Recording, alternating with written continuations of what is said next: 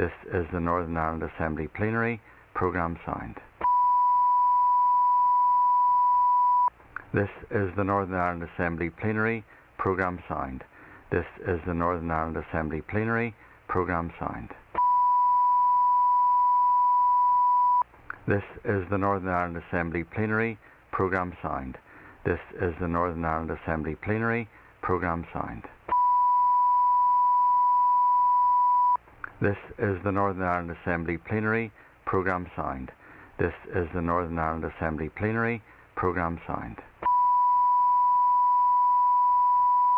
This is the Northern Ireland Assembly Plenary. Programme signed. This is the Northern Ireland Assembly Plenary. Programme signed. This is the Northern Ireland Assembly Plenary. Programme signed. This is the Northern Ireland Assembly Plenary. Programme signed. This is the Northern Ireland Assembly Plenary. Programme signed. This is the Northern Ireland Assembly Plenary. Programme signed. This is the Northern Ireland Assembly Plenary. Programme signed. This is the Northern Ireland Assembly Plenary. Programme signed. This is the Northern Ireland Assembly Plenary. Programme signed. This is the Northern Ireland Assembly Plenary. Programme signed. This is the Northern Ireland Assembly Plenary. Programme signed. This is the Northern Ireland Assembly Plenary. Programme signed. This is the Northern Ireland Assembly Plenary. Programme signed. This is the Northern Ireland Assembly Plenary. Programme signed. This is the Northern Ireland Assembly Plenary. Programme signed. This is the Northern Ireland Assembly Plenary. Programme signed.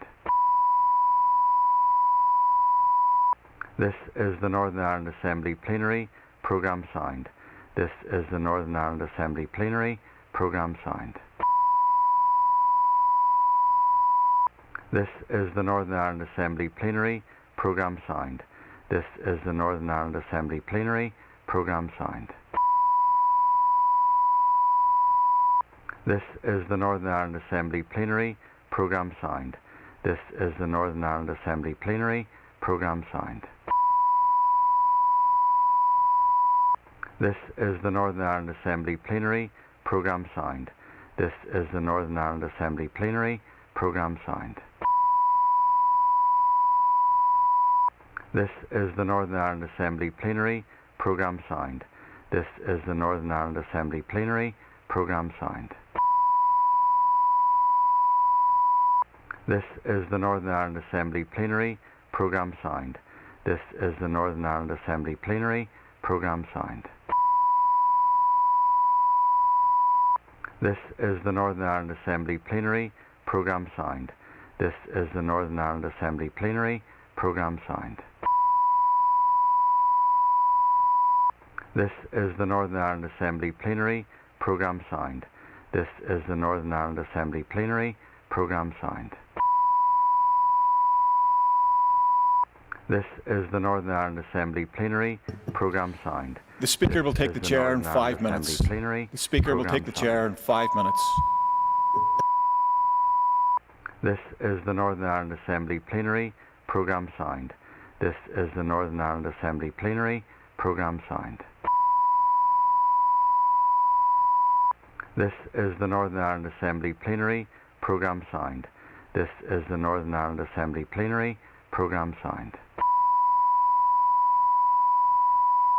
This is the Northern Ireland Assembly Plenary. Programme signed. This is the Northern Ireland Assembly Plenary. Programme signed. This is the Northern Ireland Assembly Plenary. Programme signed. This is the Northern Ireland Assembly Plenary. Programme signed. This is the Northern Ireland Assembly Plenary. Programme signed. This is the Northern Ireland Assembly Plenary. Programme signed. This is the Northern Ireland Assembly Plenary. Programme signed. This is the Northern Ireland Assembly Plenary. Programme signed. This is the Northern Ireland Assembly Plenary. Programme signed. This is the Northern Ireland Assembly Plenary. Programme signed. This is the Northern Ireland Assembly Plenary. Programme signed. This is the Northern Ireland Assembly Plenary. Programme signed. This is the Northern Ireland Assembly Plenary. Programme signed. This is the Northern Ireland Assembly Plenary. Programme signed. This is the Northern Ireland Assembly Plenary. Programme signed. This is the Northern Ireland Assembly Plenary. Programme signed. This is the Northern Ireland Assembly Plenary. Programme signed. This is the Northern Ireland Assembly Plenary. Programme signed. This is the Northern Ireland Assembly Plenary. Programme signed. This is the Northern Ireland Assembly Plenary. Programme signed. This is the Northern Ireland Assembly Plenary. Programme signed. This is the Northern Ireland Assembly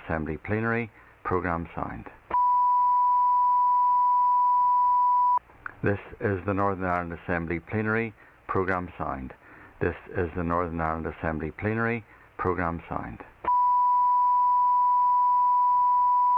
This is the Northern Ireland Assembly Plenary. Programme signed. This is the Northern Ireland Assembly Plenary. Programme signed. This is the Northern Ireland Assembly Plenary. Programme signed. This is the Northern Ireland Assembly Plenary. Programme signed. This is the Northern Ireland Assembly Plenary. Programme signed. This is the Northern Ireland Assembly Plenary. Programme signed. This is the Northern Ireland Assembly Plenary. Programme signed. This is the Northern Ireland Assembly Plenary. Programme signed. This is the Northern Ireland Assembly Plenary. Programme signed. This is the Northern Ireland Assembly Plenary. Programme signed. This is the Northern Ireland Assembly Plenary. Programme signed. This is the Northern Ireland Assembly Plenary. Programme signed. This is the Northern Ireland Assembly Plenary. Programme signed. This is the Northern Ireland Assembly Plenary. Programme signed. This is the Northern Ireland Assembly Plenary. Programme signed. This is the Northern Ireland Assembly Plenary. Programme signed. This is the Northern Ireland Assembly Plenary.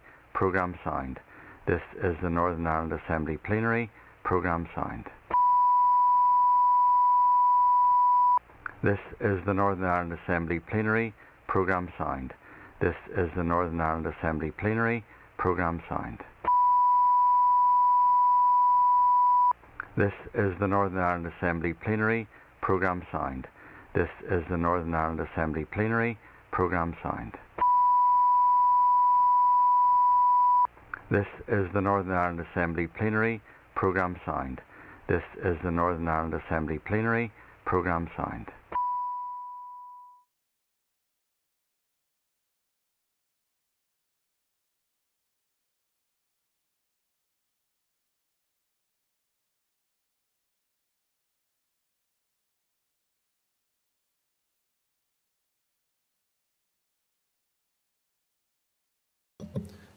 Members, at the commencement of our sitting,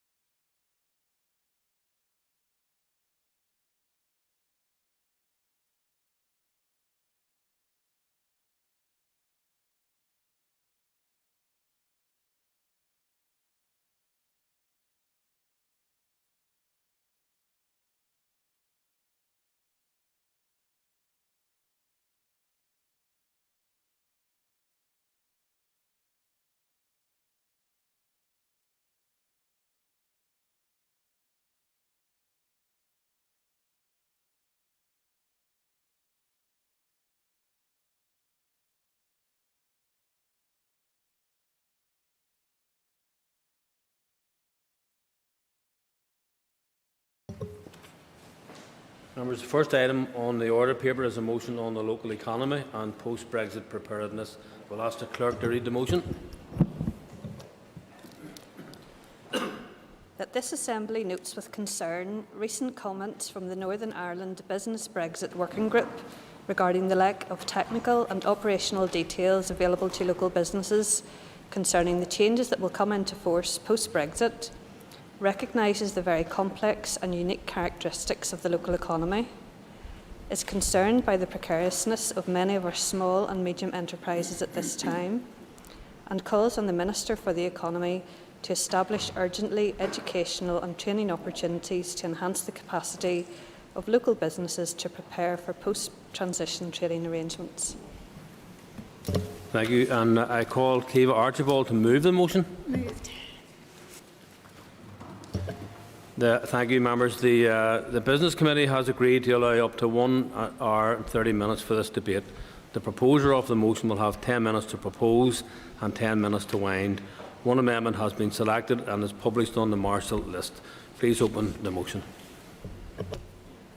And the motion we are debating today was actually submitted in June following the NI Business Brexit Working Group paper on implementing the protocol. But the motion and its sentiments are as relevant today, and indeed more so given the revelations of the past 2 days, because very little has changed.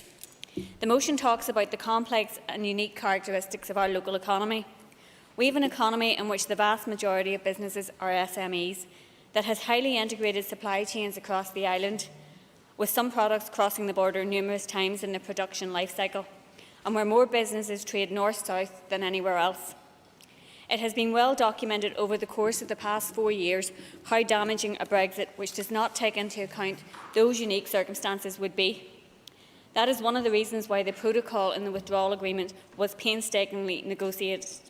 And let us not forget it was negotiated and it was a compromise on behalf of the EU 27 as well as the British Government. The protocol is the legal basis for how trade will occur post-transition, and businesses need to be supported in preparing for the post-transition trading arrangements under all scenarios of the future economic partnership. There is now 16 weeks until the end of the transition period, and the calls for technical details and for solutions that reflect the needs of businesses are still as relevant today as they were 3 months ago. We've heard from numerous representative bodies about the challenges facing businesses in terms of the timeframes to prepare, and that it will be not possible to have systems in place for checks and other procedures. The British Government had the opportunity to request an extension, which, given the unprecedented circumstances created by the coronavirus pandemic, would have been the responsible thing to do. But instead, they sailed through that deadline with little consideration of the impact on businesses here who are already reeling from the impact of COVID-19. Over the course of the past few months, it seems some realities have dawned on the British Government, with the acceptance that goods entering the north will require customs declarations, and at the beginning of August there seems to have been an acknowledgement that they were unable to deliver on their conflicting promises of no additional burdens, and that the unavoidable avalanche of red tape was going to be costly. Unfortunately, there is no clarity around the permanency of the arrangements and funding of the Trader Support Service. Currently it's 2 years, and there are of course still questions around how the customs processes and the verification of those will work.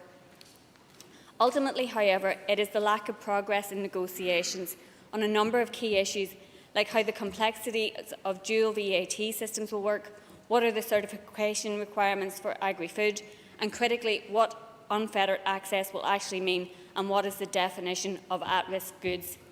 These are issues which urgently need resolved, and instead of committing themselves to meaningful negotiation, we have the British Government indulging in brinkmanship with mooted plans to abandon the withdrawal agreement and implementation of the protocol. We await the publication of the legislation to see the extent to which their reckless words turn into reckless actions. But let's also be clear, we are not the only ones awaiting that. Any country considering entering into trade negotiations with Britain will also be watching, because this is about trust, that you can count on those you have made an agreement with to deliver on it.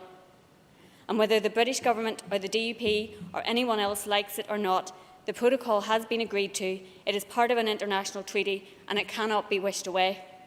It is a necessary mechanism to protect the Good Friday Agreement, the all-island economy and North-South cooperation. Go ahead. The member mentions the importance of north-south trade, and of course I acknowledge that the Republic of Ireland is our largest foreign trading partner. Would the member also acknowledge that for businesses in Northern Ireland, the biggest element of our trade goes east-west to GB? And I thank the member for his intervention. And of course, unfettered access is something that we all want to see progress. But I think that if you're talking to the 80% of micro businesses and the 70% of small businesses for which the only export market is the south, that they would really want to see that protected. And business groups have been clear here. They want the protections of the protocol. So what was agreed to by the British government needs to be implemented. This is vital to protect our businesses and people's jobs and livelihoods. And that brings us back to today's motion and what we are calling on the Economy Minister to do. We need to hear how she and her department are supporting businesses prepare for post-trading arrangements under all scenarios, particularly in the midst of the ongoing and increasing economic crisis created by COVID-19. What training and educational opportunities are being put in place, and what is the time frame on those? Will there be funds available to businesses to help them enhance their capacity to be able to respond to the challenges they face? And what is she doing to help them identify opportunities on an all-Ireland basis? We are fast running out of time, and businesses and others are crying out for clarity and the ability to prepare. We need to ensure they are supported in that as much as possible, and so I urge members to support the motion. Thank you. And I call on Matthew O'Toole to move the amendment. So moved. Thank you. And you will have 10 minutes to propose and 5 minutes to wind. All other speakers will have 5 minutes. Please open the debate on the amendment. Thank you, Mr. Speaker. Rising to propose this amendment, I'm conscious of two things. First, our duty to represent the best interests of our constituents and the best interests of the people of Northern Ireland as a whole. And second, the traumatic pandemic our society is still going through and the profound economic trauma that we know is likely to face us in the months ahead, as we debated last night in this Assembly. For these reasons, amongst many others, it is critical that we debate today the economic consequences of the breathtakingly irresponsible conduct of the UK Government in refusing to extend the transition period, as this Assembly very reasonably requested in June. It is worth, briefly before I move on to the... Are you happy to give way, yeah? I appreciate the member for giving way. We discussed this at some length yesterday. The member be aware that the principle of dual consent is enshrined in the Belfast Agreement, which, like the laws of the Medes and the Persians, can't be changed. Does the member acknowledge that not a single unionist member of this Assembly voted for the motion that he refers to? I thank the member for his intervention. He will be aware that dual consent didn't apply to that specific motion, and if he or any other member across the House had decided to invoke the principle of cross-community consent, they could have done so before the motion was debated, and they didn't. It is worth us pausing and reflecting quite how far the Brexiteer vision has shifted since the EU referendum in 2016. I remember them well. I was working as a civil servant making the case for the UK to remain in the EU. Back then, numerous leading Brexit campaigners said the UK would remain in the single market after leaving the EU. Absolutely nobody is talking about leaving the single market, said Daniel Hannan, prominent former Tory MEP. Then, for years after the vote, it was claimed, including by some in this House, that leaving the single market and the customs union would be a dawdle, with Boris Johnson going into last year's UK general election promising a fantastic deal, Super Canada Plus Plus, as he called it. Now, as we debate today, the latest round of negotiations are beginning in London between the UK and EU. Boris Johnson is saying that no deal, meaning the UK crashing out of its current deep economic relationship with the EU and having the same trading relationships with its near neighbours as Mauritania, would still be a very good outcome. We are, Mr. Speaker, through the looking glass of economic lunacy, and no one should ever forget where responsibility lies for the disruption of Brexit and the consequences being visited on Northern Ireland. Our region has always been in the front line of the impact of Brexit, not just economically, but societally. Our unique society and the political institutions which have underpinned it since 1998 were placed in jeopardy by the UK's decision to leave not just the European Union, but to do so in the most harsh and complete way, removing the UK not just from the political ambit of the EU, but virtually all of the economic linkages too. Those who complain about the protections in the Ireland Protocol, and I understand and respect that there are many people who have issues with it, including in this House, should reflect on why those protections are necessary in the first place, and also be honest with themselves and others about what would happen if those protections were not in place. It is essential that the protocol is implemented in full and, yes, implemented in a way that allows businesses maximum access to both the UK market and also EU markets. We have always maintained that there should be as few barriers to trade as possible across these islands, indeed across the continent. But I will not listen to complaints in detail about the provisions of the Ireland Protocol from some people who made it necessary in the first place. Moving on to the specifics of the motion, it is essential that these institutions, both the Assembly and the Executive, do everything we can to cushion the impact of Brexit on an economy that will still be reeling from the impact of COVID-19. And here I hope today we can find some unanimity of purpose. It is clear, as I've said previously while debating Brexit in this House, that there are people who take sincerely different views on Brexit and people who take sincerely different views, of course, of the protocol.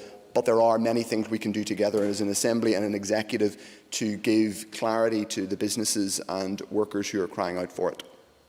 As I said, it's essential that these institutions, both the Assembly and the Executive, do everything we can to cushion the impact of Brexit. But this is just a private member's motion with respect to the member who's just moved it. And my amendment is just an amendment to a private member's motion. It isn't legislation and it isn't direct action from the Executive.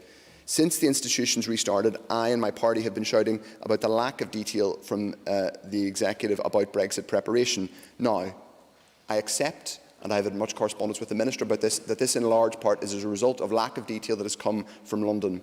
But it isn't enough for us collectively to simply defer to London and say it's for the UK Government, or we're waiting on HMRC or the Cabinet Office or, heaven forbid, Number 10 for more information.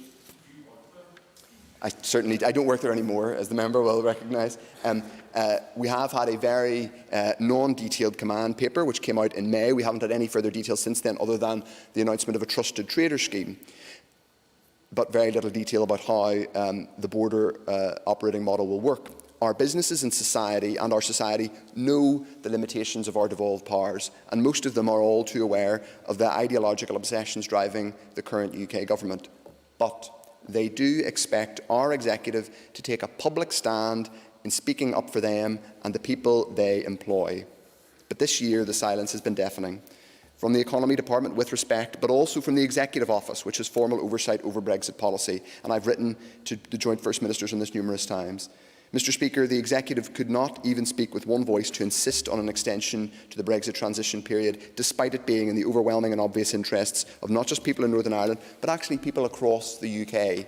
We now need to see the Executive, including the Economy Department, ramp up communications to businesses on preparations for the end of the transition, but also to speak directly and bluntly to the UK Government about its handling of Brexit. And let me say here, speak to other parties too. Speak via the North-South Ministerial Council to the Irish Government. Speak to the European Commission in Brussels. Those aren't illegitimate things for the Executive to do in order to get the best possible outcome for people and businesses here. Mr. Speaker, if Wales and Scotland can do it, why can't we?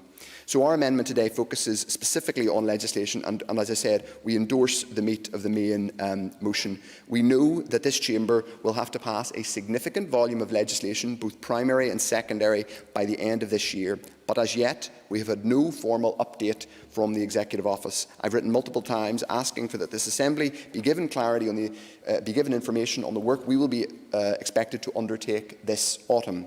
We haven't had it yet. Just as we haven't had a clear economic recovery strategy from the Economy Department. And again, I appreciate there have been... Yes, happy to give way. I'm listening with interest. The member says we need legislation to iron out some of the difficulties. But yesterday, he was the very member who brought to this House his outrage at the fact that the sovereign government was prepared to bring in legislation that would ameliorate, for example, the exit declarations. Why is he so, if he's concerned about the difficulties being created, why is he so opposed to a government ameliorating the exit declarations, or does he agree with exit declarations? My outrage yesterday was specifically in relation to the sovereign government, as he calls it, obviating, walking away from, repudiating an international treaty he has signed. And as someone who clearly very much believes in that sovereign government and Northern Ireland's membership of its state, he should reflect on what it would mean for that sovereign government to walk away from a treaty in terms of its reputation internationally and its ability to sign further trade agreements. So as I say, we haven't had an update on legislation which we need, nor have we had a clear economic recovery strategy which factors in both the effects of Brexit but also the opportunities of EU market access that we will continue to have, unlike other parts of the UK. Mr. Speaker, just yesterday you rightly pointed out that you had communicated to the Executive Office, and I think the Executive more broadly, that they should not be using accelerated passage to pass laws in this place except in extreme circumstances. Let's remember that if Executive Ministers bring forward primary legislation in the coming weeks in relation to Brexit, it should not be rushed through this chamber, it should not be rushed through by accelerated passage, given the importance of scrutinising it carefully and the consequences for the people we represent. So I commend this motion and our party's amendment to it, but as I said, they are just private members' motions with little practical or legal effect, in fact, no legal effect.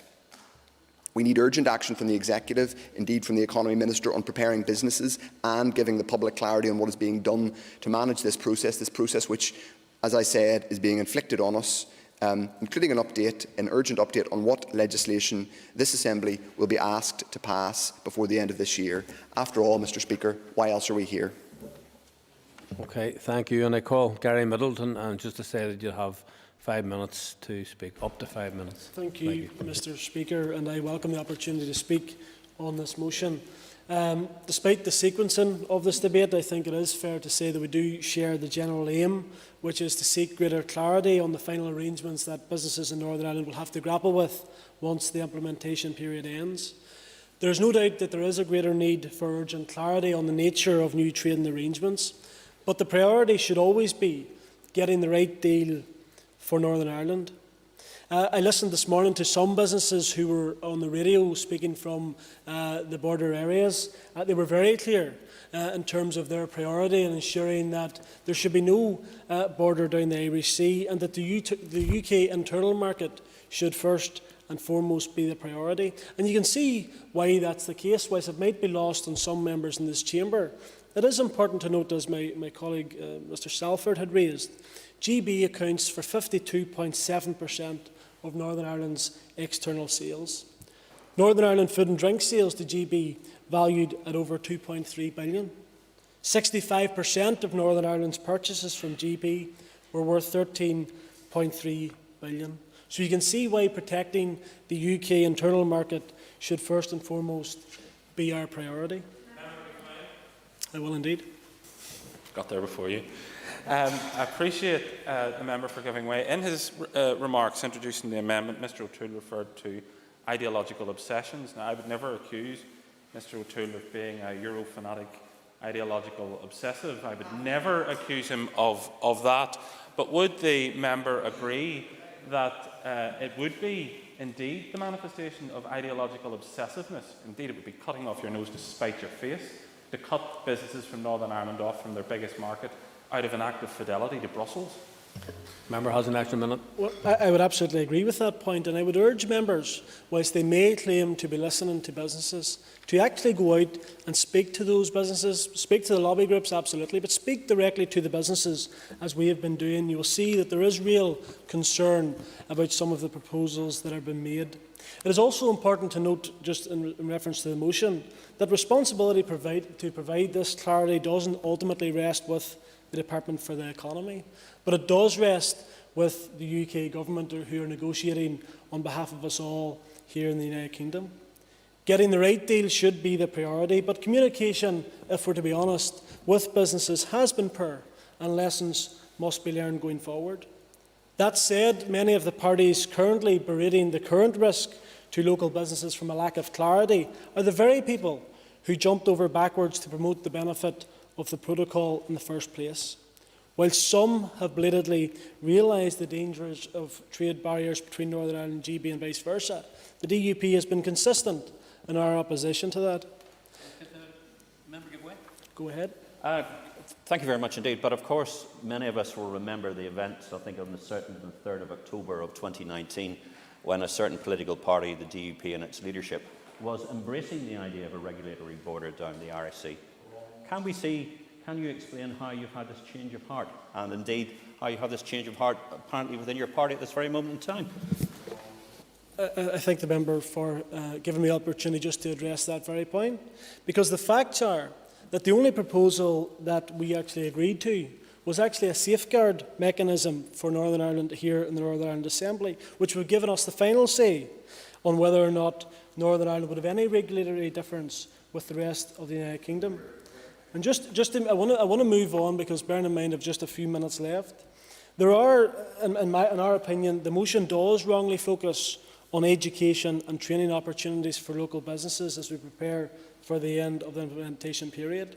Whilst, yes, there's room for this, in reality, there are a plethora of other substantive concerns that need to be addressed holistically by the UK Government if Northern Ireland's unique and characteristic economic interests are to be protected moving forward.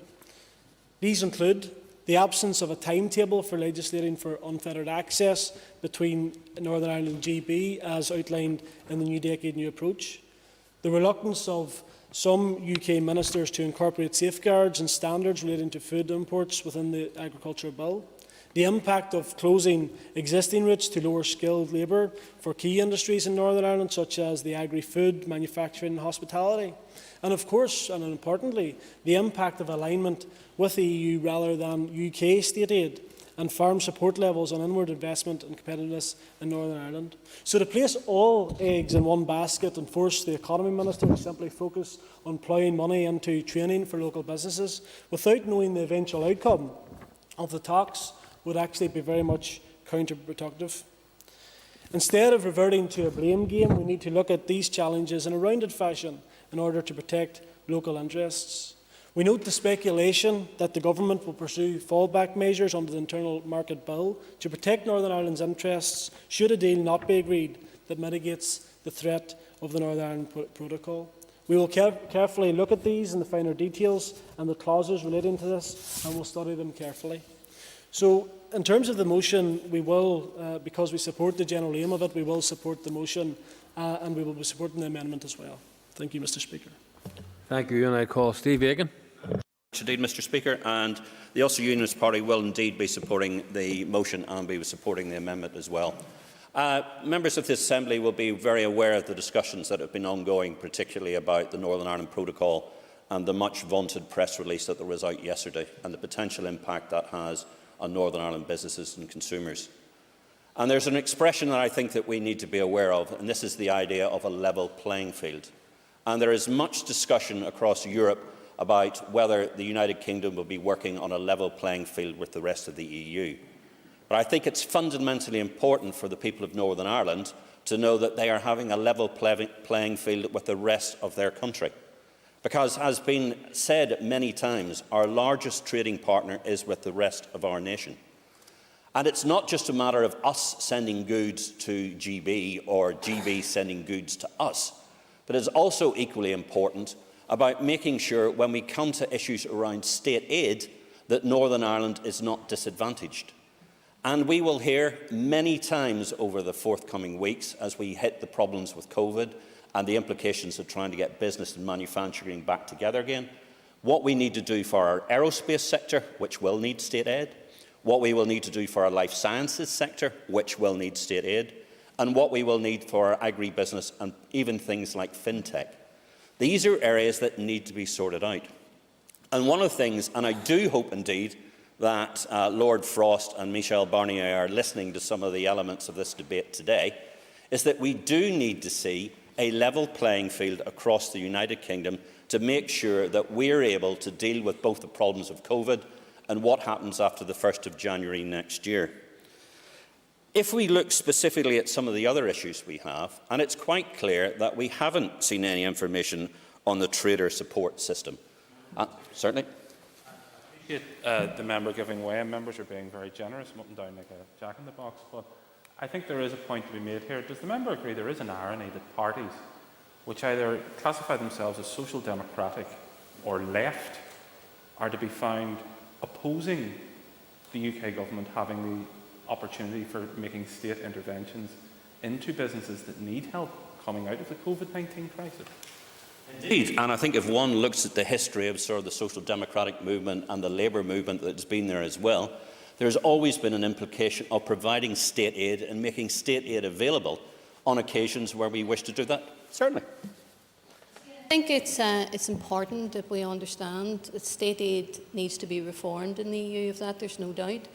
But what's going to happen with the state aid, would the member not agree, that is being proposed by the British government, is that you're going to have global corporations going to a member state like Britain, who is going to give tax breaks and grants to those and public money to those, and that's the problem with what is being proposed here. There's no doubt the state aid needs reformed, but we can't have a situation, I would ask the member, that global corporations go to the likes of Britain so that they get tax reform, tax breaks, grants and public money. That's where it goes, not to hospitals, not to doctors, not to nurses and not to schools. Very much indeed the member for that. I want to remind the member you have an extra minute. Oh, thank you very much indeed. And I must admit, I found it quite ironic that a member from the party opposite, who talks about wanting an all-island approach, points out the fact that one of the main reasons like the likes of Microsoft and Apple go to the Irish Republic is particularly for their tax breaks and their ability to work out the tax system. And it would be excellent if they ever paid 12% corporation tax, but most of the monies pay about 0.12% of corporation tax.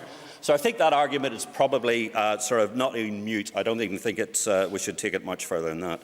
But there are real issues. I talked about the trader support system. I talked about issues about trying to find out about what's happening in VAT and the implications of VAT when we come through. But we have heard many times about the implications that this is likely to have on the Belfast Agreement. The Belfast Agreement is about the principle of consent. And having read the Belfast Agreement more times than many people indeed have, I cannot see anywhere in it that says anything about a border down the middle of the Irish Sea. I cannot see anything that says we're going to be in a position where the EU, or indeed a special committee to a joint committee, is going to set the laws here that we are in Northern Ireland. And indeed, yesterday, the Minister produced a document that was out for consultation about the energy market in Northern Ireland, about electricity. And within it, it says even though there will be reforms within the United Kingdom's energy market, those will not apply to Northern Ireland, and we shouldn't even consider it because we're going to follow the rules from the EU without any say. And I cannot see any members of this Assembly willingly to go for that and that process of non-democratic accountability, because that is something we need to be able to address and be looked at. And just to wind up, and as I say, Minister, we need a plan. We knew this is coming. And the Executive needs to gather together to do that. For those of us who tortuously sat through the New Decade, New Approach discussions, one of the few things we all agreed on is we needed a plan for Brexit and what we were going to do. We're well beyond the time, and somebody needs to take leadership. And much the way within health, the only person who's willing to take any leadership for health is our Health Minister. You, Economy Minister, now have the opportunity to take some leadership on this process. And we would ask you, with a degree of urgency, to take some leadership on this issue. Thank you very much indeed, Mr. Speaker. Thank you. And I call Stuart Dixon. Thank you, Mr. Speaker. I rise to support the motion and the proposed amendment today, and indeed welcome the opportunity to speak on this important matter for Northern Ireland. You know, in 2016, it was notable just how little Northern Ireland was mentioned in the EU referendum campaign. In 2017, Liam Fox, the then International Trade Secretary, said that a free trade deal with the EU would be one of the easiest in human history. But not surprising to most of us here, Brexit process became stranded on the rocks of reality on the border issue and necessitated an agreement. The protocol is an imperfect response to Brexit. It's a bare-bones means to protect the institutions which maintain our economic, political and social lives. It therefore has merit. Businesses sighed a small sigh of relief after a tempestuous series of negotiations in 2019. Unfortunately, here we are now, less than 3 months into the end of the transition period. And I really am quite exasperated and concerned that we have nothing but confusion and uncertainty at the very centre of our economic future. Indeed, a minister clearly only interested in following what London is doing and not particularly keen on taking any local initiatives herself. I'm truly concerned that the UK government seems to want to use Northern Ireland once again as a bargaining chip, an excuse to destroy any hopes of a post-Brexit trade deal with the EU. I recognise that a lot of this has been press speculation in the last few days. Unfortunately, we have a government that does not inspire confidence. I, and I know many others, do not wish to gamble our future and the future of our economy. I am sure there are many workers and businesses right across Northern Ireland would agree with that. Yes. Just reflecting on what the member said, he may be interested to note that in the last half an hour it's been revealed that the head of the government's the government legal service, the head lawyer for the UK government, has resigned, apparently in frustration at the UK government's approach to the laws around implementation of Brexit. Presumably that would add to his concerns about the UK government's approach. It most definitely does, and leads once more to the door of number 10 and to the Cummings faction inside that building. The concern expressed by the working group, indeed, I want us to take a moment to say a working group that does not, Minister, have all voices in Northern Ireland in it, and I find that disappointing, particularly the failure to have a trade union voice in that working group. But nevertheless, they mirror what the business community has been saying, and they recognise that we have been left in the lurch. We're unsure what to do, knowing that this issue is complex and technical and is yet another burden on business. The past few months have been turbulent and difficult for local businesses, particularly small and medium-sized enterprises. They have faced the additional challenge with COVID-19, restrictions, safety measures, supply issues and staffing. This requires additional costs and bureaucracy, which is necessary. What is not necessary is another huge disruption, a fog that hangs over the future arrangements of post-Brexit for business. Businesses want to prepare, put themselves on the best footing for the future, but without training opportunities and a clear direction for the future, how are they supposed to confidently commit to investment and to take on new employees? It is time for the Minister to give us some concrete answers. Today, on post-Brexit preparedness, we need to start to clear this fog. I think it is where the proposed amendment really adds to the motion. With an estimate of 100,000 people being out of work in Northern Ireland by the end of this year, the Minister's #1 priority must be to defend jobs and livelihoods. A considerable amount of legislation needs to be passed, and while the clock is ticking down to January, the Department of the Economy is the lead department on this matter. We need a cross-executive approach to this, a joint approach to giving business clarity, making Northern Ireland's voice heard in London and protecting our local economy from the adverse impacts of Brexit. Mr. Speaker, we are now told no deal is a good outcome. I just wonder what a bad outcome would look like. The reality is no such thing as a good Brexit. Protocol is not perfect, but its function as a basic framework to protect Northern Ireland from some of the worst effects of Brexit. Thank you. Thank you, and I call Gordon Dunn. Thank you, Mr. Speaker. This is indeed a very challenging time for our local economy, and there is no doubt that the fresh challenges which COVID-19 have brought about has only added to the need for clarity and certainty going forward for our local businesses in the future. The global pandemic that we are still contending with will change how local businesses operate in the future. Negating the threat of the NI protocol must be a central element to the economic recovery as we seek to rebuild, regenerate and build confidence within our local economy. We do share the general aims of this debate today, in that we all agree that we need to seek clarity on the final arrangements which our local businesses will have to manage once the implementation period ends. The focus should be on getting the right deal. Whilst uncertainty is difficult for everyone, the barriers created by the protocol could be even more damaging long term, and they have the potential to cripple and restrict many businesses. That is why the Government must urgently address the uncertainty around our future trading relationships.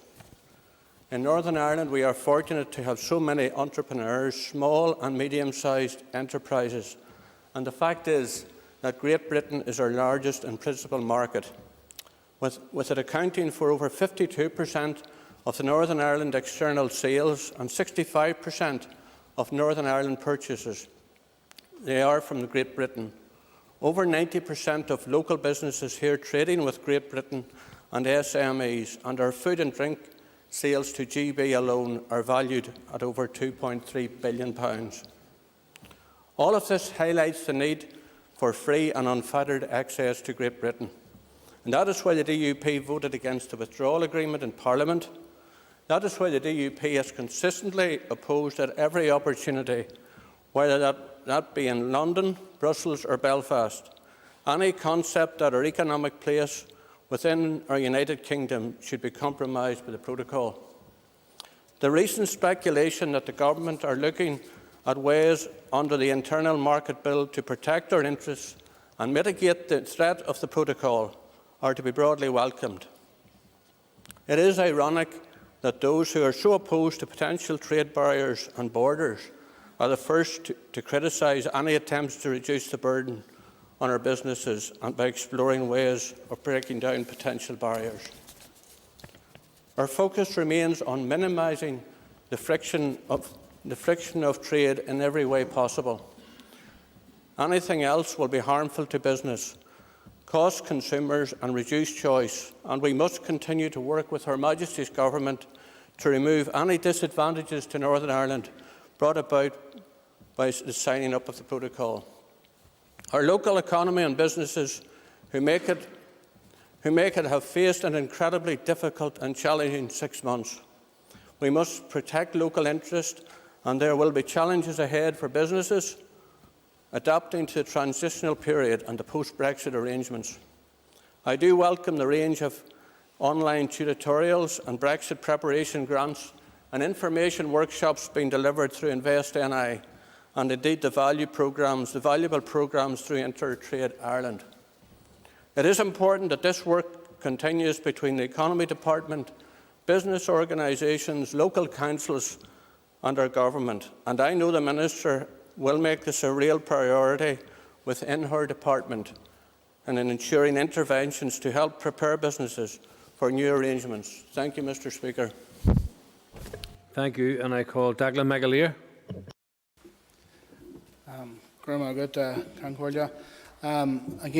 Today's motion, I believe, is very timely, and I want to reflect on this in the context of the agriculture sector here in the north.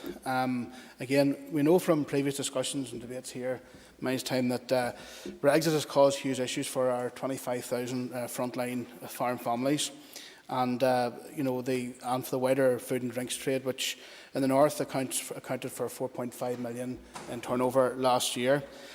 The sector here is really under pressure with the COVID crisis and many other challenges, climate also being one of them. And of course, agriculture is a big exporter. We export 87% of our agri-food produce that's produced here in the north, and yes, Britain is one of the biggest areas that we export to. It also goes to the south and also goes to Europe as well. So we need unfettered access east, west and north, south and across the EU. Yeah, absolutely. And I think the member would also like to acknowledge the fact that one of the biggest agricultural markets for agricultural goods from the Irish Republic is the United Kingdom market. And indeed, anything that's going to be put in that's going to create an Irish sea border is going to, in fact, impinge on them significantly. And that is really going to affect small farmers and medium-sized farmers throughout the island of Ireland. The member has an extra minute. Yeah, the member's right. You know, any barriers at all, any friction at all will affect not just the north of Ireland, but indeed the island of Ireland, because Britain is a big market for produce right across the island of Ireland.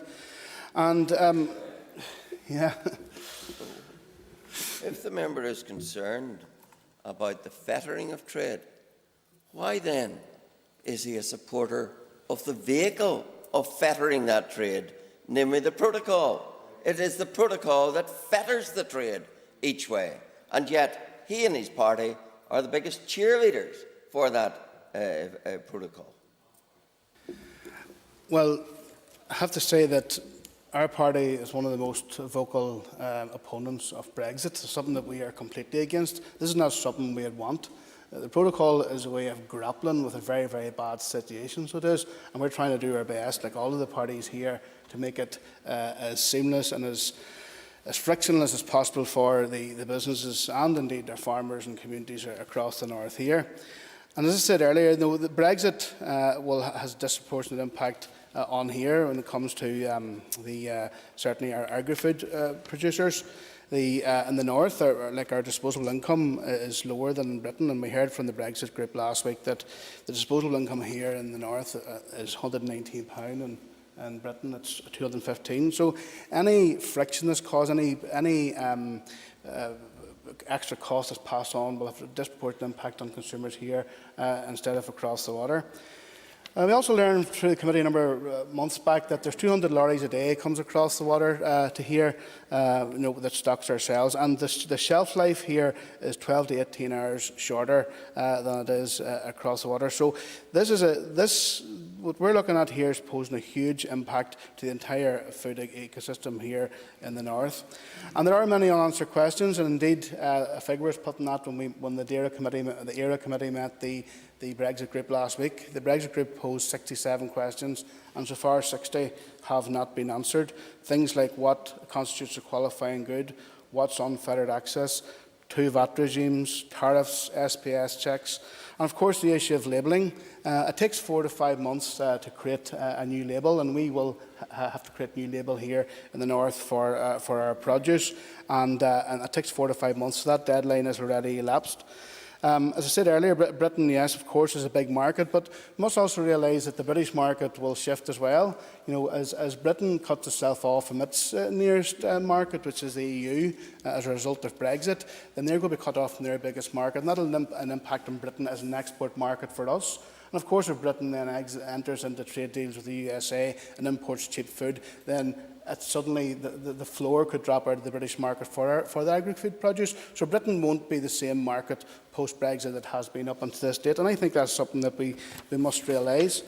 Again, and the latest shenanigans from London is causing more concern as well. And our All-Ireland trade, I know some people like to emphasise that the British market is so important, but our All-Ireland trade is hugely important within the agri-food sector.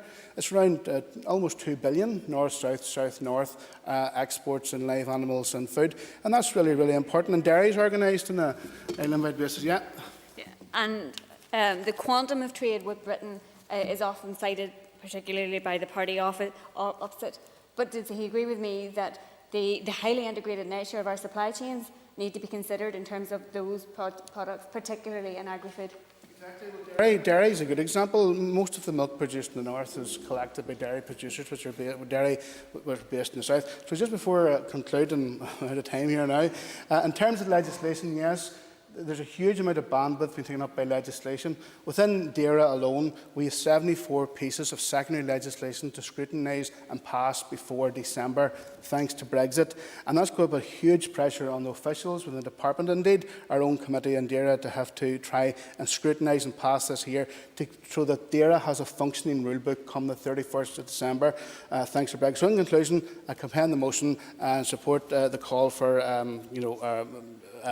more educational training for our businesses and rural communities, farming communities. Thank you. Thank you, and I call Christopher Stalford. Thank you, Mr. Speaker. The chair of the committee referred there in her intervention to Mr. McAleer about our highly integrated supply chains. That is precisely why the protocol is a bad idea, because it interrupts our highly integrated supply chains east-west. I think it's important that we put a bit of a political context on the record. The DUP voted against the withdrawal agreement in Parliament, and at that time we set out our clear opposition to any concept of Northern Ireland's economic place in the UK internal market being compromised. The protocol compromises it, therefore we oppose the protocol. The DUP on 3 occasions... Yes, happy to. There seems to be a degree of confusion because looking at the remarks that the First Minister made on Sky Television, I think on Friday, she seemed to be of the opinion that we should be following what the protocol says. Could the honourable member clarify, please? The member has an extra minute. Thank you. Happy to. The First Minister acknowledged what the present legal reality is. Acknowledging reality does not mean endorsing the same or approving the same, unless, of course, you happen to be reading the commentary and the political editorial of the newsletter, but that's for another issue. The DUP on three, I'll give way later to Mr Allister, always happy to. The DUP on 3 occasions helped to stop Theresa May's version of the withdrawal agreement. We spoke against it, we argued against it, and we voted against the current Prime Minister's Brexit proposals. We are still arguing that in these negotiations the withdrawal agreement should be scrapped or changed to take account of the need to protect Northern Ireland's place in the internal market of the United Kingdom. Others were very upset by the speculation that was in the Financial Times yesterday. What I would say is that one swallow does not a summer make, and while I hope that the government will move to protect our position through the legislation that's due to be published tomorrow, I will judge the government at London on the action and the content of that legislation rather than briefings to the newspapers. On the 20th of May, the government published a policy paper on its approach to the Northern Ireland Protocol, and this included 4 principles. 1, unfettered access for Northern Ireland's business to the rest of the UK, and particularly the trade, should take place as it does presently.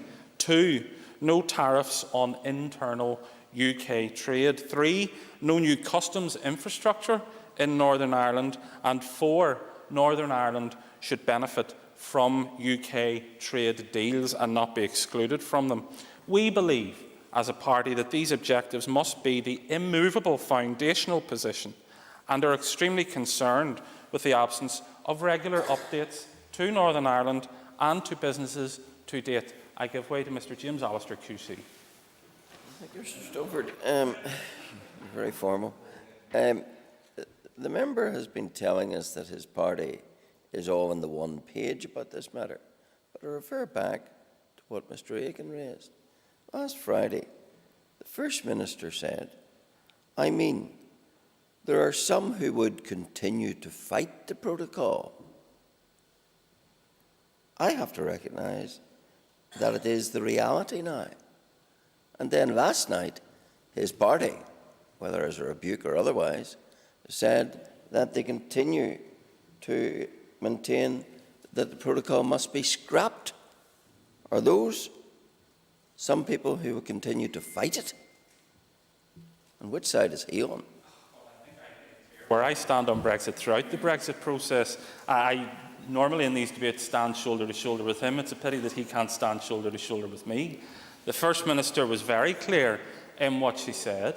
She acknowledged the reality of the situation, as in the law that has been passed, whilst disagreeing with it. And we all disagree with it, or certainly we all on these benches disagree with the content of the protocol. The party opposite to bring motions and the party opposite had an opportunity for years to be participating in the shaping of any Brexit outcomes. But they chose not to. They refused to take their seats at Westminster, where these matters are debated and discussed on an almost weekly basis.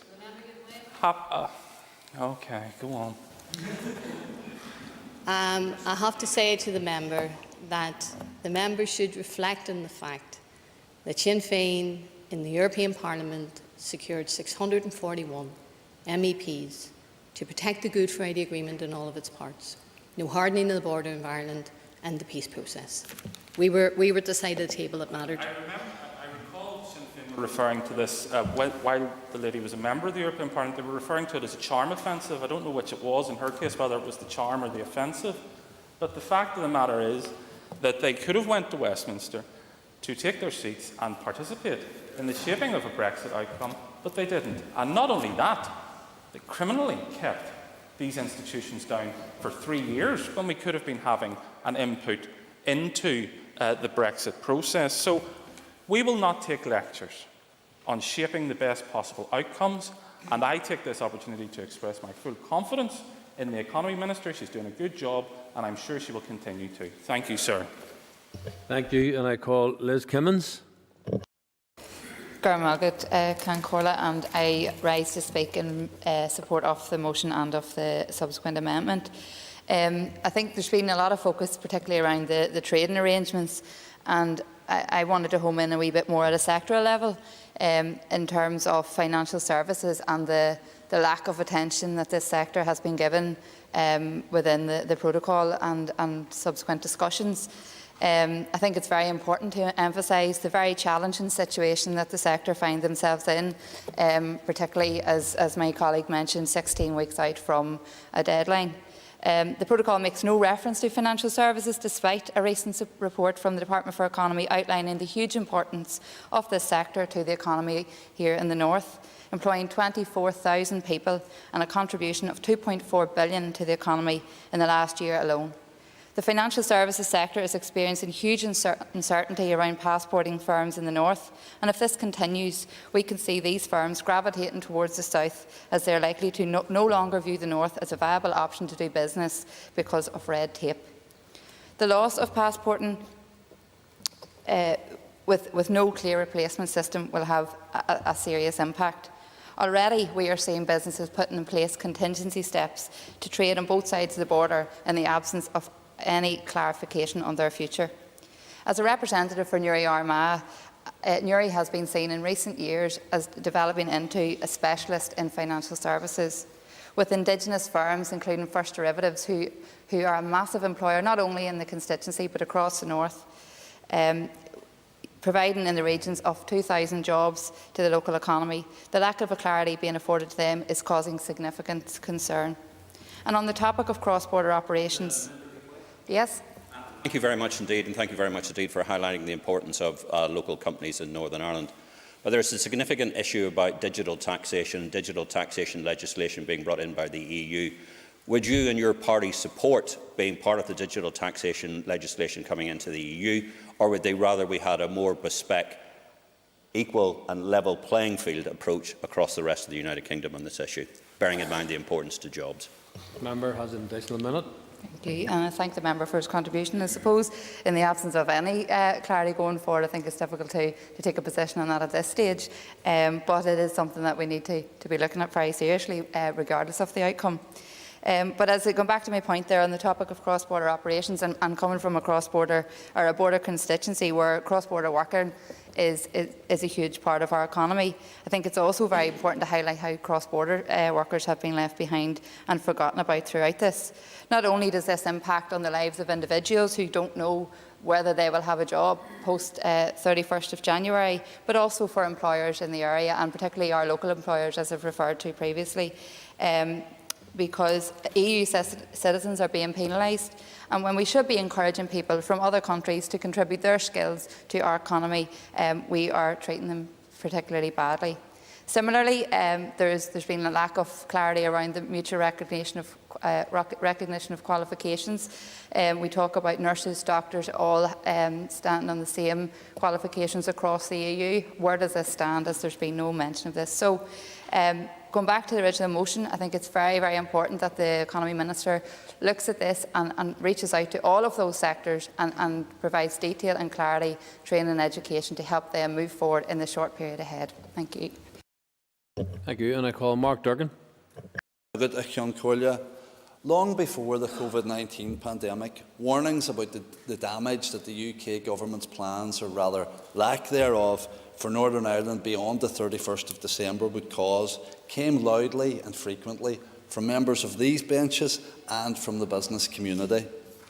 Those warnings were met by Cabinet Ministers contradicting one another on what paperwork would be required to send goods to Britain, and when asked how they might square this circle, vague assurances about the regime that would be implemented. Now we learn that it could well be by reneging on what they agreed. The impact of the pandemic has made the scale of the task even greater, as our SMEs face the double whammy of that economic hit and the end of the transition period. We are now just over 3 months away from that ending. Time is of the essence. The struggle to prepare would have been difficult enough without the crisis facing many of our businesses today simply to survive. The Working Group's comprehensive document lays bare the unanswered questions, and Mr McAleer highlighted a few. Which is why I've joined with my colleagues in signing the amendment, calling for the Executive to set out details of the legislation it needs to introduce and that this Assembly needs to pass to ensure businesses, employees and consumers can go into 2021 with at least the burden of uncertainty on that front lifted.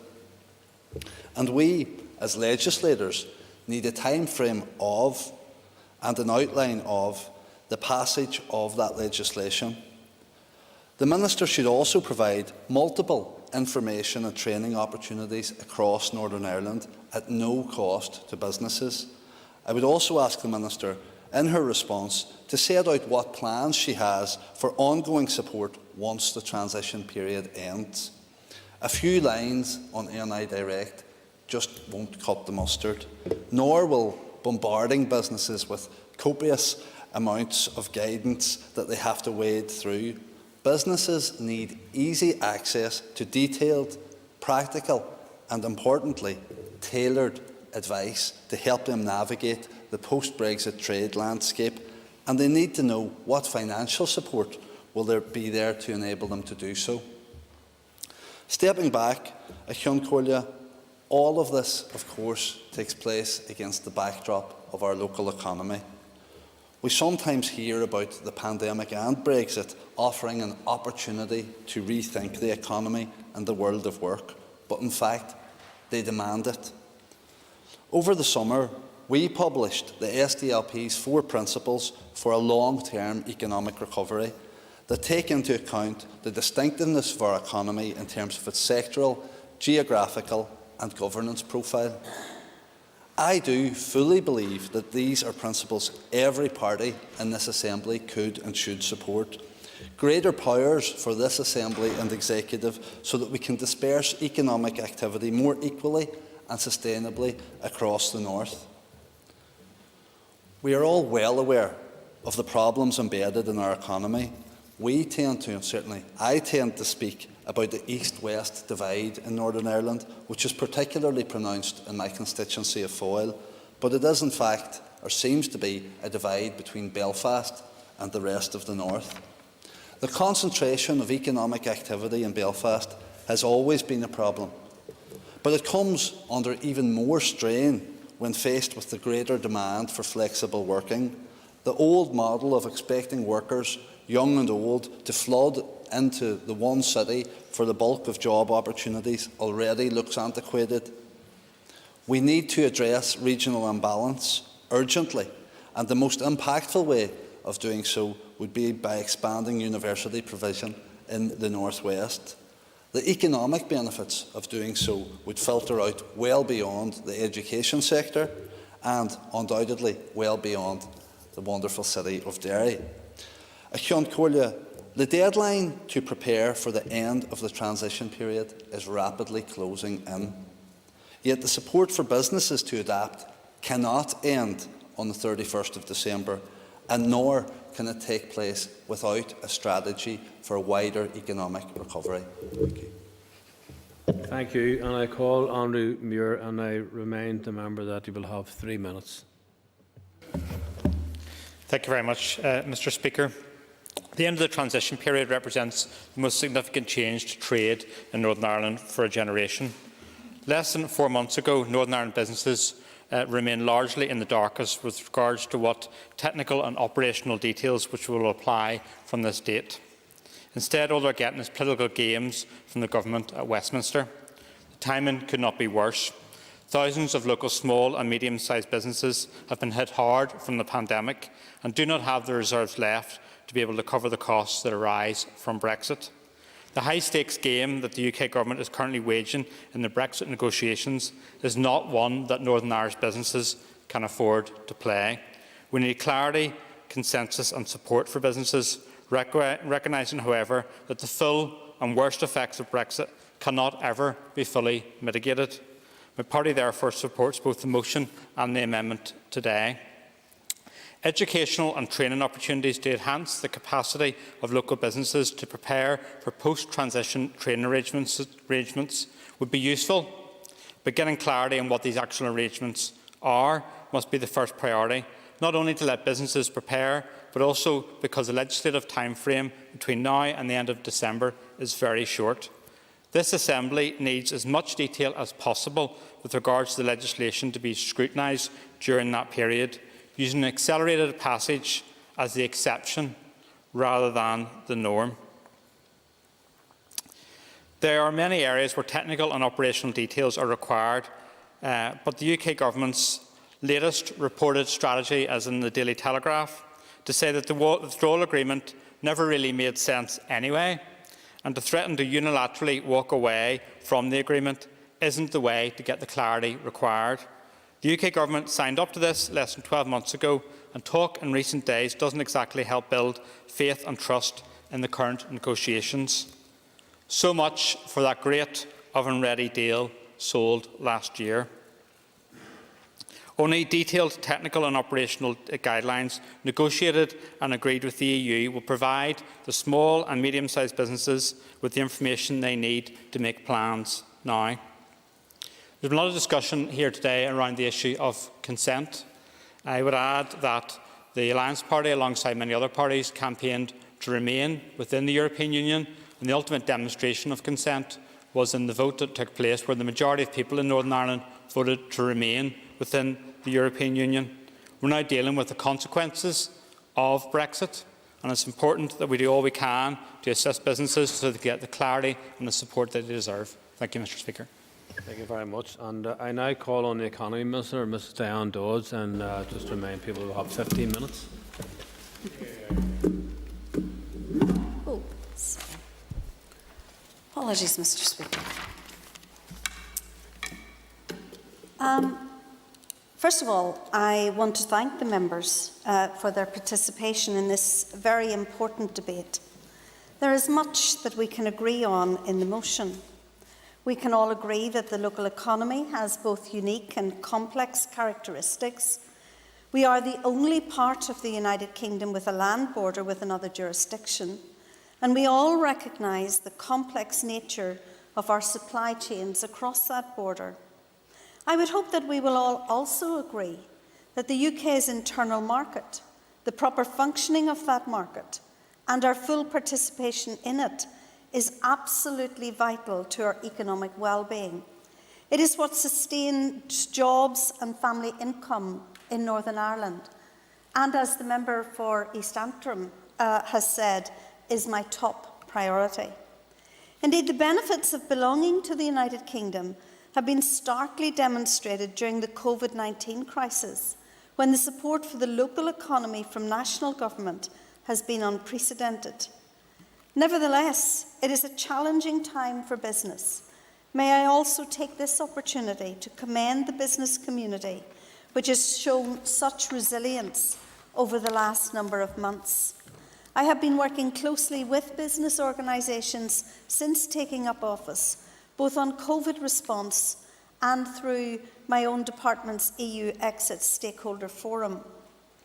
I have consistently said that my top priority is to seek to ensure that Northern Ireland firms have unfettered access to our own internal market in the United Kingdom, and that we do not have any competitive disadvantage within that market.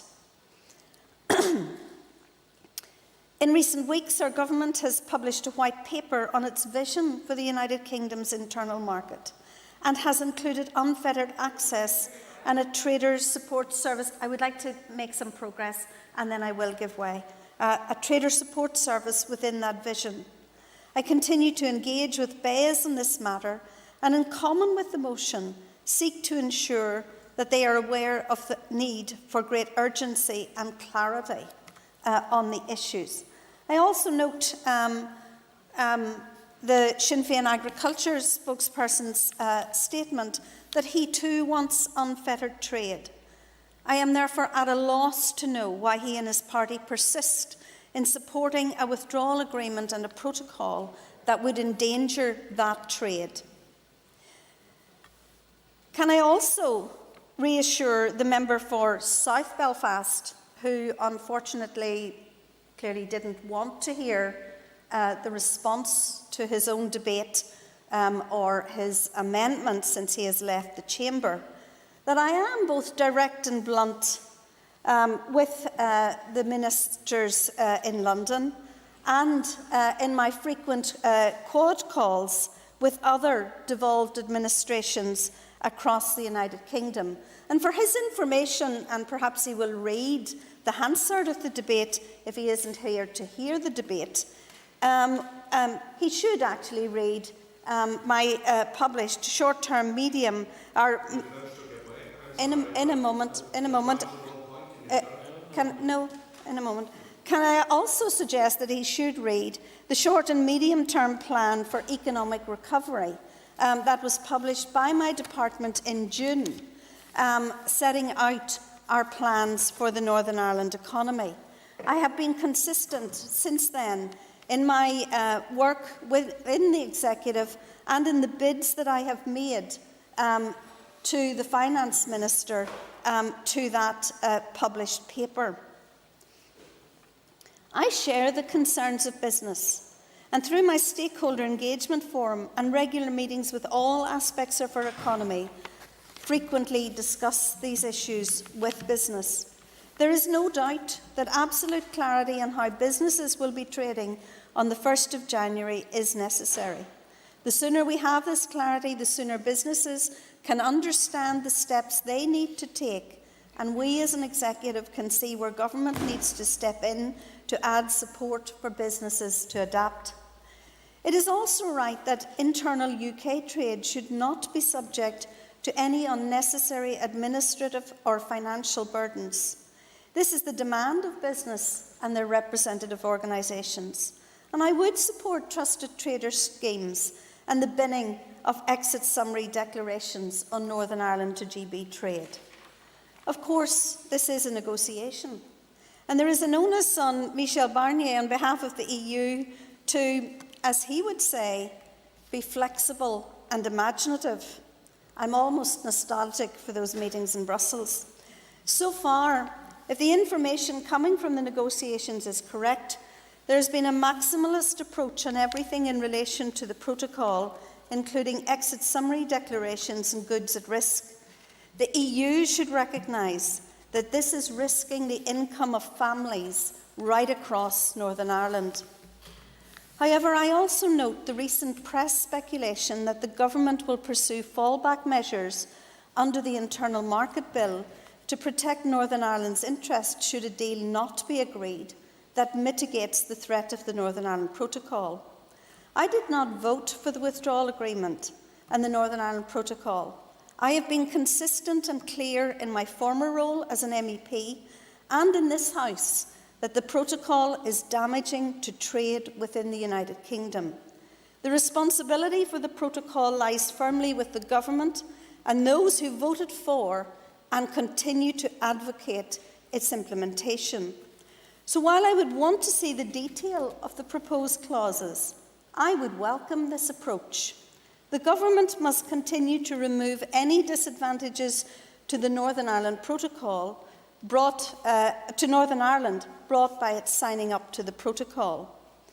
And indeed, I will be raising these issues directly with the Business Secretary, Alex Sharma, later today, and in ensuring that the UK government not only move to protect Northern Ireland's place within the Union, but in so doing, protect our trade with our largest market, and also put those trading arrangements on a sustainable footing and cover the full spectrum of our economic interests.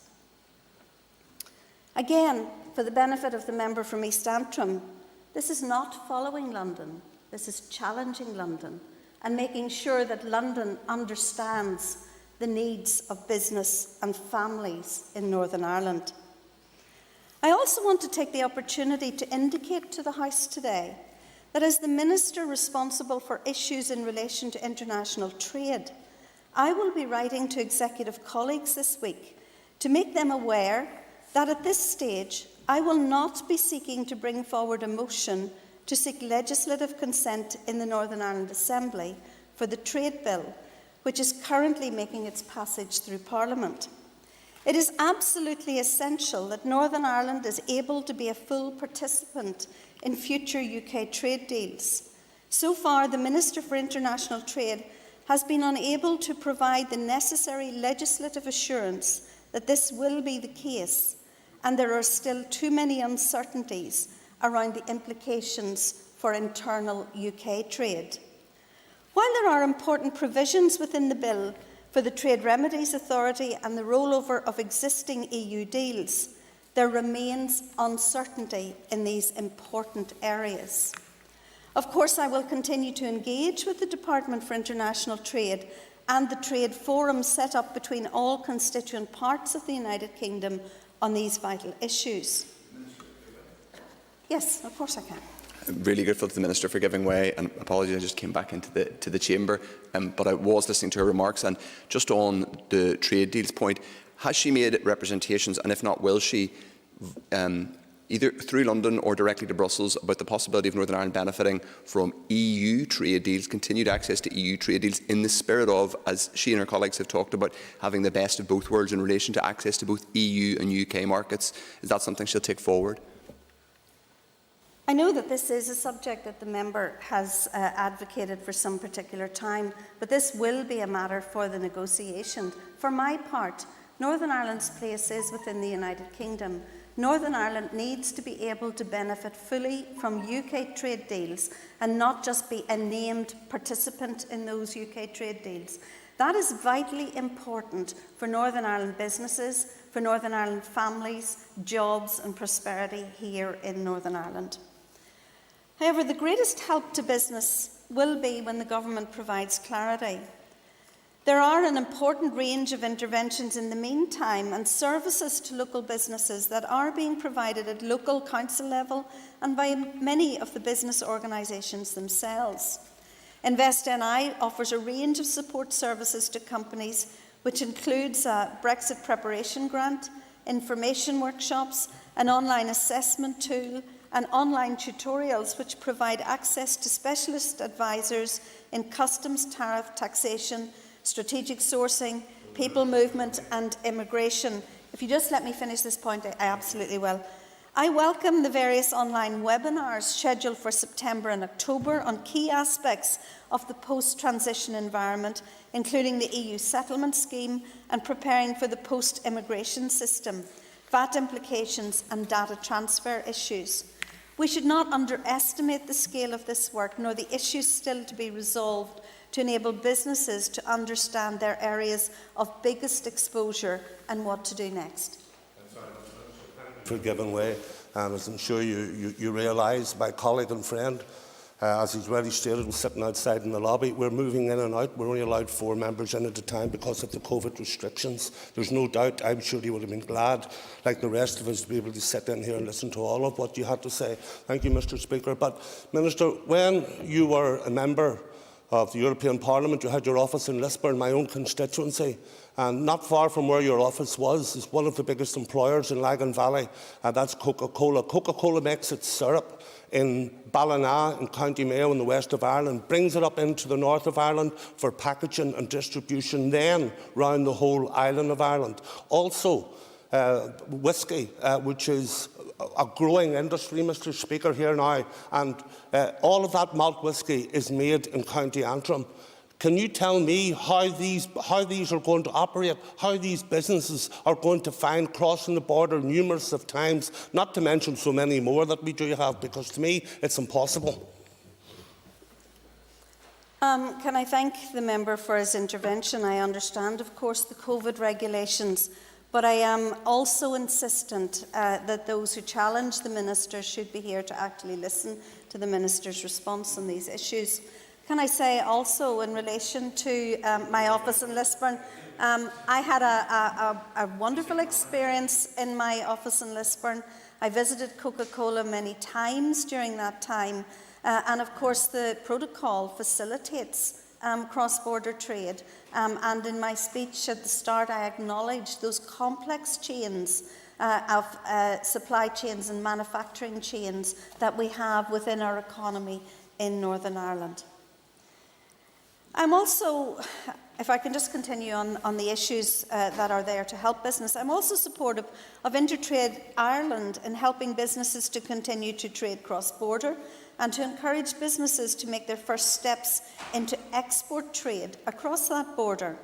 Intertrade Ireland's Brexit Advisory Service provides financial support and professional support on customs, supply chains, rules of origins, with online learning supplemented by specialist webinars at cross-border market. Intertrade Ireland are also exploring the development of a cross-border trade information centre and a new supply chain programme. Both initiatives will help firms across the island to benefit from the growth that cross-border trade brings. As we have seen through this debate and my earlier comments, full clarity on trading arrangements for January the 1st is not here. But businesses can take action to understand how the issues play and how they could impact on their trading model. And I would encourage them to go to the InvestNI and Intertrade Ireland web pages, utilise the online Brexit tool, enrol for the webinars, and if appropriate, apply for the support vouchers. We have today talked about very important interventions for businesses, but I also believe that the success for business will also depend on a holistic approach to a very wide-ranging set of issues that the economy faces here in Northern Ireland. We need to see the timetable for legislating for unfettered access to trade between Northern Ireland and GB. I hope the Internal Market Bill will provide that. I hope that, yes, I will. Minister's time is almost up.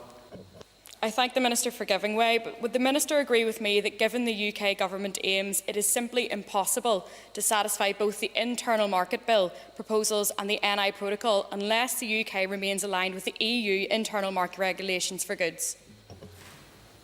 Minister's time is almost up. Thank you for your indulgence, Mr. Speaker. I apologise, I had forgotten about the intervention.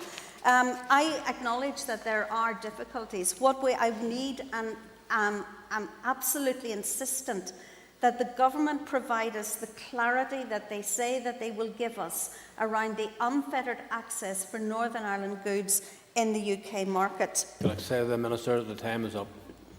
Sorry. Thank you. That actually brings me to remind members that the courtesy of a member to take an intervention should not be abused by people making long or lengthy interventions, because you've caused a difficulty.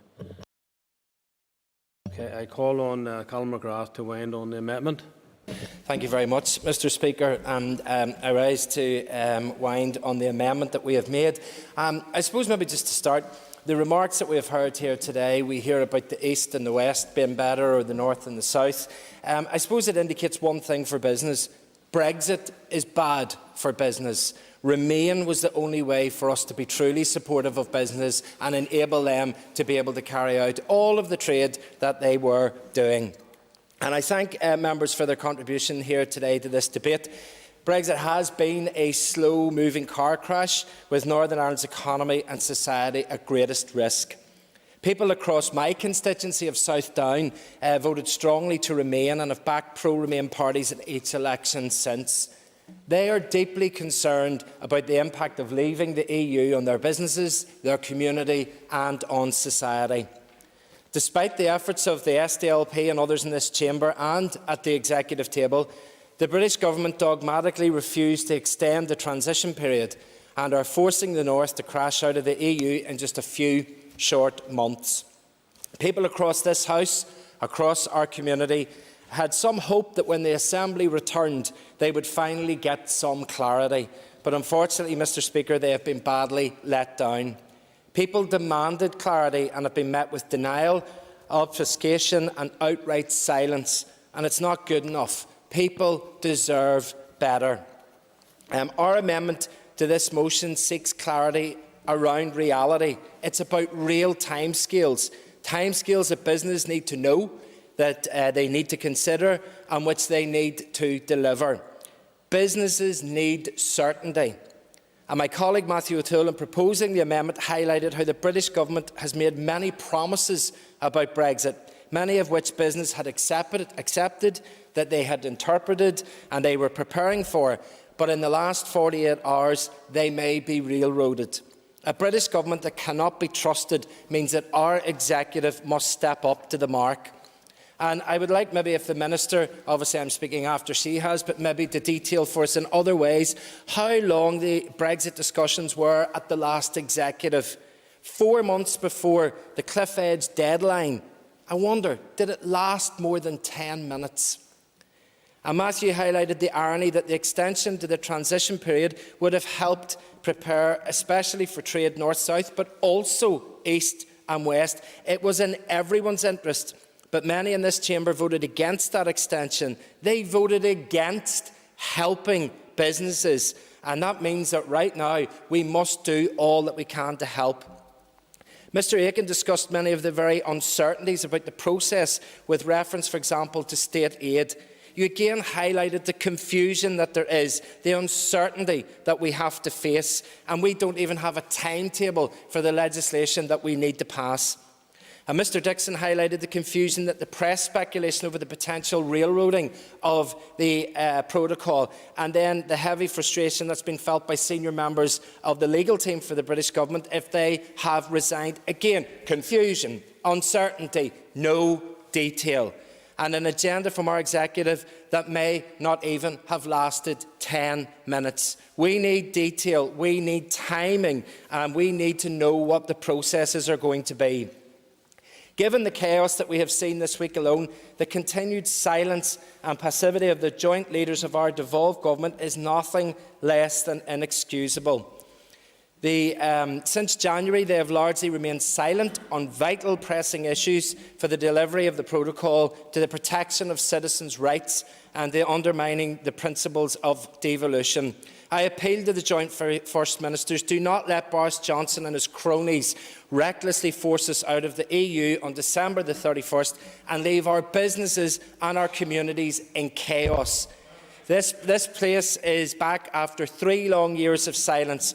However, Mr Speaker, there is no point in us being back at work if we are not using this Assembly to speak up for people across our society. I made the mistake the last time. I'm going to get to the end of my remarks. The joint First Ministers must use this Assembly to explain what actions they are taking to minimise the harm to our economy and to our society. In Wales, and particularly in Scotland, their devolved legislators have robustly stood against Boris Johnson and his reckless agenda. We must do the same, Mr Speaker, or do the First Ministers really think that we should blindly follow the Tories in one act of bad faith after another? Thank you. Thank the member, and I call on Martina Anderson to wind up the debate on the motion. You have 10 minutes.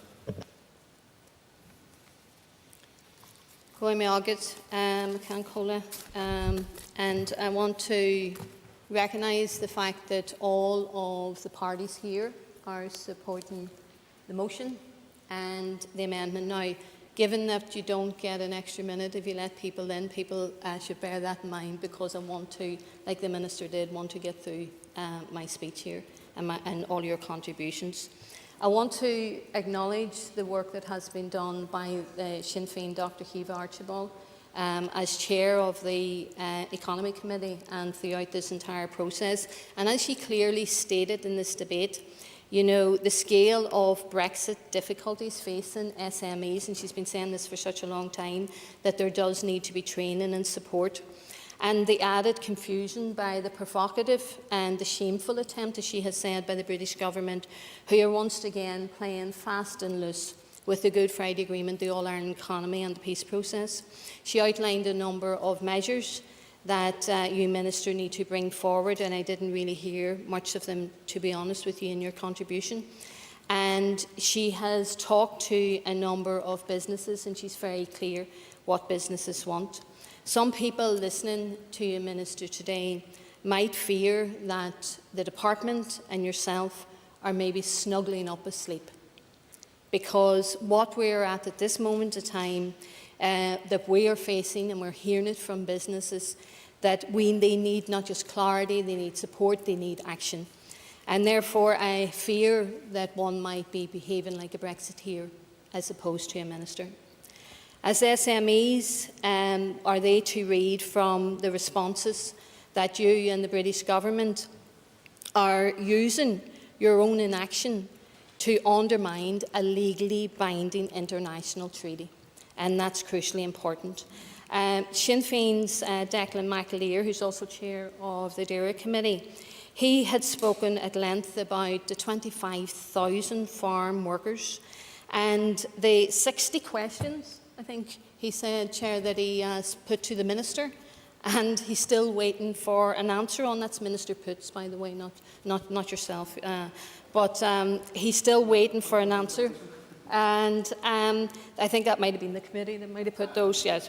So regardless, I have to say, of whether there is a deal or no deal, the British government is obliged to ensure that there are border control posts, checks and controls on goods entering the north of Ireland.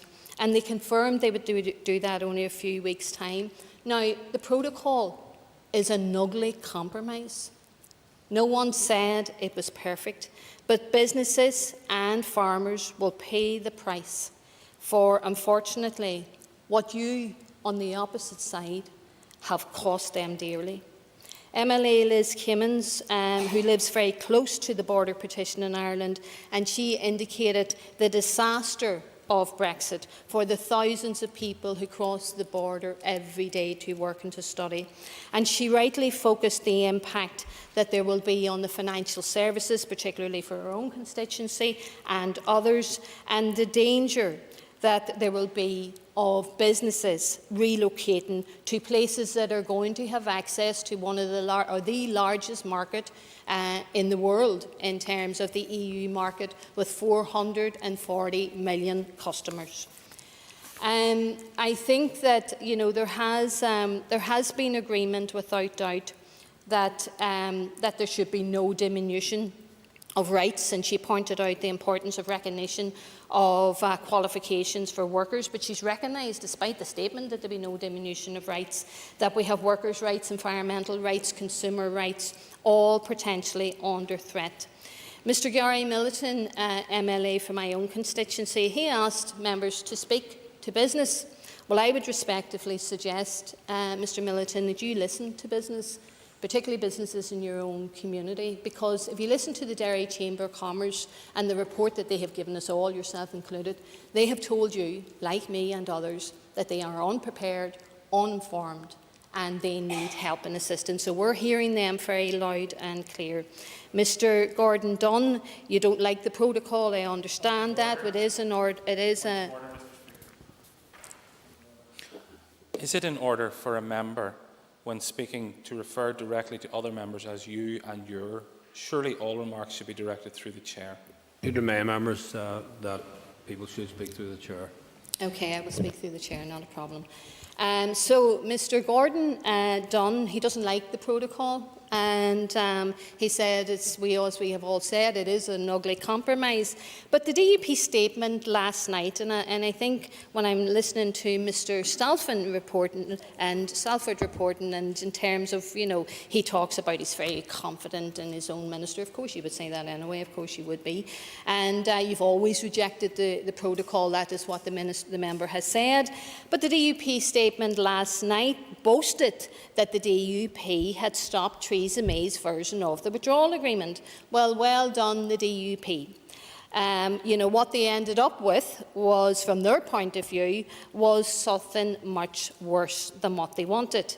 So the DUP, I believe, and Brexiteers want to keep the North in terms of, in Britain's internal market, and we all know the importance of unfettered access into markets for businesses, and that's something that many agree with. But they will do that if it means a harder border in Ireland. They will do that if it means reinforcing partition. They will do that if it means discarding the Good Friday Agreement in all of its parts, and they will think that that is job well done.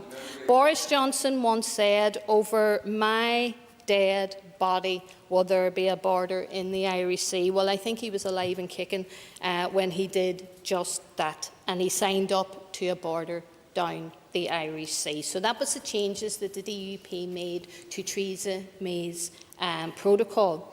Only 24 hours before we had the British government's latest Britain's fiasco about Brexit unfolding, we've heard from the leader of the DUP, Arlene Foster, who for some businesses thought they were getting some reassurance that she had reached the point of realisation that there would be a trade border in the Irish Sea. A regulatory border and a custom border is a long way from Nigel Dodd's insisting that the integrity of the UK was more important than Brexit.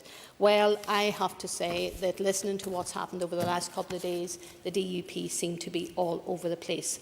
To the SDLP, I want to say thank you for your amendment. Yes, we acknowledge that amendment, and it adds to the motion that was brought forward. And as has been saying, all of the pro-Remain parties are all on the one page, and they've already contacted the British government and Boris Johnson in relation to the latest fiasco. And Mr Matthew Tull is right when we do need to cushion the impact for workers and for businesses. And I don't think that the SDLP should be surprised. I don't think the pro-Remain party should be surprised, given that they are the majority in the executive, when they find out that the rest of the executive doesn't agree with us and we can't get a shared position. You know, do the maths. Of course, we're the majority in there with that view, but the Brexiteers aren't going to agree with this, and that's not news to you.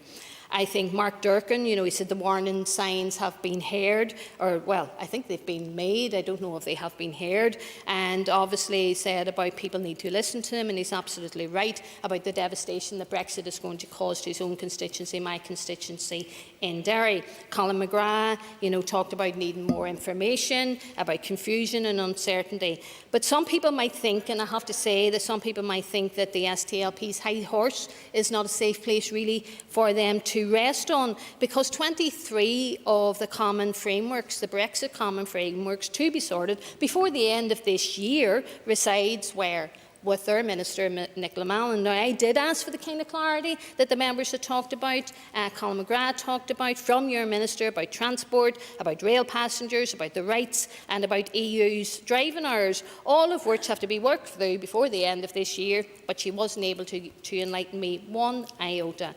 I want to acknowledge what Stuart Dixon had said, particularly his exasperation. I share them in terms, and he accused the Minister of slavishly following London, which I think that's something that a lot of people would concur with. And Andrew Moore, who had talked about and reminded people that the majority of people here in the north voted to remain within the EU. Also, Steve Aikens had already made an intervention with himself in relation to state aid, and he will not be surprised to learn that Sinn Féin's been very clear about Apple and tax and all that had happened in the south. So when we're talking about harmonisation across the island, once we get to that point, that will be a different place and a different country for everyone. Constitutional status you mentioned in the Good Friday Agreement in terms of the principle of consent, that refers to actually the constitutional question. So I think if we're all so concerned as we are in different aspects about this, about the constitutional question, then I think let the people decide what union do we want to be a part of. Do we want to stay within the union with Britain, or do we want to reunite Ireland? And I think that's the constitutional question, and that will answer the principle of consent question. Thank you. Thank you. Thank you, all members. The question is that the amendment standing in the names of Matthew O'Toole, Colin McGrath, Mark Durkan and Carál Hunter be made. All those in favour say aye. The contrary, no. I think the ayes have it. The question is that the motion as amended be agreed. All those in favour say aye. Contrary, no. I think the ayes have it. Would members take a raise for a few moments just to change the table? Thank you. Now.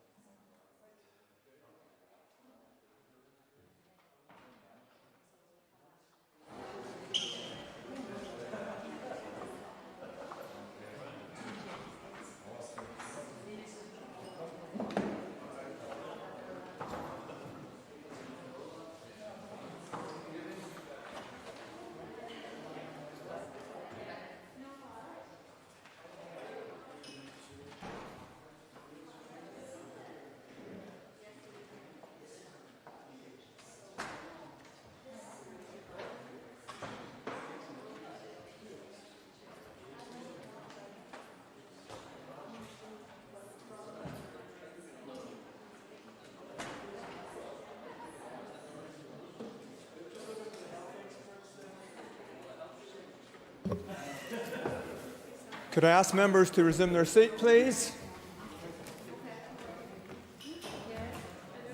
Order, members. Can I ask members to resume their seat or leave the chamber? The next item in the order paper is a motion on a public inquiry into Muckamore Abbey Hospital. Clerk, please read the motion. That this Assembly calls on the Minister of Health to establish a public inquiry under the terms of the Inquiries Act 2005 into Muckamore Abbey Hospital in support of the families of residents who have campaigned for justice, and, in the interim, further calls on the Minister of Health to progress urgently the recommendations of the recent review of leadership and governance at Muckamore Abbey Hospital. I call Paula Bradshaw to formally move the motion. Thank you, Mr. Speaker, and thank you, Minister, for joining us in the chamber today. I rise. Sorry. I'm asking you to formally move the motion. I formally move the motion. Sorry. Thank you. The Business Committee has agreed to allow up to 1 hour and 30 minutes for this debate.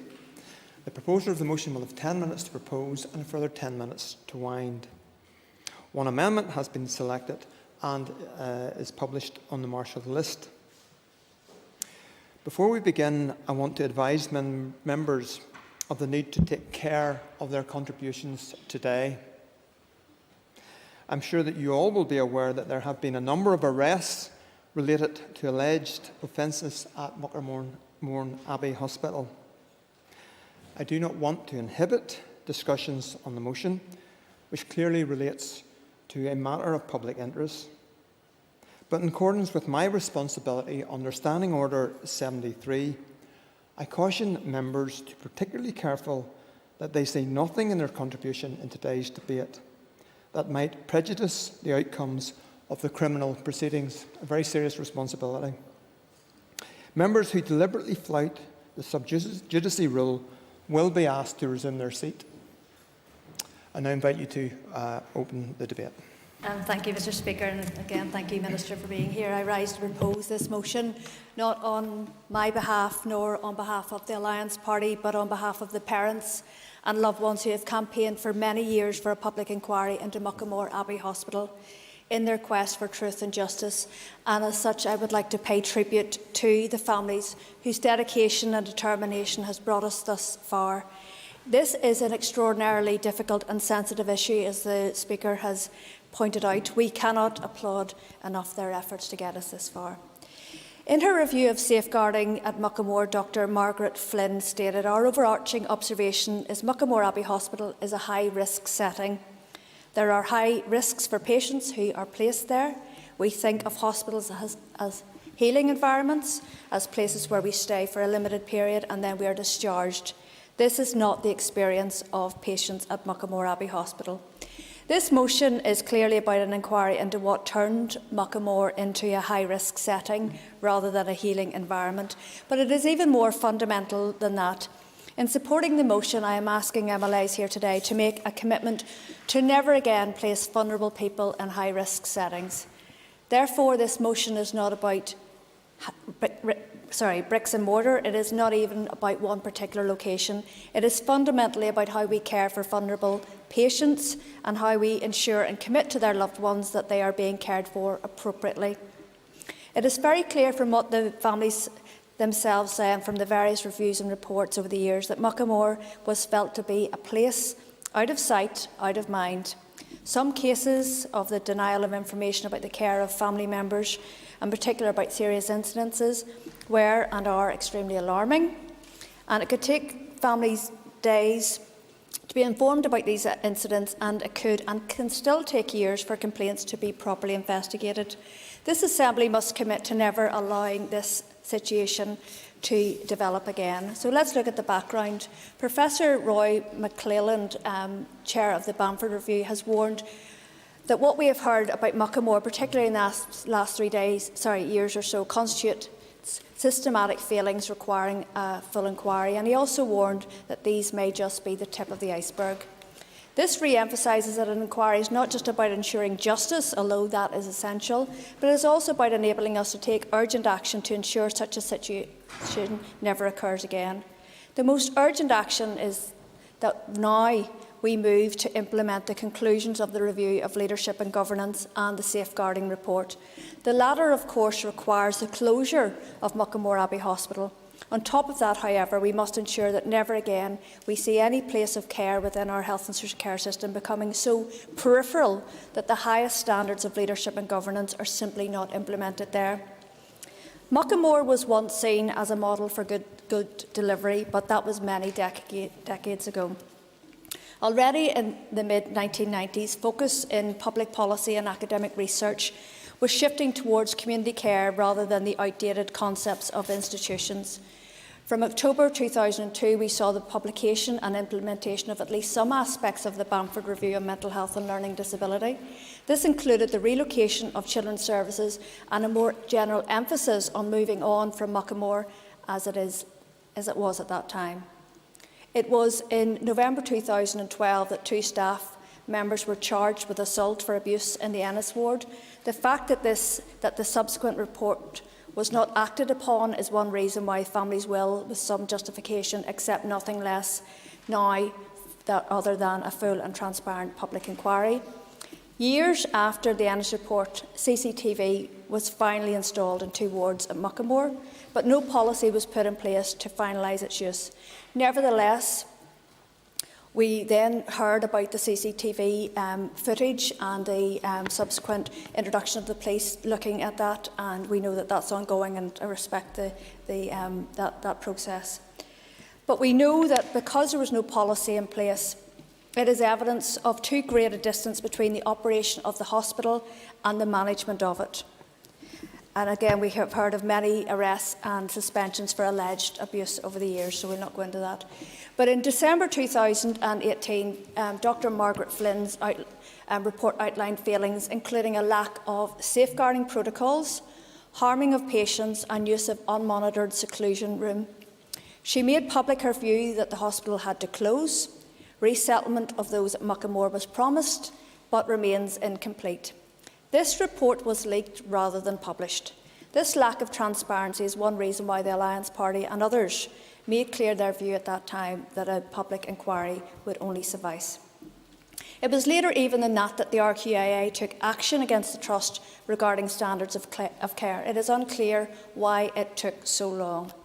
Mr. Speaker, this is a deeply alarming litany of adverse incidents, poor governance and, most importantly, alleged harm caused to vulnerable people. Go ahead. I mean, I accept everything the member has said in terms of opening remarks, but the member also accept there's responsibility on politicians as well. Whenever Muckamore did go to lengths to actually rehabilitate these people and get them into the community, that people reacted in a very adverse manner, were actually left the trust on the back foot, and some of these people were actually kept longer than it actually should be because politicians rejected them within some communities. That was possibly before my time as a full-time politician, but I'll note your remarks.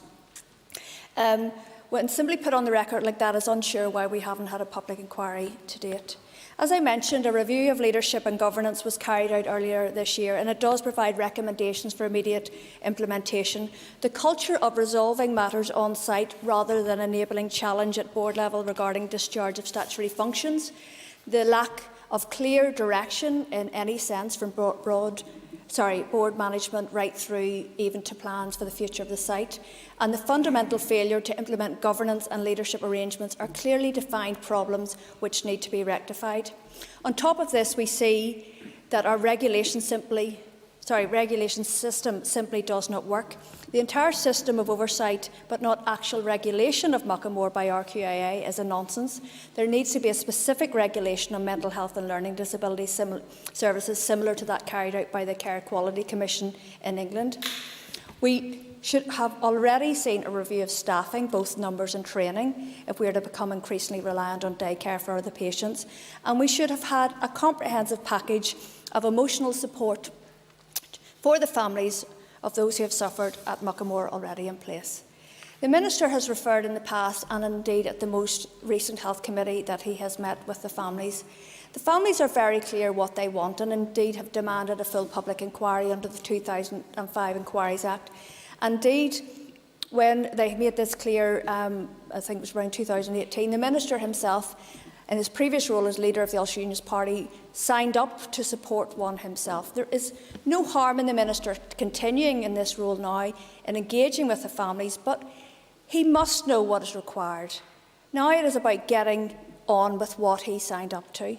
Endless delays mainly suggest people are trying to hide something, but what we need is absolute transparency. A public inquiry specifically is required to meet the families' justifiable demands and address their concerns, to compel witnesses. And we have seen recently in the review of leadership and governance that not everybody who should have partook in that, because we need to get the answers, we need to get the information from the people who were there and who were responsible.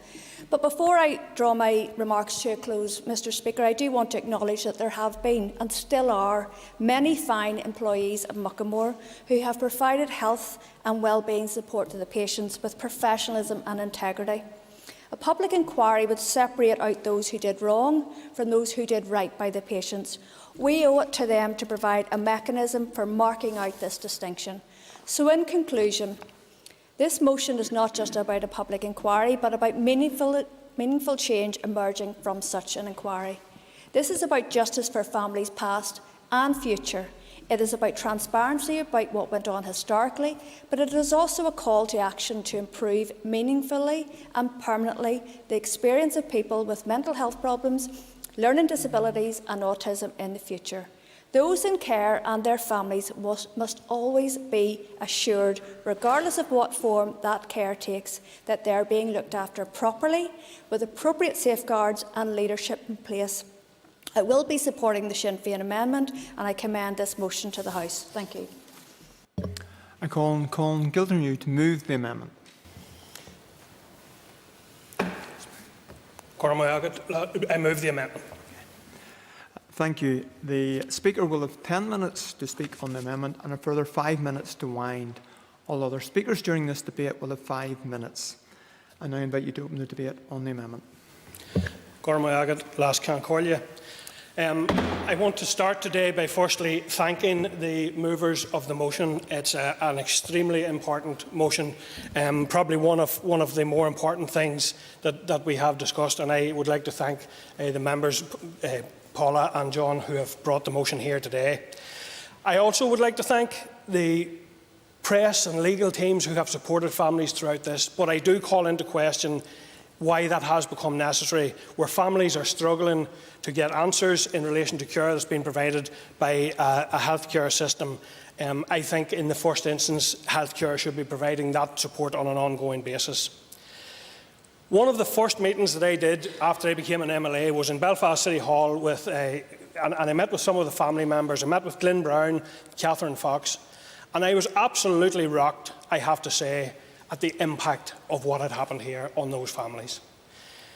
It was horrendous. I was totally taken aback. I was also deeply impressed by their stoicism, by their dignity, and by their quiet determination to protect their loved ones and to get answers to what had happened here.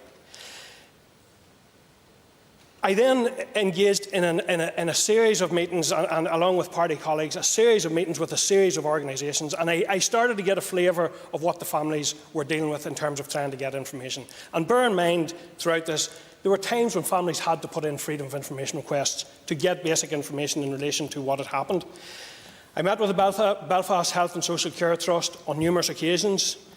I met with the PSNI on multiple occasions, the PPS, the Human Rights Commission, sectoral groups, the Safeguarding Board. We met with MENCAP, we met with Positive Futures. They were all of a one mind. First of all, the issues had to be addressed, and that the people who were being cared for in Muckamore deserved better. And they deserve answers, and they deserve improvements. I also visited Muckamore, and I have to say I was struck. It is a challenging environment, there's no doubt about it. I actually then felt all over again for families, because the very idea that you would have to put your son or daughter when they are so vulnerable, into any of these facilities is bad enough. And despite the efforts of staff, Muckamore is a difficult environment. I was in the seclusion rooms. those are really would when you see the starkness of that setting. And I also observed what to me seemed to be a lack of facilities to train and prepare people for more independent living, and that struck me as well. But I think it's important that we recognise that. Pat Sheehan, my colleague, has also met with staff, and we recognise that staff here are working in a very, very challenging environment, and the staff have struggled to maintain the high levels of care. There's been huge amounts of reliance on agency staff, and while they also do a good job, it stands in the way of developing the relationships which are so needed.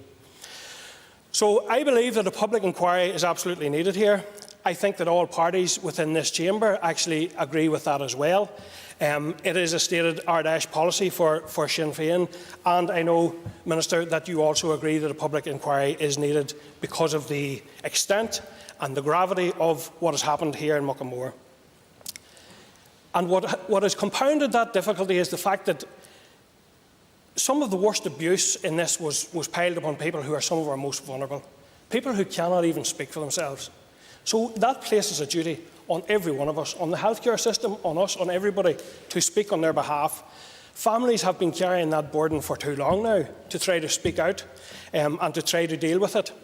There have been issues with governance and accountability within the health and social care world, and I don't think it's acceptable to just blame ward and hospital management level. I think we need to look at the structures right up through the piece. There have been already multiple reports into Muckamore. We've had the serious adverse incident by Margaret Flynn, who I met in Muckamore. We have had the leadership review, and we have had a series of other reports, Bamford and calling for change of services, and that recognition is there of how this needs to be developed.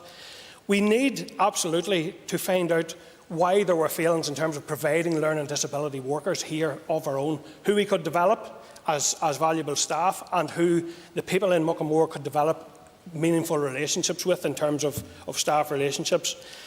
There has been a significant amount of staff who have been suspended. There are obviously arrests ongoing, and that is all appropriate. And whenever I have spoke to the other agencies, they have all said that it is possible to conduct a public inquiry and allow any police or criminal investigations to continue.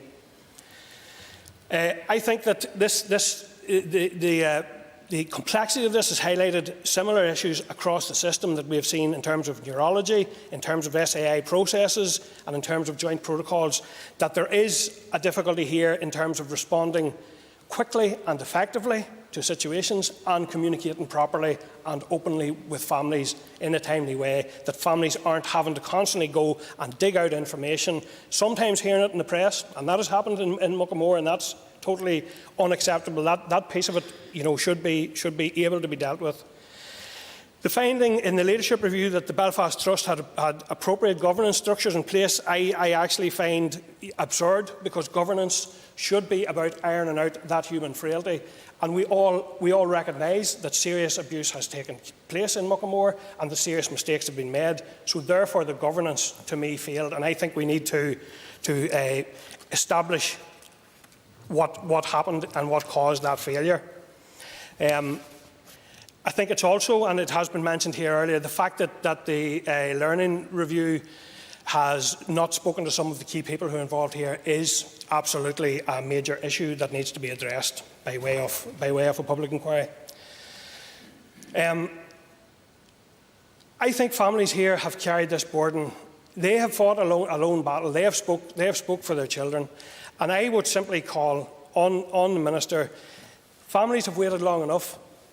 Please, and I would appeal to you, give them the public inquiry that they deserve and the inquiry that the system needs in order to improve learning for the future. I call Pam Cameron. Thank you, Mr Deputy Speaker, and I rise to support the motion and the amendment and thank the members for bringing this very important subject to the House today. I'm sure, like all members here today, my thoughts are first and foremost with the families who the words Muckamore Abbey Hospital bring hurt, pain and a sense of betrayal of trust. We speak as those who have been informed of only some of what has happened in that place, but without that personal connection. My deep sense of anger can count as nothing when I think of the emotions the families must feel today and every day. Mr Deputy Speaker, Muckamore represents a failure of a system of personal accountability and leadership and duty of care that society has for those who suffered. I'm still absolutely astounded by the sheer scale of what we are dealing with in this one hospital. This is the largest adult safeguarding case in the entire United Kingdom. I'm still horrified by events as they have happened. The PSNI have identified some 1,500 separate criminal cases for investigation, with a timeline of around 5 years for that process to conclude. Institutional abuse was investigated back in 2012, but steps were not taken, and this allegedly resulted in further harm to other vulnerable patients. The cases of physical and mental abuse were not isolated. It was not the actions of a lone worker. It was systematic in scale. Here we had the supposed sanctuary for adults with learning difficulties, where they suffered personal torment by being physically abused and assaulted by nursing staff. It is a scandal, and as such I see no other appropriate mechanism by which to investigate it other than by a public inquiry. I do, however, welcome the commitment given by the Health Minister last month that he does intend to create an inquiry. But it is the shape of such an inquiry and the powers available to it that are fundamental to its credibility and the weight of its investigation. And that is why we are backing today's motion. A public inquiry is essential. Nothing less will do, and I urge the Minister to press ahead on that basis. Witnesses and evidence must be compellable, with no place to hide in the quest for truth, for justice and learning from this horrendous case. I recognise the caution around allowing the police investigations to conclude, but Mr Deputy Speaker, 5 years is too long for families to wait. I believe that the families should be at the centre of any discussion around the form that inquiry takes. This is about getting those affected truth first and foremost, but it is also about ensuring that no other family faces anything like what happened here in any other place within our health system. We have been able to learn much from the review and subsequent report commissioned by the Department, and which reported last month. The record of the Belfast Trust and its handling of Muckamore is nothing short of shameful. We have seen nurses have their suspensions overturned without the Belfast Trust having provided the evidence and the CCTV to the Nursing and Midwifery Council. We have had senior managers refusing to cooperate with the internal governance review. We have seen trust officials admitting delays in reporting of incidents from staff management and onward referrals. It is unacceptable for senior management at Belfast Trust to say they were unaware of the issues at Muckamore. Why should a family have to rely on freedom of information requests to establish whether risk assessments have been carried out on their loved one's care? Why is candour so hard to find? Why have the Trust adopted a closed, defensive, dishonourable stance with families? Such behaviour, coupled with the scale and seriousness of the alleged abuse and failings in governance, makes the case for a full public inquiry irrefutable. Mr Deputy Speaker, what we all want is the truth, and what we want is those responsible held to account and brought to justice. So with that, we support the motion and the amendment placed before us today. Thank you. I call Colin McGrath. Thank you very much, Mr Deputy Speaker, and I rise today in support of the motion and the amendment to say that for the SDLP, should today's motions pass, that nothing less than a full and independent public inquiry into the systemic failures of leadership and governance at Muckamore Abbey Hospital will be sufficient. The findings of the review into the governance and leadership at Muckamore Abbey make for some of the most disturbing and heart-wrenching reading that I have ever encountered in as long as I can remember. They were a moment of the most abject shame and disgrace for us. The review revealed institutional abuse of the most indefensible nature, discarding basic human dignity in some of the most vulnerable members of our society. It revealed a systemic failure on the part of the Belfast Trust and Health and Social Care Board. Furthermore, it raised major concerns into how previous health ministers within the executive did not have Muckamore on their agenda and did not challenge the happenings within the hospital. Mr Speaker, it is clear from reading the report too that for too long Muckamore was regarded as something that just wasn't talked about and that it operated just under the radar. and that the directors and managers were able to operate with autonomy, with a culture of settling matters on site, and who had loyalty to each other and not to the trust, never mind the patients that they were caring for. This is a monumental scandal, as has been referenced, and what is all the more galling is that the investigations were launched almost 8 years ago and were not escalated to the Executive Team or Trust Board, that we may never know the full scale of the abuse that took place at Muckamore, as CCTV recordings were only installed in 2012 and older recordings were overwritten, will only cause further outrage and justified righteous anger. Mr Deputy Speaker, we need to get to the root of this disgrace, and hence why the Health Minister must now begin proceedings to open a full, independent and public inquiry into the leadership and the governance at Muckamore Abbey Hospital. We know that there were retired members of staff who did not respond to the review team, and that is not good enough. Witnesses must be compelled to bring forward their evidence. All previous health ministers from 2012, some of whom are still MLAs today, must give an account of how marginally Muckamore was on their agenda. Our health service failed the residents of the hospital for too long. It is time to bring the truth to light. And while this may be uncomfortable for many, it is critical that we get to the truth and that we get the full facts and all of the information to determine how such events cannot happen ever again. I and my colleagues within the SDLP will not rest until their story is told, that their truth is spoken and acknowledged, and they receive the satisfaction that they deserve. I support the motion and the amendment today, and sincerely hope all right-thinking and compassionate members will do so as well. Thank you. I call Alan Chambers. Mr Deputy Speaker, no words of condemnation are strong enough for what is alleged to have happened in Muckamore Abbey Hospital. Patients, many of whom were the most vulnerable in Northern Ireland, were failed. They were allegedly abused. Patients were allegedly verbally and physically assaulted. They were treated as if somehow they weren't equal citizens, and somehow it was all inflicted on them by fellow human beings, people who were charged with both the privilege and responsibility of caring for them. It was disgusting. Regrettably, it could unfairly compromise the reputation of all those professionals who on a daily basis provide dedicated and loving care for the most vulnerable in our community. Muckamore Abbey Hospital should have been a place of safety.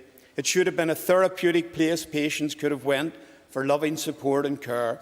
And whilst I suspect that over the years some patients did receive exemplary treatment, unfortunately the shocking scale of abuse subsequently revealed has understandably overshadowed all that. As the Deputy Speaker has cautioned, we should remain especially careful as there is a live police investigation underway. So it's important that we let it take its course. However, there are many, many other unanswered questions in relation to Muckamore. How did it happen? How could staff who were trained to look after vulnerable patients cruelly inflict such harm and distress on the very same people? How was it allowed to go on for so long? And how did the Belfast Health and Social Care Trust seemingly not know what was going on? Those are four basic questions that the Muckamore patients and families deserve answers to. And just as importantly, we all need assurances that such depravity will never be allowed to happen again. While the abuse came to light in September 2017 with a game-changing discovery of the CCTV recordings, there were earlier warning signs. The Innis safeguarding investigation, a full 5 years earlier, should have been enough to raise concerns. But time after time, opportunities were missed and the abuse was allowed to go on. Whilst the responsibility of any abuse should always rest foremost with individuals inflicting it, there was also clearly a systemic failure in the leadership, management and governance of the facility. I noted the publication of the report into that particular issue last month, and whilst the findings don't make for pleasant readings, I was glad that the Minister once again affirmed his intention to hold an inquiry. I also welcome the sensible approach he has adopted since coming into office. He has avoided any knee-jerk decision or statements on an issue that warrants the utmost attention and consideration. He said he would visit Muckamore. He did. He said he'd engage with the families. He did. And it's the families and patients that should remain to the forefront of our minds. This shouldn't be a party issue. All political parties should be equally as disgusted at what happened at Muckamore, and all parties, I suspect, have as equally a strong appetite to get answers as to how and why it happened in the first place. Those answers won't be easy, and there may be more difficult revelations ahead, but if we are to ensure it never happens again, we need total truth and transparency in relation to what took place on the wards of this hospital. I recall an elderly and frail widow I knew well, who devoted her life to lovingly caring for her severely disabled adult son. He depended on her for every aspect of his day-to-day care. Just before her death, she had to commit her son into the care of Muckamore Hospital. She died reassured that her son would receive the same care and attention she had lavished on him. That poor lady would spin in her grave if she knew the potential for her son to have become a victim, to have become a punchball for some sadistic person who was supposed to supply care. This poor man could not have resisted nor articulate the treatment he may have been receiving. I wish the harrowing police inquiries well, and my party fully support a timely public inquiry into this dreadful scandal. We owe it to the patients and their families, and to those family carers like the widow I have mentioned who are no longer with us, to provide answers, to hold those guilty of any criminal offences to account, and ensure that such a shameful episode never happens again. Thank you, Mr. Deputy Speaker. I call Trevor Clark. Thank you very much, Deputy Speaker. And can I thank the members who laid this motion and indeed the amendment, and we will be supporting both, as has been previously said by my party colleague. I think it was one of the words that the mover of the motion struck me the most was out of sight, out of mind. And I think for many of us, that's what this seems to be. In relation to the families, I mean, we all support the families in relation to this, and indeed the staff, many of the staff who are innocent and carrying out an excellent job. And I think sometimes that is lost because there's this blanket approach in terms of the staff, but there's many excellent staff there who will continue to work, and I know we will all agree with that. And indeed I feel for the police also, who are now used because they're being called there more often because the staff are cautious about what actions they can take against those vulnerable patients. So I know that the local police are there more frequently than they'd like to be because they're being used more frequently to protect, in a sense, to protect the staff and to prevent them from getting into any further danger, given some of the historic nature of what has been said previously. There is historic cases, and I know I've had the opportunity at the policing board to raise this with the police, and I've heard about the hours and hours of tape. So I'm confident that the police will get to the bottom of that in relation to the investigation, and I'm not going to touch that, as the Speaker has said. Indeed, we only heard yesterday about another arrest in relation to that. Of course, that doesn't necessarily mean someone is guilty, but it's part of an investigation. But I'm just listening to the previous Speaker when he talked about the woman who placed her son in care and now should be spinning her grave. I want to talk about a family who the grandmother is still very much alive and well. The mother and father are very much alive and well, who visited their son on a weekly basis. But unfortunately for me, and I think this is where the amendment touches it better for me today, where it talks about the current delivery of services. I mean, we can focus on the past, and we can focus about the things that we know, but let's focus on the future, and let's focus on today. So I have a family who would have went down and visited the young fella in his 20s every week. This young fella, if you can picture him, he's over 6 foot tall, and they had the best of clothes, and the family were bringing him clothes on a regular basis. But to come down on a Friday afternoon to see him clothes that were unfit for him to wear, were too small. So this wasn't years ago, this was months ago. This is today. This is what's happening. So they would come down and see their son in clothes that were unfit. They went through a period of times where he wasn't lucid. So the family came to myself, and indeed I think he approached other elected representatives as well for support. And this for me, in terms of the contact and the trust and the responsibility of the trust also, how difficult they made that for elected representatives to support families. First off, you needed your consent form. So this young fellow was in here, so the mother signed the consent, thought that was adequate. The trust said no, it needs to be the patient. The patient signs the form, The Trust came back and said, no, the patient wouldn't have known what he's signing. So everything the Trust could do to make it obstructive, to prevent anyone supporting that family, they done it. But eventually, thankfully, the Trust did have a meeting, and we went through various aspects of the care that that young fellow was getting. And they changed his care, and the young fellow was more lucid and was fit to cooperate with the family. Roll on to a few months ago, we're taking steps backwards. The family contact the hospital, no, he's sleeping in the middle of the day. They arrive down, no, he's sleeping. Will they let him down to the room to see them? No, they don't. The family can't get to that room to see their son. This young fella is in his 20s, so he's not, and he has no mental, I suppose he has an issue that he's there, but prior to his involvement or his problem, he was fairly lucid with his parents. I mean, indeed, I've been there and met him and could hold a conversation with the young fellow. But the suspicion grows with families whenever they can't meet their family. So when is the best time to go and see your son? You go during the day when he's in bed? Do you go at night? Do you ring? But on every occasion, they could never get to see him. Only a few weeks ago, the father arrived on another visit to see his son being handled in a manner physically restrained, which was disturbing to him and actually questionable. He raised a complaint on that occasion. The member of staff was removed. Roll on another few weeks, that member of staff's back in the ward, but the family and the father has never been updated.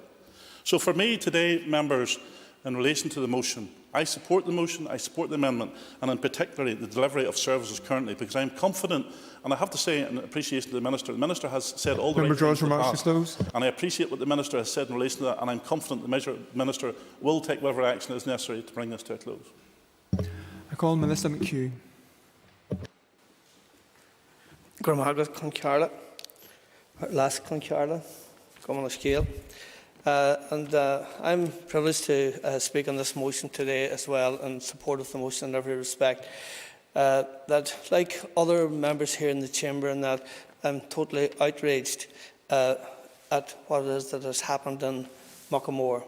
But more particularly, that outrage in itself isn't just as a result of all of the incidents that have happened, we'll say, within Muckamore itself, but in particular, the experiences of families. Whenever it was revealed what it was happening in Muckamore, and whenever they attempted to raise the questions and the issues and around that, the experience just of the inherent resistance, not only with the Belfast Trust, but also within the wider health and social care system, to be open, to be transparent, and to answer some of the basic questions around the quality of care of families. Much the same issue as was alluded to just by the previous speaker as well. It's also worth noting that Muckamore Abbey Hospital is a regional facility and is part of a regional pathway of care for the assessment, treatment and support of those with learning difficulties. Yet such abuses occurred. And I know that some of my colleagues have spent a considerable amount of time engaging with the relevant bodies and agencies to try to get to the centre of this. Indeed, my colleague, Colin Gildenew, has named just a few of the organisations, and I believe that highlights the need for such an inquiry that is both necessary and important, and it will help to identify not only the individual failings, but the wider systematic failings and the culture even that existed within that particular provision. And I note that the motion in itself, it makes reference to leadership and governance review. However, just again too, in an article in the Irish News today where they alluded to a comment being made as a result of an independent review, that it was found that there was Muckamore was a place apart, managed by a dysfunctional team who missed opportunities to prevent abuse identified years previously. Now, that in itself is a very, very damning statement in every respect.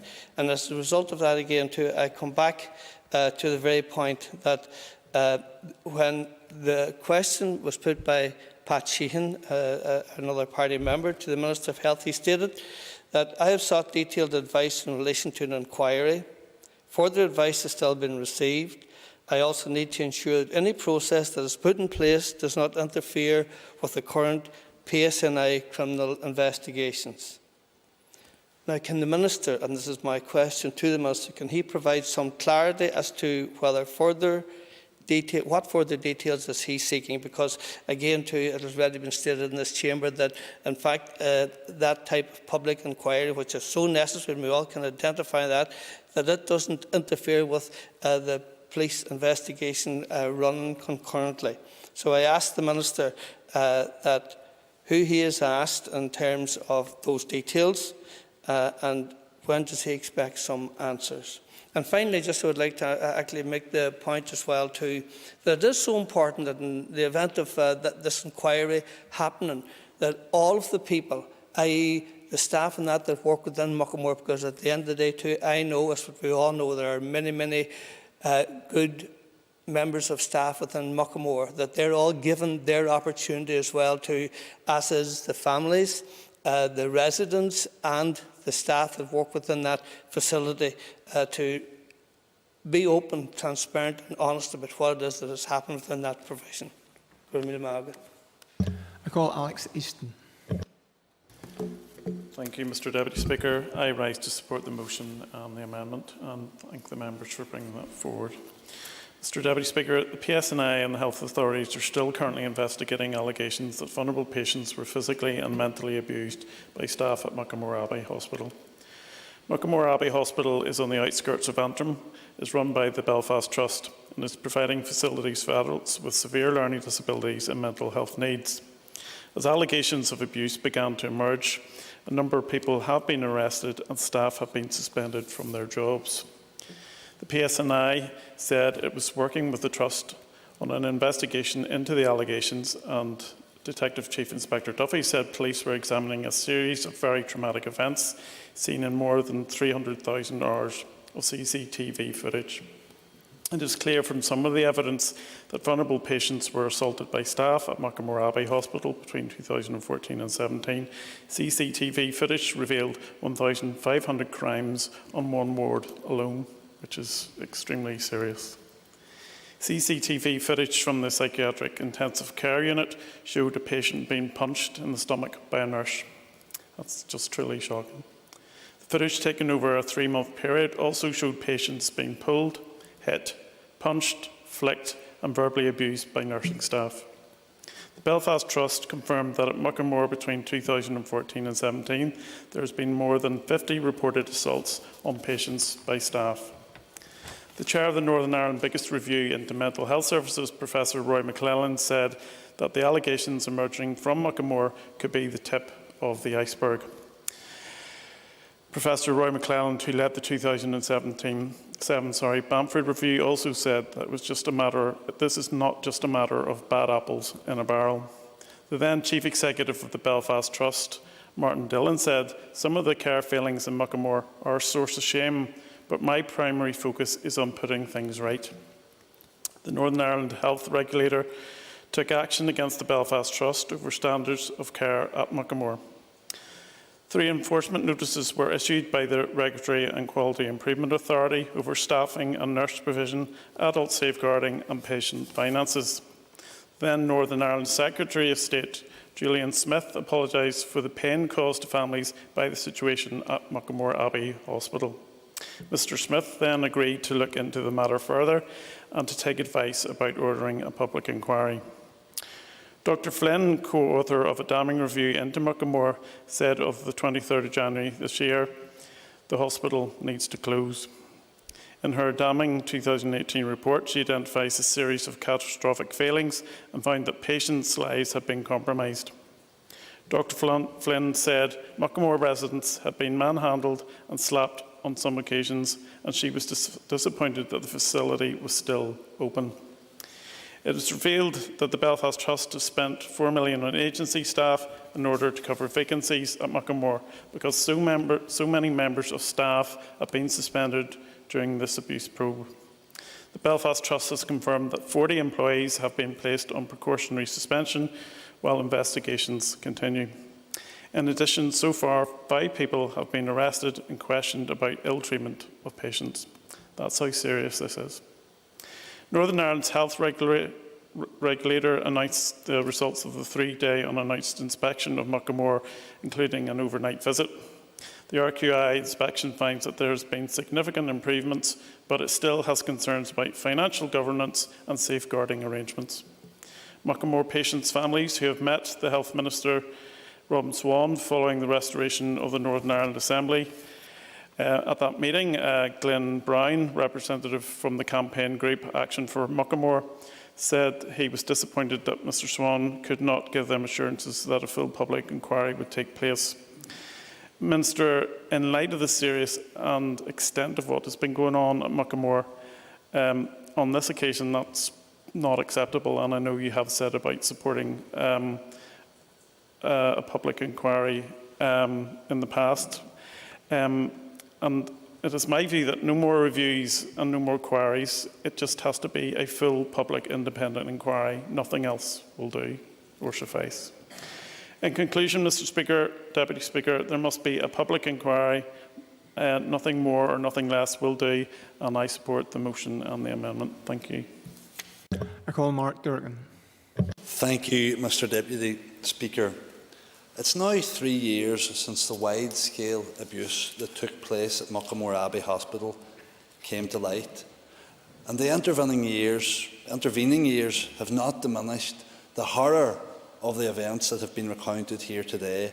In fact, they have only made the need for accountability and justice more acute.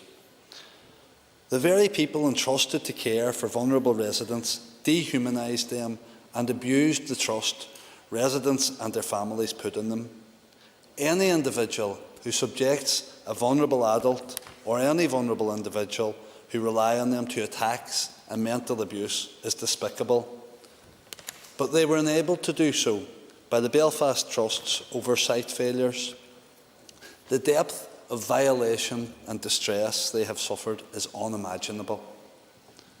I've said in the past that this should prompt a wider review of the safeguarding system across our health and social care sector, so I'm extremely alarmed by a more recent report of a safeguarding incident just in July of this year in Muckamore. We should be under no illusion that this is purely an historic issue, a point also made by Mr Clark. Apologies for the failures that allowed this institutional abuse and cruelty to take hold have certainly been forthcoming, and I very much welcome the Minister's apology in August when the departmental review was published, and I note his intention to set up an inquiry. I don't doubt his commitment on this at all and commend him for doing his best to get to grips with this in the midst of the pandemic dominating his and officials' time and efforts. But I would urge him to take the next step and establish a public inquiry under the 2005 Act, as the families have consistently called for. The SDLP has always taken our lead from the families, and I would like to take this opportunity to pay tribute to them for the dedicated and dignified work, striving to secure truth and accountability, and trying to ensure that no other family is subject to what they and their loved ones have been subjected to. Their calls for a public inquiry have our full support.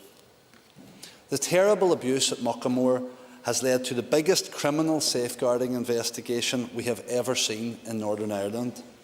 That this would not be complemented by a public inquiry is, to my mind, frankly bizarre.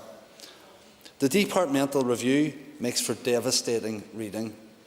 A place apart that operated, and I quote again, outside the sightlines and under the radar of the Trust. Recognition, I'm sure, the families would welcome, but the report also reveals that the since-retired staff member who could shed some light on the CCTV issues did not respond to the review team's request to meet. Only a public inquiry could compel witnesses to attend to gather all of the evidence needed for thorough investigation and recommendations. This scandal has not only uncovered the shameful systemic abuse of some of our most vulnerable citizens, it has rocked confidence, shattered confidence in our whole care system.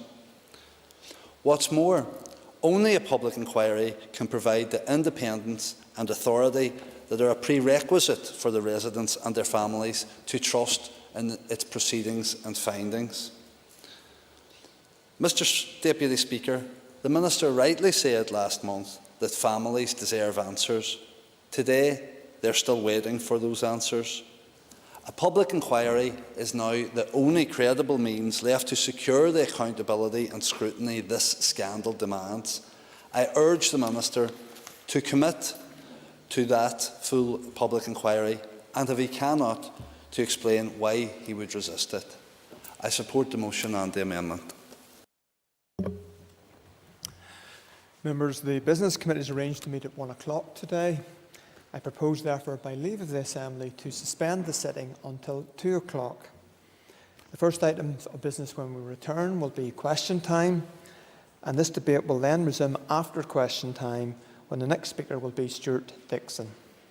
The sitting is, by leave, suspended.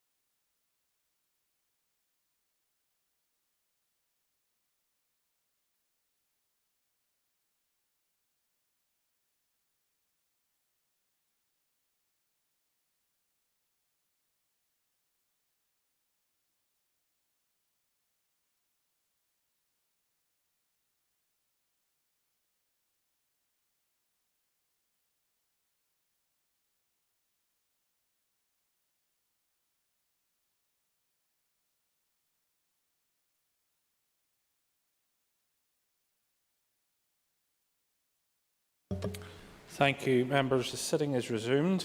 It's time for questions to the Minister for the Environment, Agriculture, the Environment and Rural Affairs. Before I call the first member, I can advise members that question number 13 has been withdrawn. I call Sinead Ennis. Ms Ennis. Question 1, please. Thank you. It's imperative that we build the evidence base and ensure government policy making has climate and environment at its core, and that future policies and strategies can demonstrably deliver the outcomes people expect. We need to fully understand the unique characteristics on the makeup of Northern Ireland emissions and determine what is our equitable contribution to net zero. That is why I have written to the independent expert UK Climate Change Committee for advice on what would be our equitable contribution to the UK's net zero emissions target to ensure our emissions reduction targets are credible and evidence-based. Unfortunately, the CCC are not in a position to respond to my request until after they have provided advice on the UK's 6th carbon budget, which will be published in December 2020. So in the interim, my officials have commenced work on scoping the options for the introduction of a Northern Ireland climate change bill, and I will consider these options along with the advice provided from CCC and will present my findings to the Northern Ireland Executive to agree a way forward. Ms Ennis.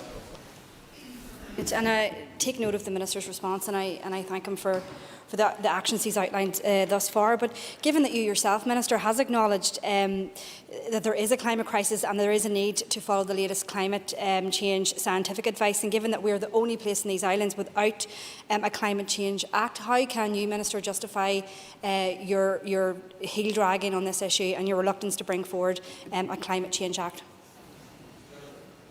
I can assure you that there is no heel dragging taking place within my department, and we're working on actions as opposed to acts. Actions actually deliver things. Acts put a form of words in place. So action speaks louder than words, always. Ms Sinead Bradley. Deputy Speaker. Minister, with all respect, you haven't really given an answer to the question. I don't think you have to wait for a CCC report dated December 2020 to gather evidence that a climate change bill is required today. Well, in terms of producing a bill, one will want to have the best and the most credible evidence that is available to them. So we are doing courses of work in conjunction with gathering that evidence. The bill will not be what delivers real and significant change. It will be the actions that flow from it, or indeed the actions that we can do prior to developing any bill. So what is important is actually our actions as opposed to the legislation. And I can assure you that my department is working extensively on what actions it can do to reduce the carbon footprint that we have here in Northern Ireland and make a significant contribution to ensuring that Northern Ireland's effort in terms of reaching net zero will be something which is significant. Mr John Blair. Speaker, and can I acknowledge the answers given by the Minister and the work done by the Department and others indeed to achieve net zero. But to frame this specifically in relation to the original question, can I ask, is there an exact date or is there even a general timeline within the Department or the Minister's office on when a Climate Change Act might become a reality? No, there's not an exact date because we're working towards gathering the appropriate information. We have been in correspondence with the Climate Change Committee. These are the people who would have the most expertise and the best qualitative information to work off. And we will continue to work very closely with them to identify what the issues are, what the contribution that will be expected of us, and how best we can achieve that at the best value for money, most expeditiously. Mrs Martina Anderson. The last three can call question number 2. I have already sought assurance from UKG that they will meet any associated costs placed on Northern Ireland business as a result of the implementation of the protocol, including as a result of the sanitary and phytosanitary checks. I will continue to press them on this matter. Minister, thank you for that answer, very brief as it was. As you would know, farmers and rural businesses will face a loss of millions of European funding post-Brexit. So are you telling me that there isn't an estimated cost on the number of businesses that will going to be made unviable as a consequence of the implications and the implementation of this disastrous Brexit? And just to businesses, have they been made aware of what they are facing, particularly with checks? Well, the member is making an assumption that the funding that previously came from Europe is not going to be replaced, and that's not something that we have accepted. Her party may accept that. It's something that I'll be fighting, that we actually have that funding available and that we will distribute that funding. And given that the UK was a net contributor to the European Union, and therefore we were only getting back around 50% of what was being paid into the European Union, it is entirely reasonable that I and ministerial colleagues make the case that that funding should be fully replaced, and that is the case that we will be making. Mr. Tim Allister. Thank you. No later than last night, the Minister's political party affirmed opposition to Northern Ireland's economic place in the UK being compromised by the protocol, and proclaimed that new customs infrastructure in Northern Ireland was an immovable foundational, opposition to that was an immovable foundational pillar. Why then is the Minister continuing to ready to provide infrastructure at our ports in Northern Ireland to create an Irish sea border? I think the member will find that the Minister has opposed infrastructure at the Irish seaports and always has, as has his colleagues at Westminster, who have voted consistently against any such proposals. We have resisted such proposals here in Northern Ireland, and this is an imposition that has been put upon us, the protocol. This isn't something which was put through this Assembly. We thought that that would be the case, and that was refused. So we will have to wait and see what the government does next, because we're having legislation going through this week, and certainly we are not in a position at this point to actually even know what is required at ports, because nothing has been agreed between either the European Union or the UK in terms of these matters. And that is the flux that we find ourselves in. Mr. Steve Aiken. Indeed, and I thank the Minister for his reply so far. Just ask the Minister if there is any details of the goods and products that can avail of the Free Trader Support Service, and could he publish a regular updated list and information?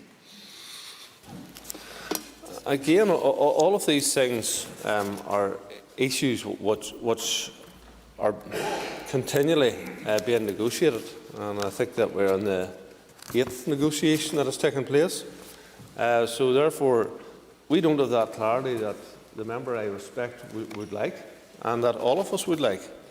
Consequently, we will continue to lobby. We will continue to make a case that Northern Ireland has unfettered access, both NI to GB and indeed GB to NI, because after all, 53% of our goods goes from Northern Ireland to Great Britain, and 65% of the goods imported to Northern Ireland comes from Great Britain. So it is entirely illogical to create barriers and to create any tariffs or fetters between those markets, those internal markets. So let us see what comes out of the internal market bill. I think it is fundamentally important that Northern Ireland's place is appropriately recognised within the United Kingdom in that respect, and that we are not treated differently from other places. Mr. Pat Catney. Question number 3, Mr. Principal Deputy Speaker. My department is committed to the continued protection and improvement of the environment as we move into this new decade. I agree that initiatives are required to address climate change and the promotion of natural habitats. And I have already initiated a number of measures to address these matters. In March, I announced the Forest for the Futures programme, which will involve the planting of 18 million trees over the next 10 years. I also recently outlined in the Assembly my concept to transform and grow the Northern Ireland economy whilst protecting our natural assets and reducing our carbon emissions through use of a green growth approach. And I have committed resources within my department to progress this approach. A delivery framework will be delivered, which will consist of a range of programmes which together will contribute to the key environmental and climate change targets and commitments in the programme for government. A new decade, new approach by transforming to a greener, low-carbon economy. Some, like Forests for Our Future, are already in motion. We will also seek to continue to deliver measures to conserve and restore our natural habitats, such as those delivered through the Department's Environmental Fund. And I look forward to obtaining the support from executive colleagues to enable further implementation of these measures. Mr. Cantling. Thank you, Mr. President, Deputy Speaker, and thank the Minister for his answers so far. Another area that we can use to promote the restoration of natural habitats is through sustainable farming practices. I know companies like Jordan's have good initiatives. What is the Minister doing to promote sustainable farming practices to help restore our natural habitats?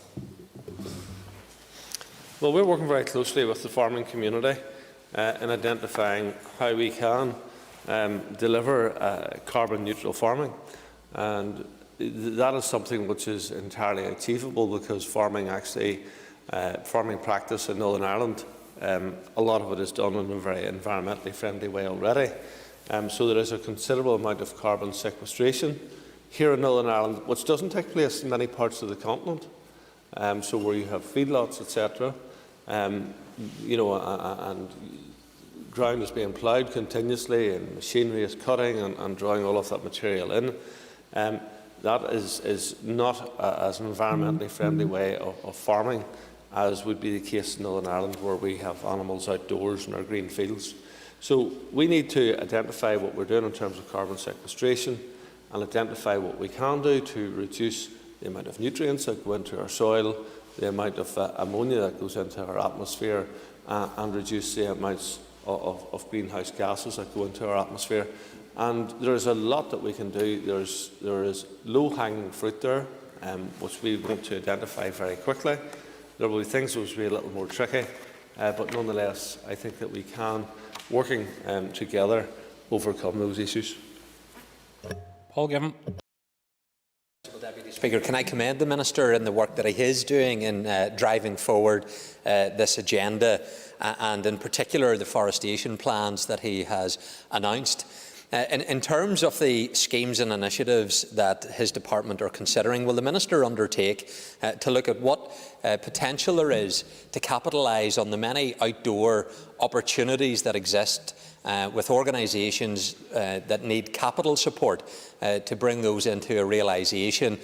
In light of the past number of months, increased members of the public have enjoyed the outdoors, but there needs to be capital schemes put in place so that they can be developed and organisations supported.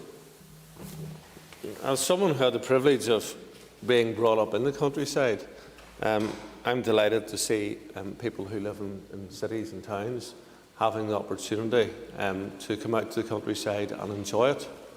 And as a body, through our Forest Service, we have been working with local councils to develop and enhance a lot of our forest parks. And I know that there is a lot of organisations which are urban-based and will bring young people who have lived in urban areas into rural settings, into forest settings, and they get a better appreciation of our countryside. They get a better appreciation of habitats and of the good that it does. And I think that is an important thing that we do undertake, to look at that and see how we can encourage and support those organisations which are bringing young people into rural settings. Mrs. Rosemary Barton. Minister, thank you very much for your answers so far. Minister, do you accept that agricultural development has significantly been restricted in recent years, particularly in County Fermanagh due to policy implementation of the Shared Environmental Services and the Northern Ireland Environment Agency? And have these directives been based on Northern Ireland, UK or EU legislation? I do accept that that's the case, Mrs Barton, and it is EU policy. So let's put it out there. EU policy has restricted a lot of farm development over the course of the last number of years. It has restricted growth in the economy. It has restricted job growth. So let's just be very frank about it. However, these are laws which we will continue to live with for some time. And consequently, it is important that we seek to mitigate where we can. And that is why I'm looking at how we can reduce a lot of the emissions that come from farms and manage a lot of the nutrients in a better way so that we can develop a win-win situation where we won't restrict the growth that needs to happen in agriculture, otherwise it'll die, whilst at the same time we do not do environmental damage. And that is something which is achievable. It'll require investment and it'll require commitment. You'll get both of those things from me, and I will take those issues to the Executive at an appropriate point to drive forward. Claire Bailey. The Minister be aware from his own departmental figures that in most of the areas of special conservation in Northern Ireland we have unacceptable breaches of ammonia levels. So could the Minister give, in some cases in those areas, up to over 300% in each area by your own figures. So could you let us know some detail about what the Minister will do to address this critical issue? Well, in the past, we have had SAS, for example, recommending refusal to applications where people were demolishing older buildings to replace them with newer buildings, which would have actually reduced the ammonia, but they were still sending forward recommendation for refusals. And that is something which is entirely unacceptable and illogical. So a lot of the newer developments, particularly for pigs and poultry, can be done in a way which will reduce the ammonia levels that are being produced. So we need to be actually rational as to how we do this, and in doing so we can ensure that we can protect the environment, because that is something which is critically important that we do. But at the same time, we can allow people who want to invest and grow their farm, and consequently create jobs and produce precious food to be put on people's tables right across this country and beyond. We can allow both to happen simultaneously, and that should be all of our goals in this House, not just mine. Mr. William Irwin. Number 4, Mr. Principal Deputy Speaker. A number of people at Transwick Country Foods, Ballymena, have recently tested positive for coronavirus. During the week of the 17th of August, the decision was made by the Public Health Agency to declare all workers on site to be close contacts. This required all workers to undergo coronavirus testing and then self-isolate at home for either 10 or 14 days, depending on test results. The ultimate decision on the actions required to manage this COVID-19 incident in Cranswick and the wider Ballymena community lies within the remit of the Chief Medical Officer and Minister for Health. DAERA has and will continue to facilitate communication between all parties involved and provide expert advice on our areas of competence as required. The last day of processing was on Thursday the 20th of August, and the site as a whole was closed on Saturday the 22nd of August. On Friday the 28th of August, a site visit was carried out by the PHA, HSE and DAERA officials, and all bodies were content with measures in place to protect the health and safety of staff. The factory reopened on Friday the 4th of September, and the food business operator is planning measures to deal with the backlog of pigs which is built up on farms. Mr. Irwin. Can I thank the Minister for his response, and can I thank the Minister also for his endeavours in relation to this issue? He did mention the backlog of pigs. I'm fully aware and have constituents that have contacted me in relation to this. Has the Minister had any discussions with processors in relation to trying to clear up this backlog? We're speaking on a daily basis with Cranswick, with the Public Health Agency, for at least a week in terms of managing the closure and indeed the reopening once again. I welcome the fact that Cranswick have committed to doing this and they are working closely with the farming community. We will offer all the support that we can to ensure that Cranswick can carry out their processing, and we will also seek to assist them in getting the approval to go back into the Chinese market, which is critical in terms of ensuring that the price rises again to where it was before this happened. On the issue of pork processing plants, the Minister, I'm sure, will be aware of the huge fire that happened in my constituency last evening in Clocheel, where up to 2,000 pigs were unfortunately destroyed in that fire. Can the Minister confirm whether his department has been in contact with the farmer in question to see what supports his department can offer? I think we did veer from the question there a bit, but all politics is local, and if the Minister wants to answer it, I'm sure the Mid-Ulster Mail will be interested in his response. Minister? Yeah, absolutely. I have asked the Veterinary Service to be in contact with the owner. It's an absolutely awful thing to have happened, and I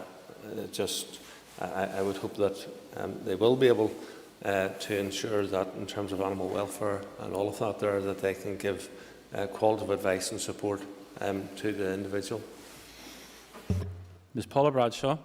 Thank you, Principal Deputy Speaker. Minister, just in relation to the safety and well-being of the employees of these meat processing plants, can you confirm whether you're going to move towards more regular testing at this plant and others, given the prevalence of the virus being spread in these facilities? I think we need to be very careful. First of all, I'll say that Cranswick as a company have behaved very responsibly throughout the COVID period, have installed mechanisms and measures to avoid the spread of COVID, and it is fairly evident that a lot of the COVID that appeared in the plant came inwards as opposed to outwards. So a lot of it came from the community into the plant, just as it came into Antrim and Newton Abbey police stations, and just as it came into Craigavon Hospital. So people do need to take responsibility for themselves outside of their places of work. Whenever they're actually in the place of work, the PPE equipment is there. The perspex separation is there. A lot of work has been done to ensure separation takes place in the canteens, as people enter work, as people leave work. So there's been a massive amount of work done by food companies. And it is incredibly important that, given that agri-food supports around 10% of our employees, that we support our processing plants, because these people are providing jobs. Many of the people who work in them come from outside of Northern Ireland, and we need to support those people as well. But there are major challenges there. I would say I commend the work of Cranswick, and I trust that very soon they will return to the Chinese market as well, and that they will get back to full normality in that plant as early as possible. Mr Patsy McGlone. Mr Principal Deputy Speaker, and thank the Minister for his answers up until now. Could I ask the Minister to give some idea or to expand on the level of collaboration that exists between his department, the likes of HSC and the Public Health Agency around matters such as this in the interests of protection of both customers and staff alike? Our Veterinary Science Division and our Veterinary Science in particular provided massive support to the Public Health Agency. So in terms of advising on PPE and the perspex and all of the separation that should take place, they played a leading role in all of the meat plants across Northern Ireland. They supported the meat plants in terms of their expertise, beyond their veterinary expertise. And I think that if you speak to any of the meat companies, they will indicate to you that the support that they've got from the veterinary division within DAERA has been massive, and I commend them for it. Mr. Alan Chambers.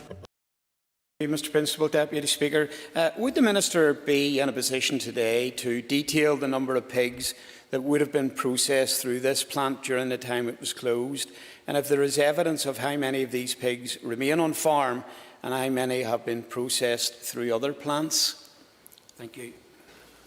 Well, there's 12,000 a week go through Cranswick, so it closed two weeks ago. It opened on Friday, and there was some 2,000 went through on Friday. In the meantime, there's two other key plants in Northern Ireland, one in Cookstown and Grants in Londonderry, and they were hoping to be able to pick up around 4,000 per week, which left a backlog of roughly 8,000 each week. That's significant, and I had many farmers who contacted me directly to indicate the problems that they faced, in that young pigs were being born. They would normally move into an area, the weaners move into another area, the fattening pigs move into another area, and that was being backlogged, and that was causing considerable problems on those farms. Mr. Trevor Clark. 5. In my written statement to the Assembly on the 30th of June, I outlined the allocation of 21.4 million of the 25 million support package to support farmers and growers in the dairy, beef, sheep, potato and ornamental horticulture sectors that have been hardest hit financially as a direct result of the COVID-19 pandemic.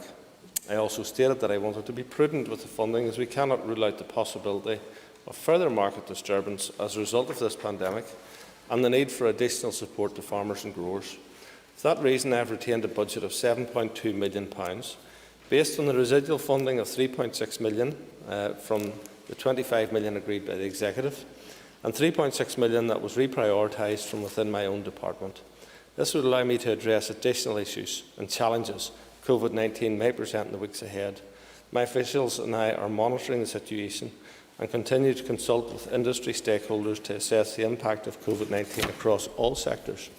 Should any future support schemes be required, their development would require a robust business case and available budget, and following the same design principles as the current schemes.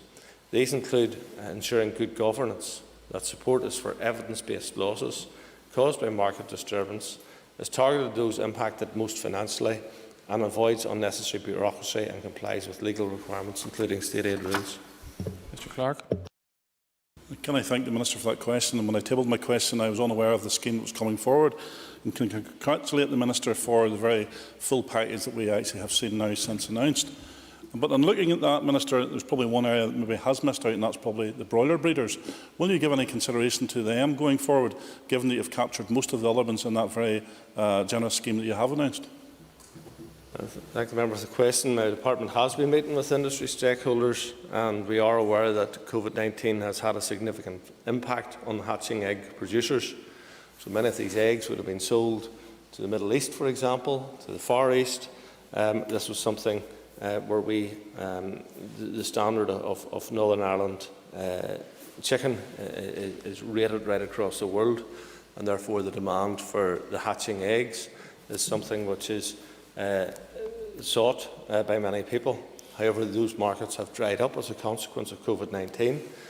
And state aid rules prevent me from supporting the sector previously, because we weren't looking at losses that had happened. We were looking at losses that were projected.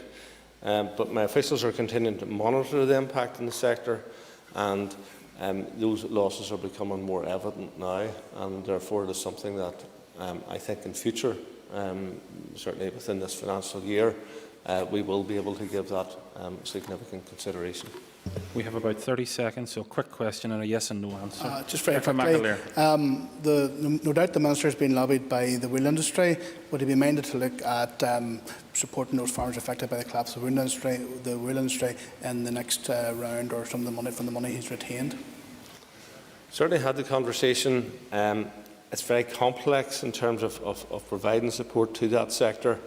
The wool actually accounts for a very small proportion of the profitability in the sheep sector, and the lamb prices have been remarkably good. I reserved this £7 million expecting a double dip for lamb and beef, but they've been remarkably good over the summer. Thank you, Minister. That ends the period for listed questions. We'll now move on to topical questions, and I call Mr. Patsy McGlone. Thanks very much, Mr. Principal Deputy Speaker.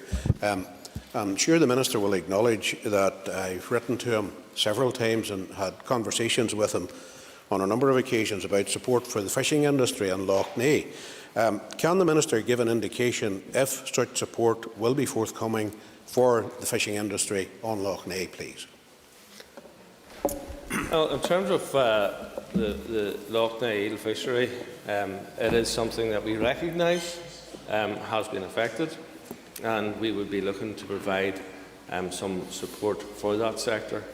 So we are looking at around £250,000 scheme support for inland fishermen who fish on Lough Neagh for the eel and scale fisheries, and that is a course of work that is not complete, but that is certainly the figure that we're looking at in providing support for Lough Neagh fishermen. Minister, for that, and he has provided already part of the answer to my next question. My follow-up was that full support or full consideration would be given for support for both the eel fisheries and the scale fishing industry on Lough Neagh. Yes, and I recognise that a lot of these people have a real love for going out onto that loch and fishing, and it isn't the most profitable thing in the world. And they have been significantly affected as a consequence of COVID. So I trust that we will be able to offer them some support and help to enable them to keep their nets and their boats in reasonable shape for future years. Commissioner Ennis. Minister, I have to say I find your response to Mr Allister's question earlier on quite worrying, and given the significant implications for Warmpoint Port, for example, in my own constituency, I would like to ask the Minister, can he provide an update on the preparations of our ports and our airports as EU designated points of entry? Thank you. Well, a submission was made to the European Union by the UK Government on this issue. It is not something that I done, something the UK Government done. And they have agreed a protocol which I don't agree with, quite frankly. It is a protocol which has the potential to cost every home in Northern Ireland additional money as a consequence of putting checks on, which will have a cost to business, and those businesses will pass that cost on to consumers. So it is incredibly important that consumers are not impacted. And the consequence of your lorries, which is bringing food from Britain to Northern Ireland, which we will consume, and having to go through checks and all of that there is something which has the potential to actually cost the people that you represent more money. Now, you might be happy to sell that to them. You might be happy to tell people it's a good idea that supermarkets and corner shops in Northern Ireland charge more for their goods because we have put in barriers which are unnecessary. I'm not in that position. Before I call the lady for her supplementary question, can I apologise most sincerely? I suggested she would send her press statements to the Middlester Mail. I, of course, meant to say the Down Recorder. I apologise. Ms Ennis. And Emma Sheeran's very annoyed that you got that mixed up. Thank you, Minister.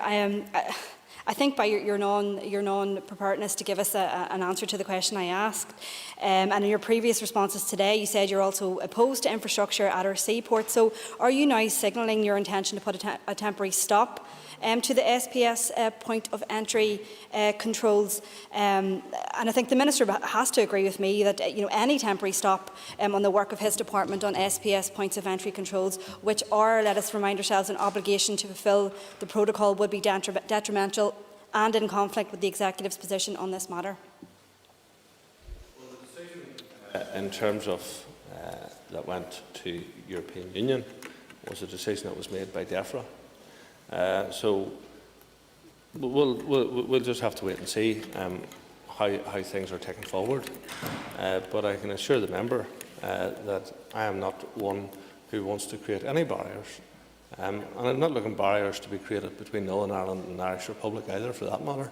But I'm not one who's looking for barriers to be put around Northern Ireland. I'm looking for as free as access to our markets and as free as access to people who are bringing goods in that is necessary for us as possible. Mr. Alex Easton.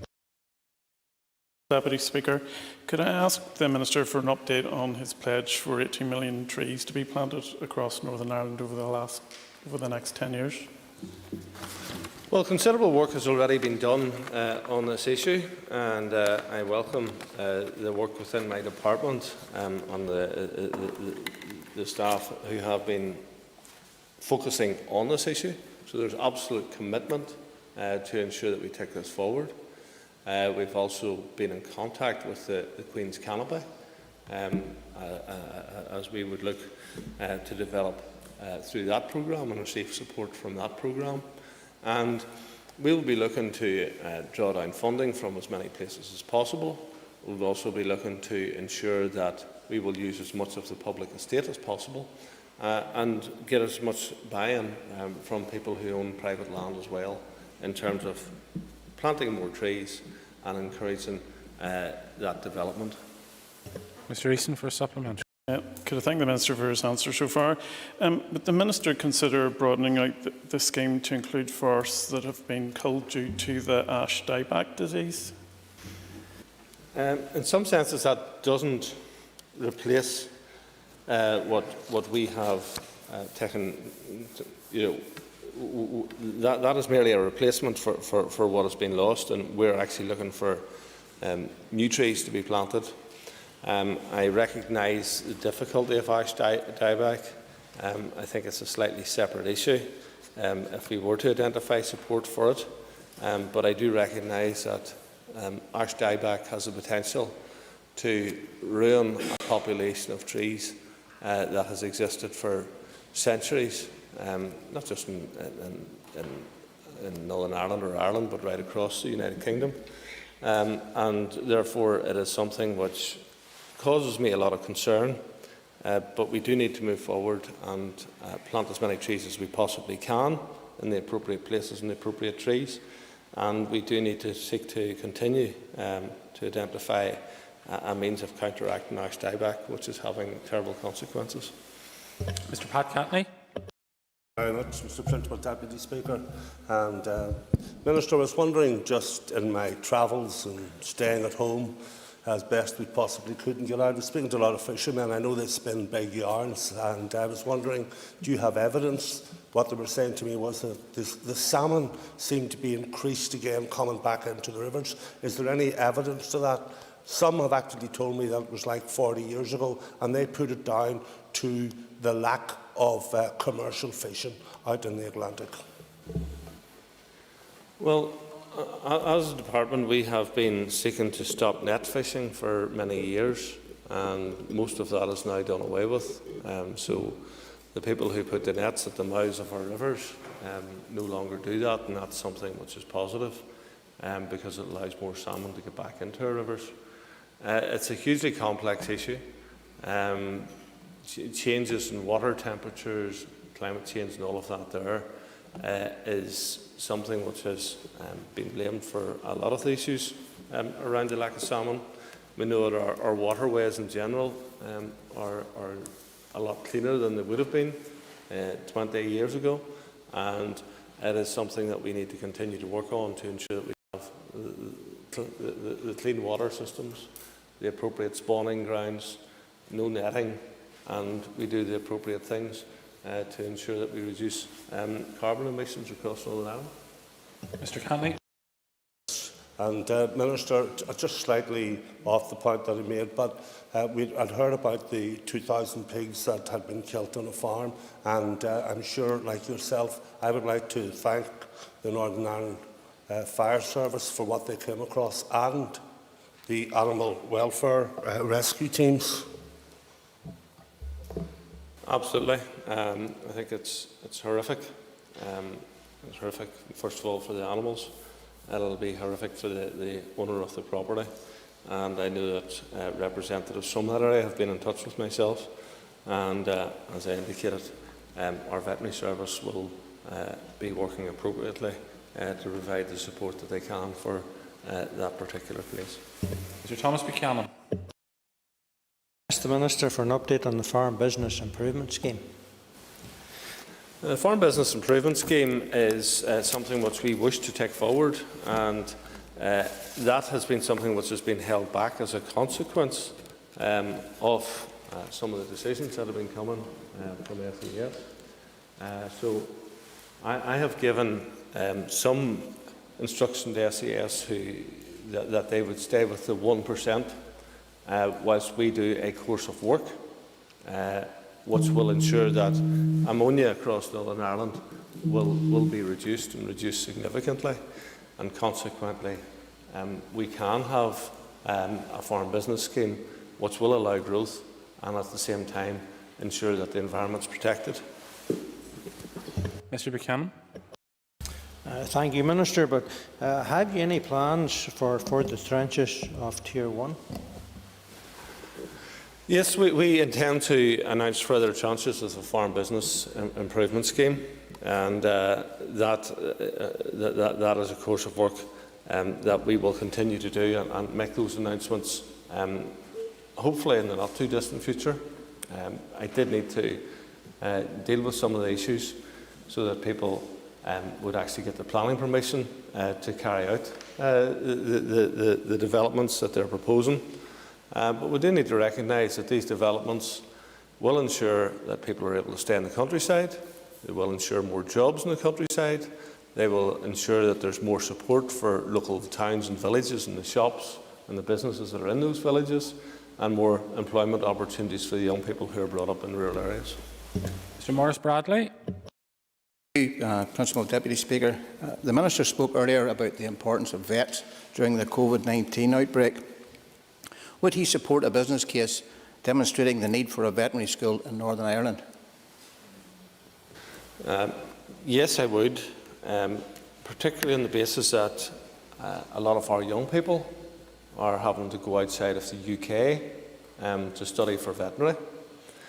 And in our veterinary practices, many people who are coming from outside of Northern Ireland and from outside of the United Kingdom and Ireland, for that matter, to serve in those practices. So it's quite common to have vets from many parts of Europe, for example, working here in Northern Ireland. And I don't have any issue with those people working in Northern Ireland, by the way, but I do think it's much more sustainable going forward for us to have vets who have been trained at home and who have stayed here and will carry out the work here. So I'm very supportive. I think the agricultural industry needs it. We need that professionalism, we need that skill base. We need those. We need a facility like that even for qualitative research to happen. So I'm very supportive of that. Mr. Bradley. Thank you, Principal Deputy Speaker. Having already mentioned this at a DAERA committee meeting not that long ago, and also at a recent meeting with the New Ulster University VC Professor Paul Bartholomew, it is my view this needs to be explored in conjunction with the Department of the Economy. Initial proposals made at Chuilín campus as a possible site. I would be keen to progress this proposal to a reality. I'm perfectly happy to support such a proposal if that comes forward from the Department for Economy. Chuilín is an entirely logical site. I know it has been talked about for some time.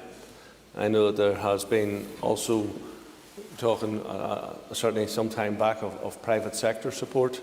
And we do have significant interests both in production and indeed in the agricultural side in having such a facility and having that qualitative training existing. I think it would be a major boost for the University of Ulster to have such, and that would really help to move things forward even at the Chuilín campus. Mr Buckley, 10-second question. The Minister will get a 10-second answer. Can I ask, is the Minister and his department fully aware of the ongoing legal case surrounding the ownership of scale fishing rights in Lough Neagh and its potential implications surrounding particularly the proposed new permit system, which would take responsibility away from his department and into the ownership of one particular cooperative? I am, and these things being legal matters will be tricky, and I will want to have full assurances on those matters and that we are fully compliant with the law and how we conduct ourselves. Thank you. That concludes question time to the Minister for Environment, Agriculture and Rural Affairs. If members would take their ease for a minute or so, will allow people to get in and out of the chamber and officials, etc. So just about 1 minute.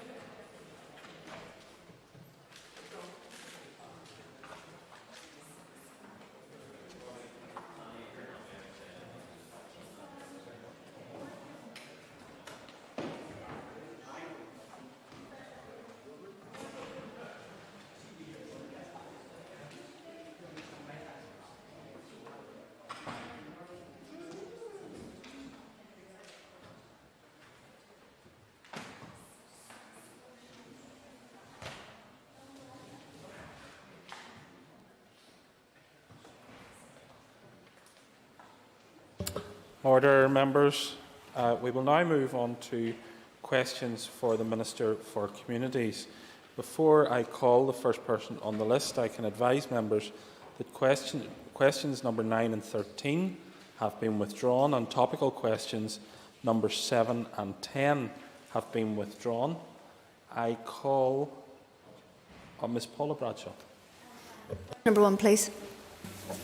I thank the member for her question. And I'm sure she'll be pleased to know that I'm meeting with the Men's Alliance NI to discuss support for male victims of domestic abuse. Last year, a total of 1,088 households fleeing domestic violence were accepted as statutory homeless, and therefore they were considered full duty applicants.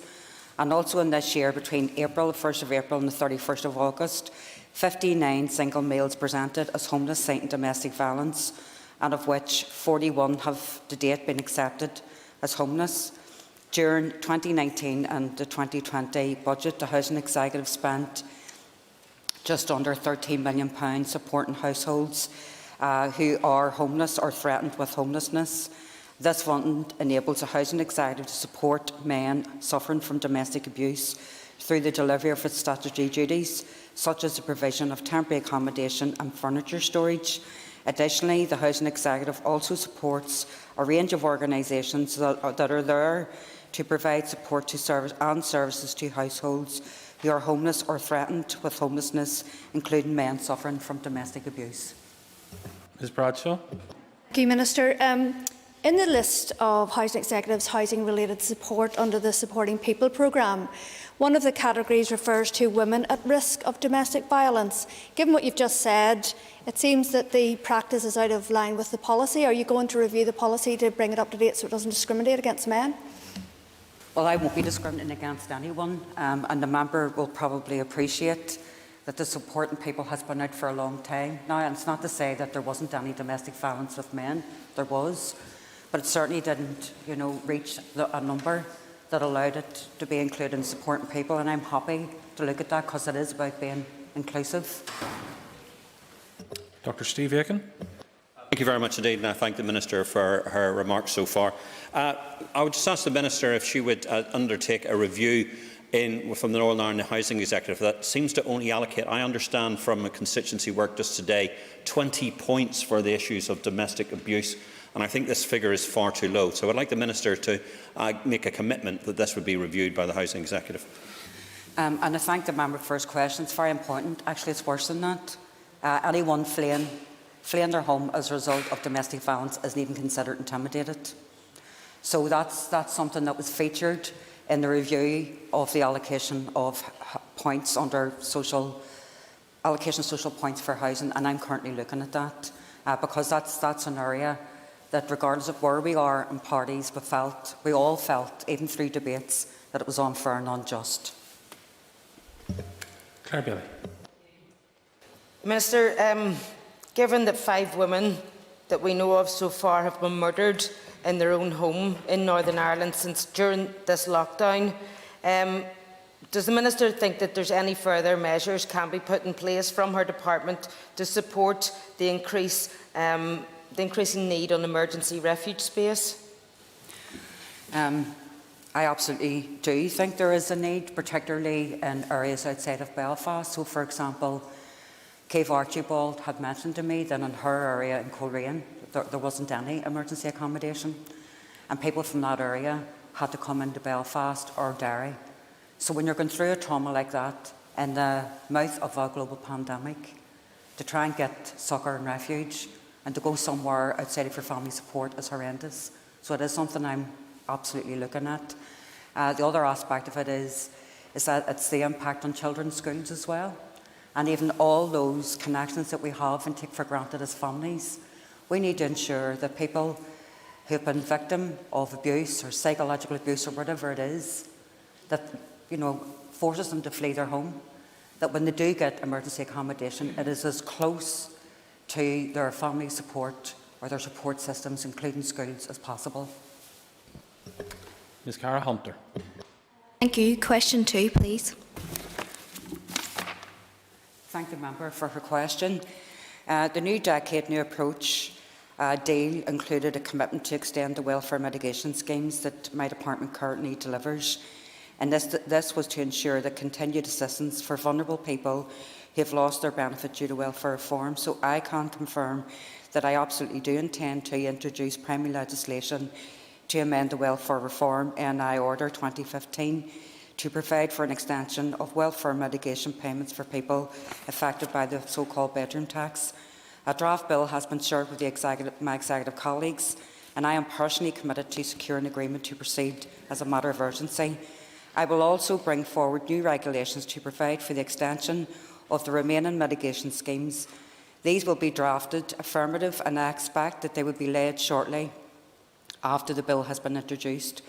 And while the delay in progress in the legislation to extend mitigation schemes is not ideal, and I do stress that my department continues to make payments to those people who are eligible, this is possible because my department has agreed such contingency arrangements with the Department of Finance so that payments are currently made under the sole authority of the Budget No. 2 Act. These arrangements will continue and be kept under review. Ms. Hunter. I thank the Minister for her statement. Will the new regulations mentioned include additional mitigation for families affected by the benefit cap and the 2-child tax credit rule? Thank you. Well, they absolutely should, because there's 3 issues that even the Cliff Edge Coalition have mentioned, but not just them on their own. So it's about the bedroom tax, it's about the so-called 2-child rule, and it's also about benefit cap. Now, I know there are many other asks, but they're the 3 central points that we all have met these coalitions on, and it's absolutely something that I envisage to be included in any future legislation and regulations. Karen Mullen. Minister, will you give a commitment to support the advice sector through the mitigation package, also given the crucial role that they play in assisting people in accessing their entitlements, but particularly through this very challenging time? In short, yes, I will. The advice sector has received money from the department, and the advice sector would say it would probably need to receive more. I'm at a section of the advice sector not so long ago, and I appreciate, and I said it to him at the time, so just let me take the opportunity to say it again, I appreciate the role that the independent advice sector has played, but particularly through COVID-19, because a lot of people were isolated, and along with community and voluntary, people within the community and voluntary sector were often the first responders, people who were finding themselves in really, really difficult circumstances. we can't take that work for granted. We need to keep investing in it. And where there are opportunities, and it is where there are opportunities to give additional support to do specific pieces of work, certainly this department, even under Dergy, particularly under Dergy Hargreaves' watch, was never found wanting. Ms Kelly Armstrong. Thank you very much, Deputy Speaker. I would just like to start off by thanking the Minister absolutely for the planned extension for the welfare mitigations. It's very much needed. But could I ask the Minister, will those welfare mitigations be reviewed to see if they are working and if there are any gaps that need also to be filled that aren't already considered? And will that review come to the committee then for us to look through and help you with that? The member will know that any substantial changes, I've always brought it to the committee, even in my short term, and I'll continue to do that. As a member, I still consider myself as a member of the committee, so I know the crack. The issue is that there are gaps. There's always gaps. There's things we can do better. So if we can't even get those reflected in legislation, we most definitely need to get them reflected in the regulation. But certainly, even just the 3 issues that I responded to in terms of the question that Carál posed, there are 3 issues that people time after time have raised with us that need to be sorted. If we have the time and the money to sort the rest, certainly we'll look at those, but there are 3 huge gaps that we need to try and plug. Mr Andy Allen. Thank you, Mr Deputy Speaker, and can I thank the Minister for her answers thus far and her commitment to extend and strengthen welfare mitigations. They're very important to mitigations and mitigating against the worst impacts of welfare reform. Minister, social sector size criteria, bedroom tax, will be around for a long time to come. It's not going away, we all know that, and we've all given a commitment to supporting those affected by it.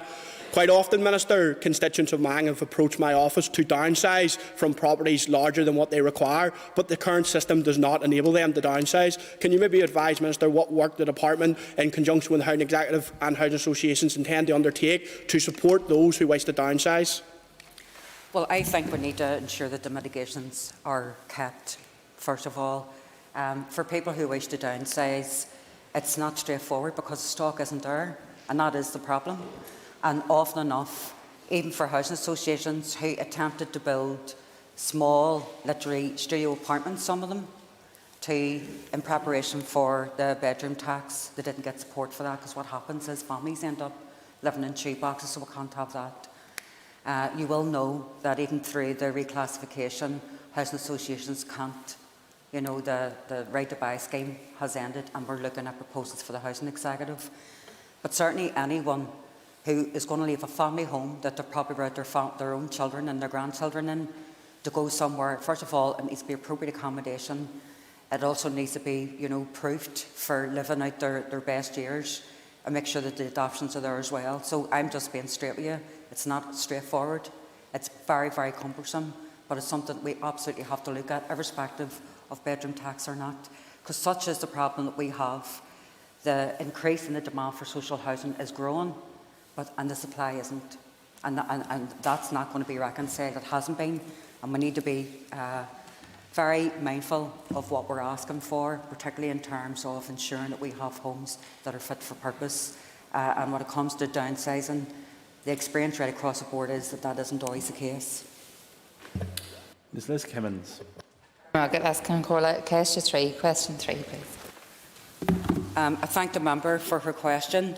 The voluntary and community sector have continued to provide a frontline role over the last 6 months, particularly in response to the global pandemic, and very often, has been acknowledged in this chamber, they were often seen as the first responders. So in terms of the financial support, 1.5 million was directly made through councils at the outset of the emergency to support community-led programmes for people in financial stress and need of food and those experiencing isolation.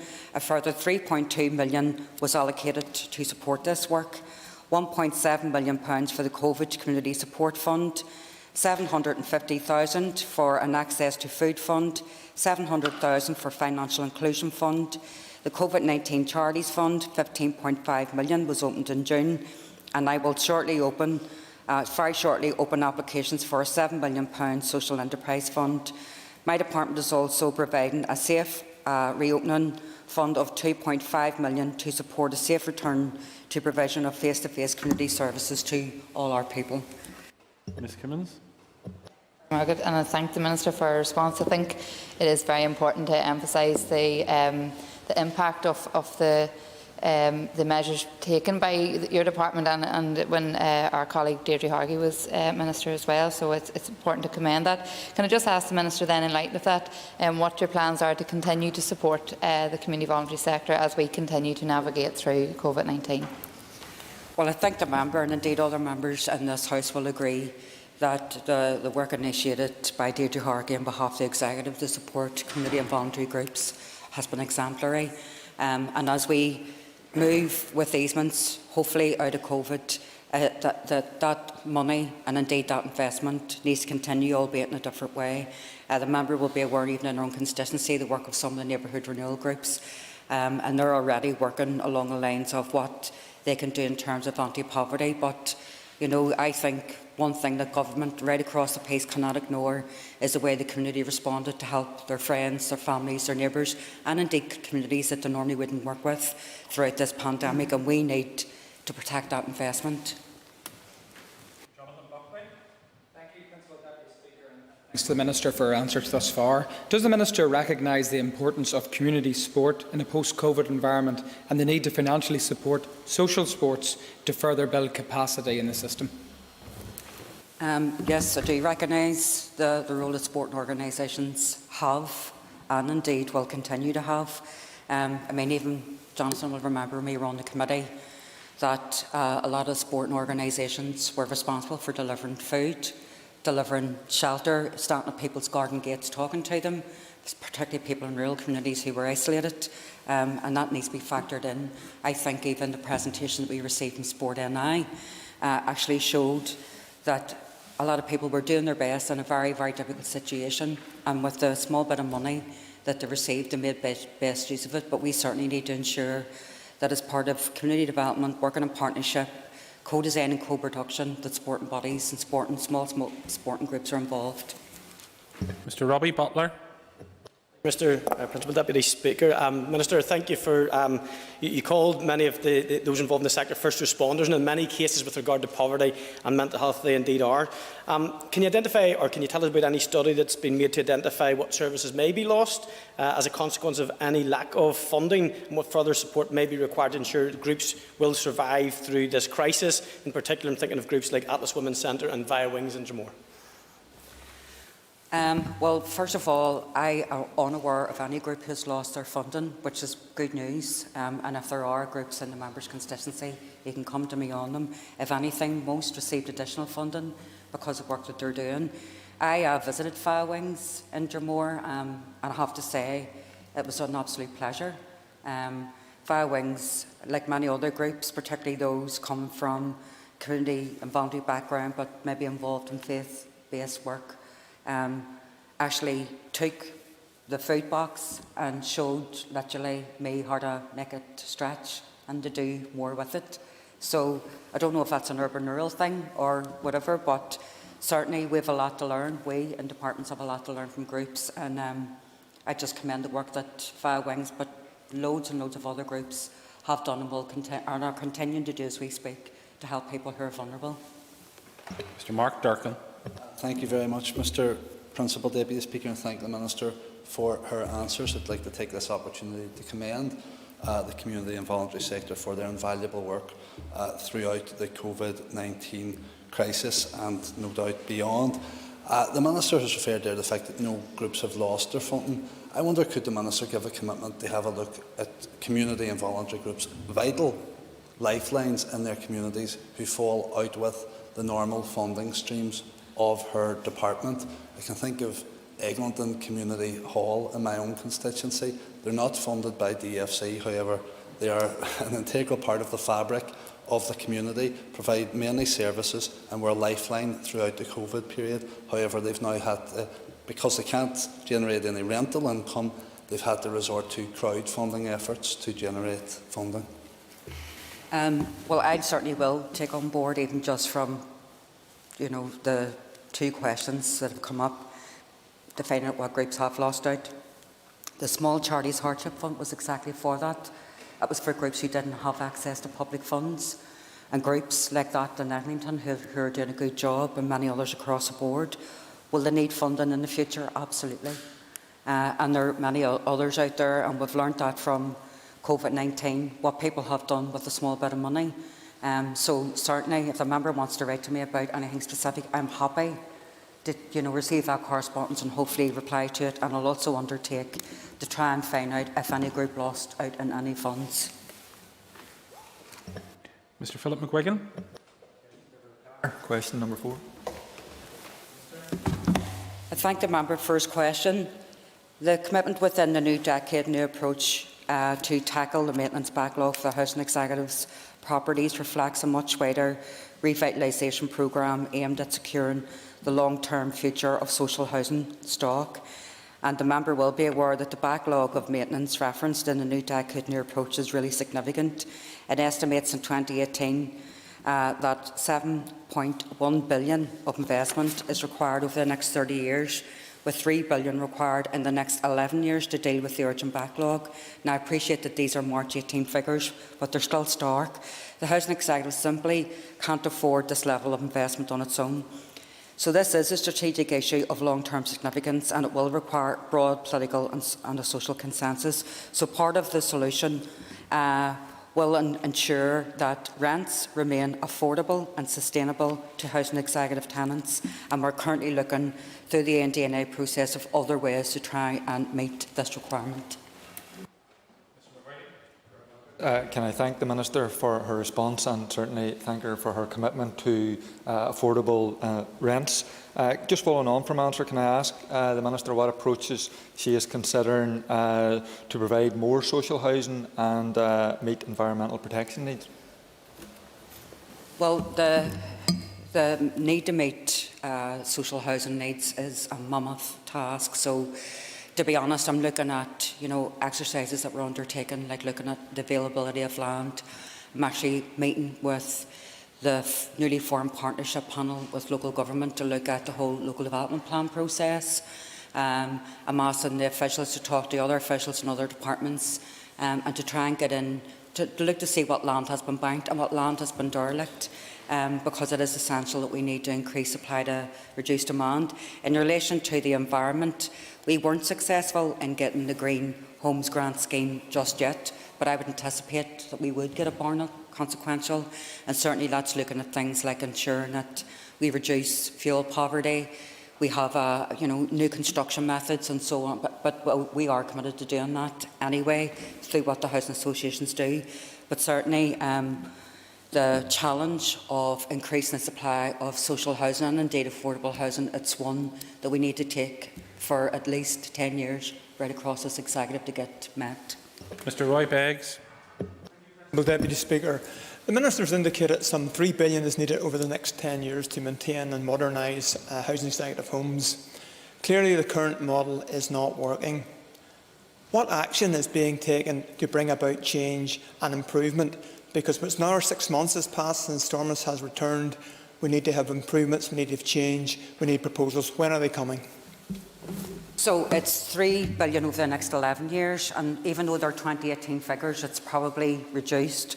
And the member's right to ask where are the proposals. I think the main proposals that were in the new decade, new approach, looking at the ability of removal of corporation tax at the Housing Executive, the only social landlord who has to pay corporation tax, and also looking at getting rid of historical debt. And I've already met my colleague, Conor Murphy, to expedite that.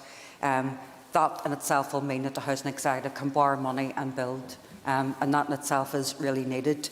To be frank, we also need to stop blocking houses in each of our constituencies. There is some NIMBYism out there for people who have got disabilities, for people who are travellers, for people who are one religion or another, and that's held up the potential to develop sites. That needs to be knocked in the head, and we also need to ensure that the investment is there for a longer term programme, because unless we seriously look at this and tackle this crisis in homelessness and in housing, then we are ensuring that 3 generations are going to be reared under one roof. And I don't think any of us want that on our watch. And you're right, we do need those proposals. So as soon as they're advanced through the NDNA piece, my department's working with other colleagues in local government, right across this executive, to try and get that restored. Ms Kelly Armstrong. Thank you very much. Minister, you've already mentioned the corporation tax issue. Could you give perhaps an outline of the guesstimate of how much money that the Housing Executive will have to repay the Treasury, because that will have an impact on the ability to maintain homes? Well, I've asked for those figures because the guesstimates are wild, to be frank, Kelly, and probably like myself, you've got a couple of different sets of figures out there, even from you know, the Housing Executive in terms of what they'll need. I'm frankly hoping that this debt, for example, is removed, and the corporation tax of over £13 million a year doesn't have to be paid. So that in itself will ensure that the reserves can be built up, which the Housing Executive have, but they can use those reserves in a way that allows more houses to be built and more construction methods to be used. In answer to Philip's question, to make sure that these homes are energy efficiency is there, and also to ensure that the homes are of the best possible standard. Members, I apologise, we have 6 minutes left and we're still on question 4, so I'm going to have to move on to the next question. Mr Paul Frew. Speaker, question number 5. Sorry, Paul, that wasn't at you, it was at the other Paul. Anyway, oral hearings using technology options will commence with effect from the 28th of September this year. So face-to-face oral hearings are set to recommence from 20th of September in the main hearing centre, subject to favourable outcome of risk assessment. It's always in brackets. So face-to-face oral hearings at venues are set to recommence from mid-October, and again subject to the completion of risk assessment. Alternative accommodation options, I've asked, are also being sought to facilitate hearings in local towns and villages. Mr Frew. And I thank the Minister for her answer. Does the Minister agree with me this is a critical aspect of gaining support or getting support to the people who are most vulnerable? And the fact that it has taken the Department so long and they haven't even completed the risk assessments yet is failing the people who need the support the most. I've spoken to the Department of Justice who have their court venues open and are waiting for these risk assessments. Can the Minister give this House a commitment that those risk assessments will be completed as soon as possible to allow people, most vulnerable people, the support that they require? Well, just to repeat again, I've given the member dates of when these hearings will commence, so the risk assessments are being done. I don't want a long process that actually people who are waiting, who perhaps they are due substantial amounts of money, if decisions are overturned, to be waiting any further. I've also asked them to go out to where people are at, because anybody in receipt of these payments are suffering from a substantial level of disability. It's one of the most difficult benefits to get, so I want to make it as easy as possible, so I'm not slowing anything down. So I want to give the member that assurance, and if he has evidence that I am, then he needs to come to the department. Mr Jerry Carál. Speaker, thanks to the Minister for her answer so far. Given that the PIP application and appeals process was already traumatic for people, and given the fact that the Department is still contacting people, appealants to say they can have appeals either over the phone or video conferencing, which is very unsuitable for many people. Has the Department considered extending the time frame for people either being moved off the ELA or having to appeal PIP so they aren't under any more undue stress in a time of a health pandemic? Well, just let me give the member as much reassurance as possible. I have tried to be as flexible as possible to ensure the people who are most vulnerable aren't subjected to any further trauma or stress. And so that's what we're trying to do. If face-to-face suits people, then it may.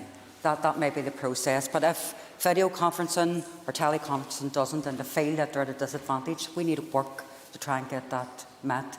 And if it means an extension, I'd certainly look at it. But from the evidence that I have up until now, and I've asked about this on a very regular basis, that it doesn't seem to be the case. And that's from people working in areas that suffer HAS deprivation who receive the HAS levels of these benefits. But if it turns out to be something else, I look at it. Mr Andy Allen. Speaker, as has been highlighted, Minister, the appeals process is one that is very stressful and daunting to those going through it. Can the Minister highlight any actions or steps that her department is taking to clear any potential backlog within the system? Well, I'm sure the member will appreciate actually, getting the system to go out to towns and villages has been a positive step. I mean, it's better. Like if you're not from Belfast and you have to travel to Belfast for a hearing in a court setting like that, I would feel that a bit daunting myself. So to try and get these hearings brought out to people is hopefully one way of reducing a bit of stress, but it's only a bit of stress, and ensuring that whatever option they take is one that they're most comfortable with. And that's what we've tried to do in the Department for Communities, to support people who may be entitled to a lot more money that they're currently receiving, but certainly, anything I can do to reduce the levels of stress that people are going through waiting on an appeal, I'll certainly have a look at it. Ms Claire Bailey. It's been brought to my attention. I'm wondering if the Minister is aware that appellants of PIP and ESA are being sent multiple letters when they appeal to suggest that they should apply for a paper-based appeal, but this isn't even informing them that they have a 30 times less chance of success with a paper-based appeal. I'm wondering if you're aware of this practice. I'm not aware of the volume of it. I'm aware that people have been offered a paper-based appeal as an option, but if you're saying that the paper-based appeal, I don't want to misquote or misrepresent you, but it sounds like what I heard is the paper-based appeal is of such that in nature it's putting people off going for face-to-face. I don't know, so I'm happy to talk to the member to find out exactly what's going on. I know in my own constituency paper-based appeals have been used and it suited the client, but that isn't going to suit everybody. Mr Paul Given.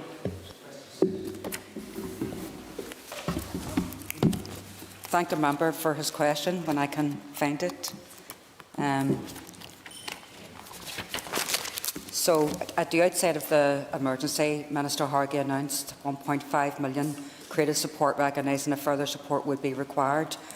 I secured an additional 4 million in the June monitoring to reopen the fund, first for individuals, including freelancers and self-employed within the sector, and then for organisations. This funding is in recognition of the importance of a vibrant arts sector for wider social and economic recovery. 20 seconds. Thank the Minister for that response. However, for the arts sector, they'll be greatly disappointed. The United Kingdom, through the Barna Consequential, we received £33 million, and today 36 signatories have penned a letter to all MLAs asking for urgent funding to be provided. As they put it, if they don't get this urgently, you're going to have a cultural wasteland. What action will the Minister take to deliver? Otherwise, these organisations won't survive. Can I suggest to the Minister that her half hour is up and she will write to Mr Given answering that question, outlining what actions she intends to undertake. We move on now to topical questions, and I call Mr Justin McNulty.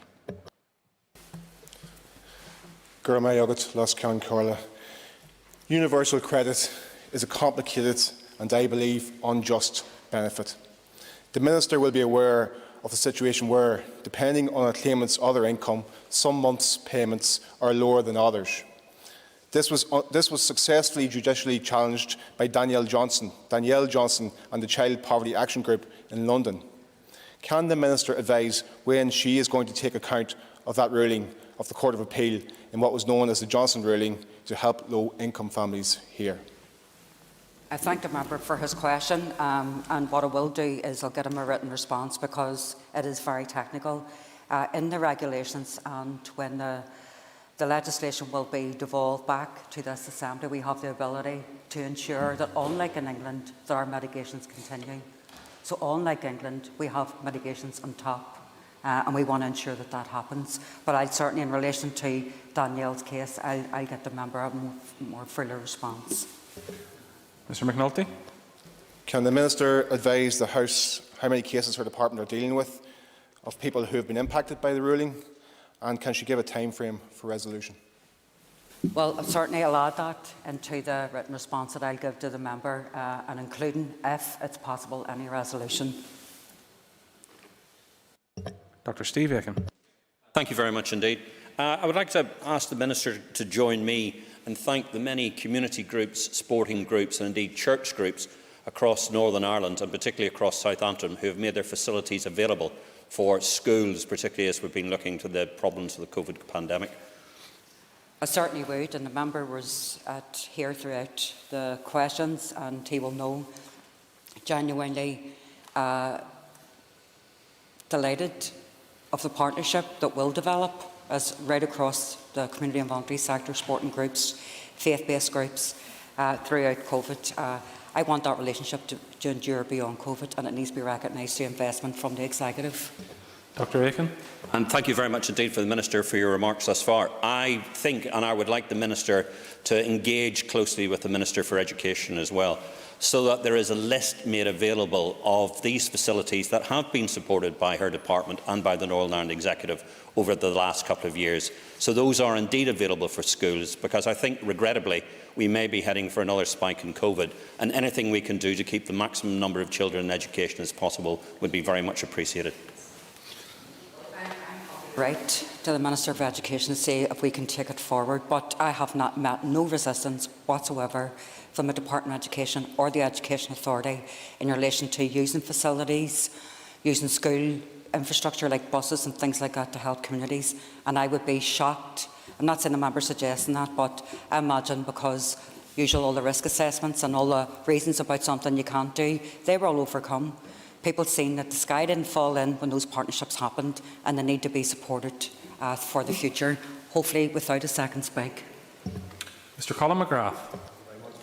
Deputy Speaker, could I ask the Minister for an update on the housing allocation scheme, a review of which was undertaken many years ago, and I understand that it might have reported back, but there's been no introduction of the findings of the review, or have they been published? Could I ask for an update on that? Column, and I mentioned that I think it was Steve Aiken's question, particularly around domestic violence, that intimidation points for people suffering from domestic violence was included in a lot of the responses the parties give. I'm currently looking at those, and I will be going to the committee after that, because we need to change the way allocations are made. We need to ensure there's a fairer system. I remember the debate we had in this House that when we looked at intimidation points, and as sure as whatever, that as soon as a new scheme comes, the levels of people claiming to be intimidated went through the roof. We need better and stronger verification of intimidation. But certainly the allocation looks at many, many other areas, and I am giving you a commitment and other members today that we're actively looking at that as we speak. Mr. McGrath.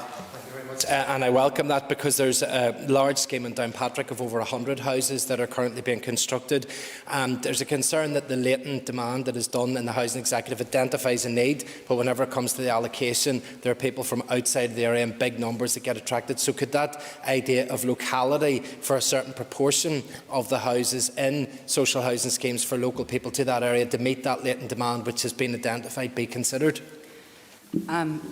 That's actually illegal. So, but I hear what the member's saying. So, if I understand the member right, and I don't want to put words in his mouth, the local people who are languishing on a housing waiting list should have the aspiration and the hope, and indeed the expectation, to live somewhere locally. And what happens is people from other areas who claim to be intimidated come into an estate, get brand new houses, and then move from one estate to another. So, I completely sympathise with that, and we need to ensure that that doesn't happen. In terms of, if local people have that area as their local choice and they have the points, they need to get it. But it goes back to your first question, when are we going to look at the points to ensure that those people get it? Even any new system will not ensure that happens. But what we need to do is to look at better ways of testing out genuine intimidation cases from those who, I think in this House, people were right across this piece were dismissed for what they were doing. Mr. Andrew Muir. Thank you very much, Mr. Principal Deputy Speaker. My question to the Minister is why there has been a delay in delivering the Northern Ireland equivalent of the Kickstart scheme.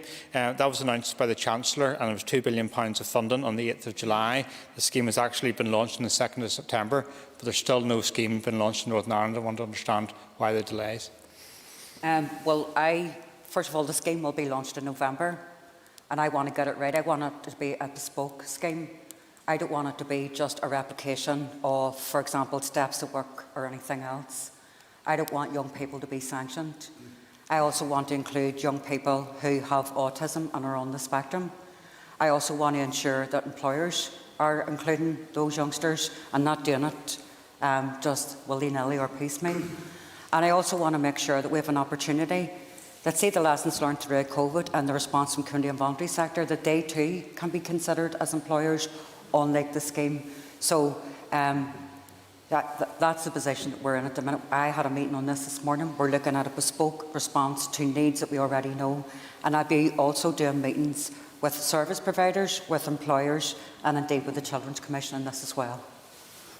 Mr Muir. Mr Principal Deputy Speaker, what targets does the Minister have for participation in the scheme, and can she give an assurance to the House today that those Barnett consequentials which have been received and that money which will be allocated to your department to run this scheme will not be surrendered at the end of the year as a result of the inability to spend the funding? So, no surrender, really, is... Anyway, I think it's a mortal sin to send money back to the British Treasury, to be quite honest with you. I want to ensure that, that the young people who we know now who need this scheme get the best possible scheme. I mean, there's lots of things you could say about previous schemes. I just want to learn on what didn't work, to try and look at the needs of young people now, look at what we've come through in terms of this pandemic, and ensure that that whole experience and that partnership approach of getting young people meaningful employment, albeit for 6 months, is taken on board, and that's where we're at. Mr Mark Durfin. Mr Principal Deputy Speaker, thank the Minister for her answers thus far.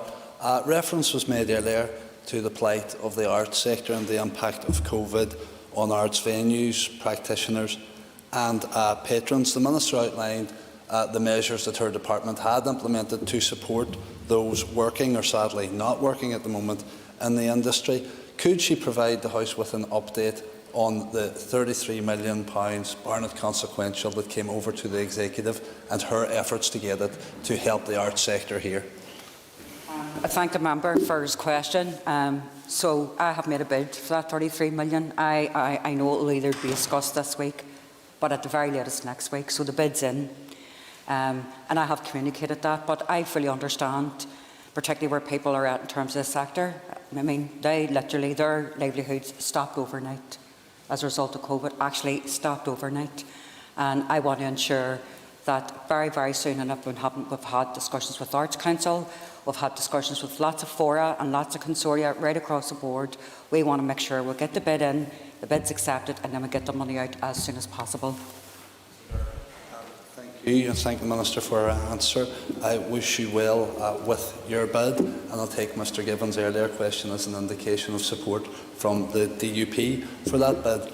Getting the money in to the department is one thing, getting it out to those who need it is another. Can the Minister give us an assurance that her officials have been working with the Arts Council and others to design a scheme to ensure that the money gets to where it is needed, and it does so in as quick a way as possible?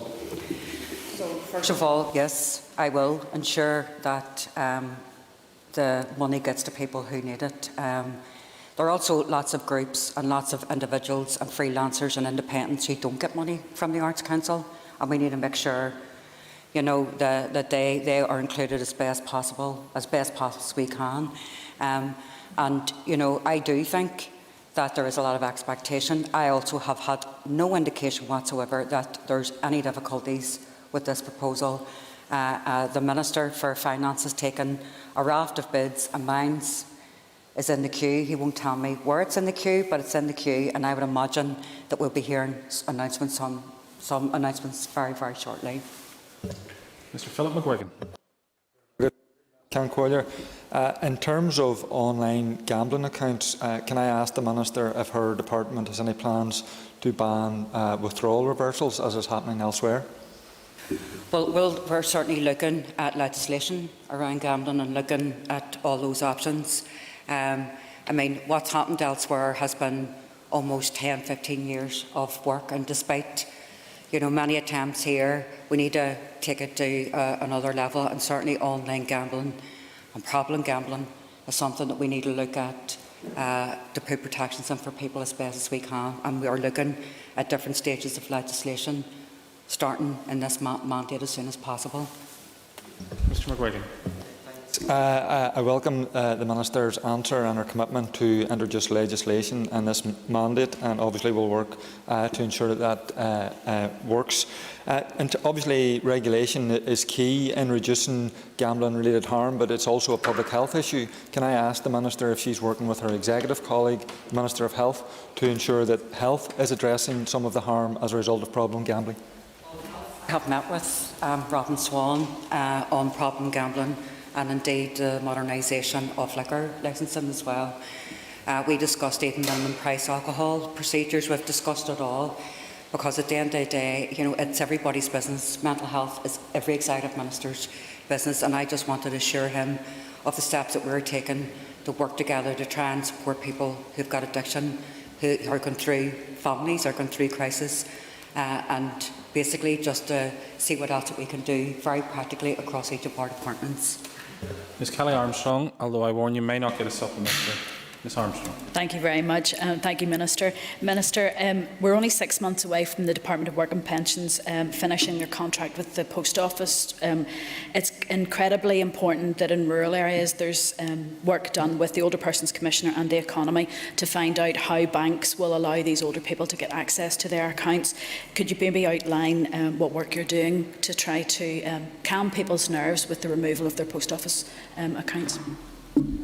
Well, I mean, the member will know it's a reserved issue. However, post offices are part of communities, so I will go back and ask officials what we're doing in terms of any work with other departments, and just take it from there. And I'll write to a member with any response. Thank you, members. That concludes questions to the Minister for Communities. The next item on the agenda is questions to the Assembly Commission. But if I ask members just to take their ease for a few minutes to allow the relevant people to exit the chamber and the relevant people to enter it. Thank you.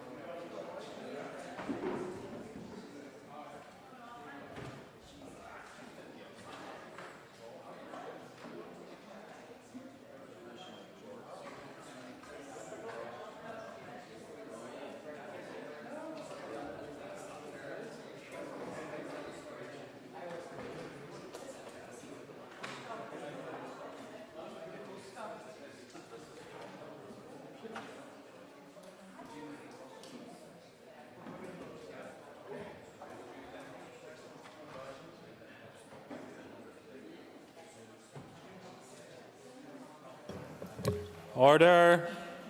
Order. I ask members to resume their seats, please.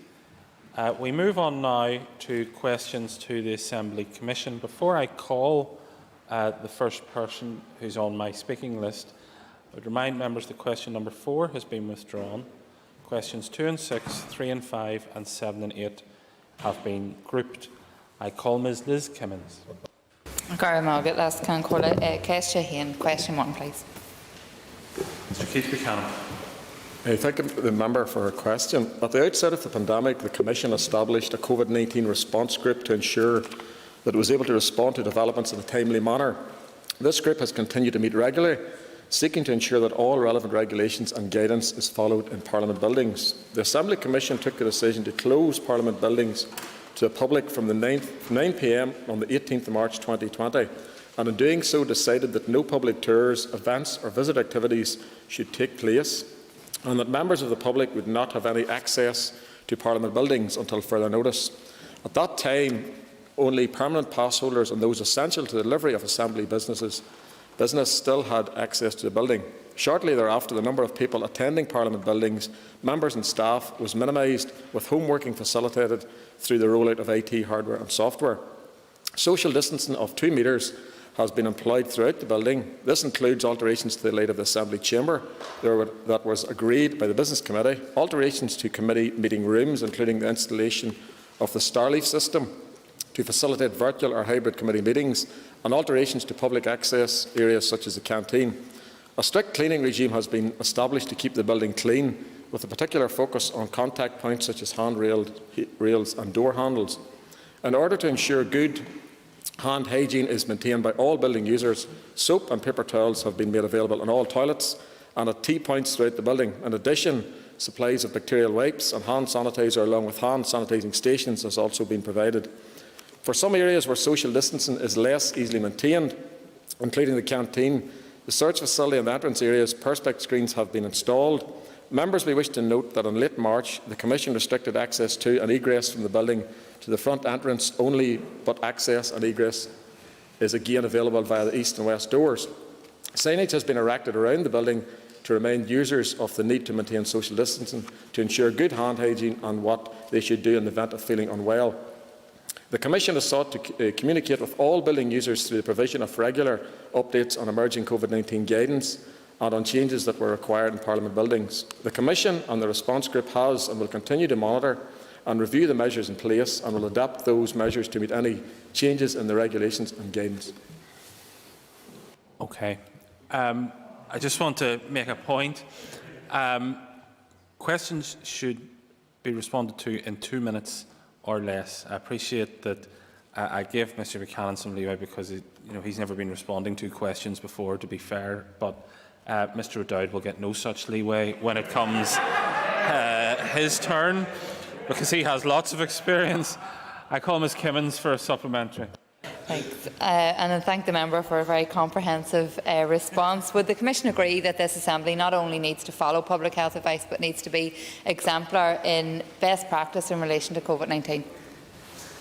Yes, I would agree with that. And my colleague, learned colleague Mr Stewart, has advised me earlier that obviously at the start of this pandemic, 2 times a week, the meeting was held with regard to the working group. That's now 1 time a week, so that meeting is happening every week and reviewed every week based on risk assessment, obviously, and continued guidance from the Executive. Mr Paul Given. One of the measures to reduce the risk was the Bill Office not printing legislation. Given that, for example, the Department for Justice, we're considering that legislation, it is difficult for members if we don't actually have that physical copy whilst we're still working through the screens, which we do. Is it something that the Commission can look at within the Assembly, that the Bill Office would actually print off the actual bill, given that that's our primary duty, to enable members to carry out their job properly? Thank the member for his question. That's something I can take away and no doubt will put on the Commission agenda for the next meeting and come back to the member if the member is happy with that response. Mr Alan Chambers. Mr Principal Deputy Speaker, could I ask what is the Commission's approach to home working by Secretariat staff in the future? Thank you, the member, for his answer. The Commission continues to follow the guidance issued by the Executive, whereby home working is likely to be in place for some time in the future. However, where service to the Assembly and its members require attendance in Parliament buildings by secretarial staff, those staff will work safely in the building. Therefore, a blended approach to office and home working is envisaged in the near future. Questions 2 and 6 are grouped. I call Mr Roy Beggs. 2. Mr O'Dowd. I'm going to give you a lesson now in speed reading. With your permission, Mr Principal Deputy Speaker, I will answer questions 2 and 6 together, and I thank the members for their questions. The Commissioner for Standards is an independent office holder. That independence is set out in law. The role, functions and independence of the Commissioner are provided by the Assembly Members' Independent Financial Review and Standards Act, NI 2011. The Commissioner functions include investigating complaints that a breach of Assembly's Code of Conduct has occurred. The investigatory powers of the Commissioner includes the power to call witnesses and documents. Section 31 of the 2011 Act makes it an offence in specific circumstances to refuse to comply with the Commissioner's exercise of these powers. The Assembly Commissioner has limited specific functions in relation to the Commissioner. These include providing the Commissioner with administrative and other support, including staff, services and accommodation. In addition, under Section 19(5) of the 2011 Act, the Assembly has delegated specific functions to the Commission in terms of arranging for the appointment of the Commissioner.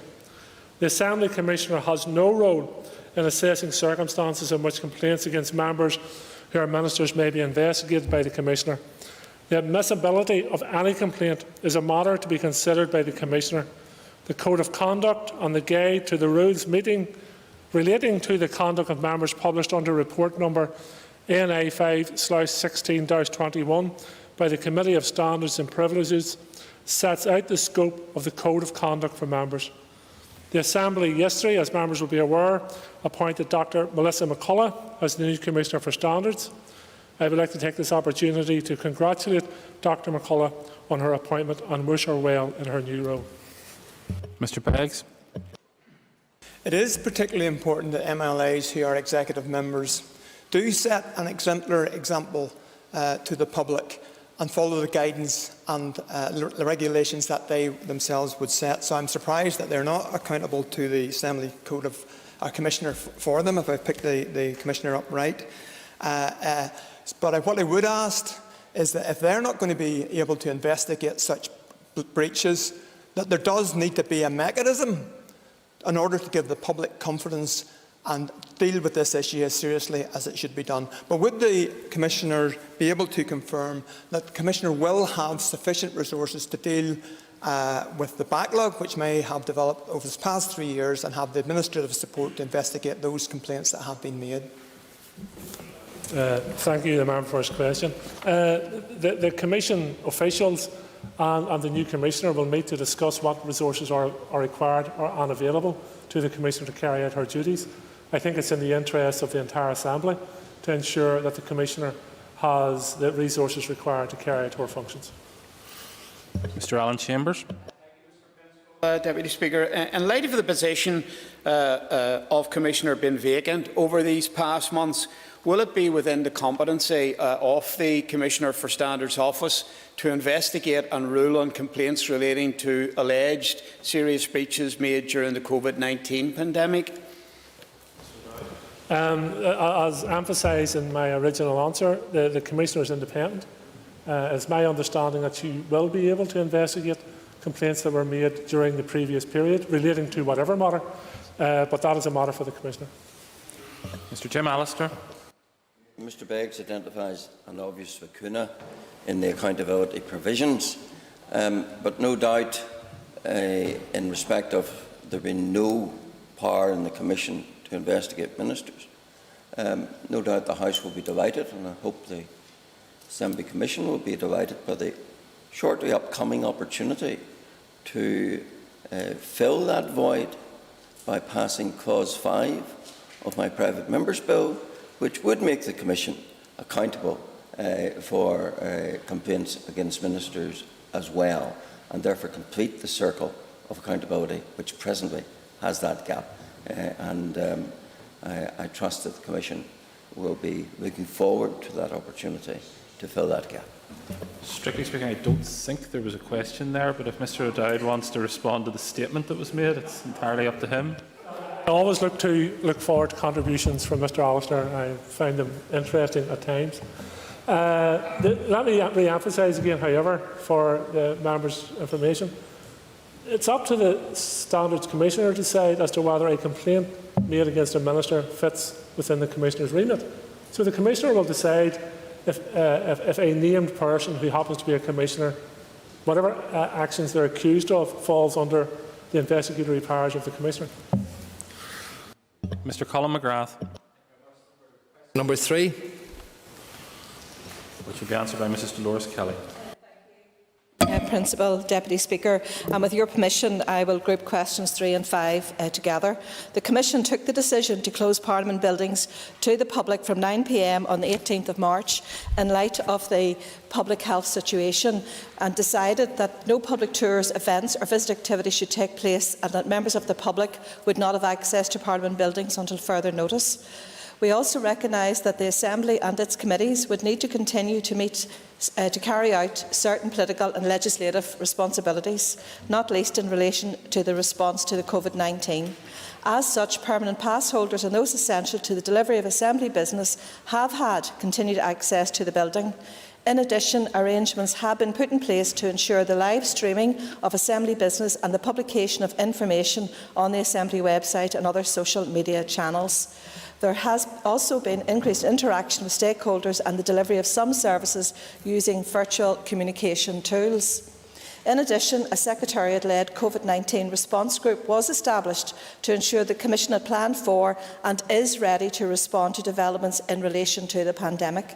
That group has continued to meet regularly and, amongst other things, monitors advice from the Public Health Agency, the Chief Medical Officer and the Chief Scientific Officer and others, and seeks to ensure that all relevant guidance is followed, not least to ensure the health and safety and well-being of those who use Parliament buildings and indeed the wider community.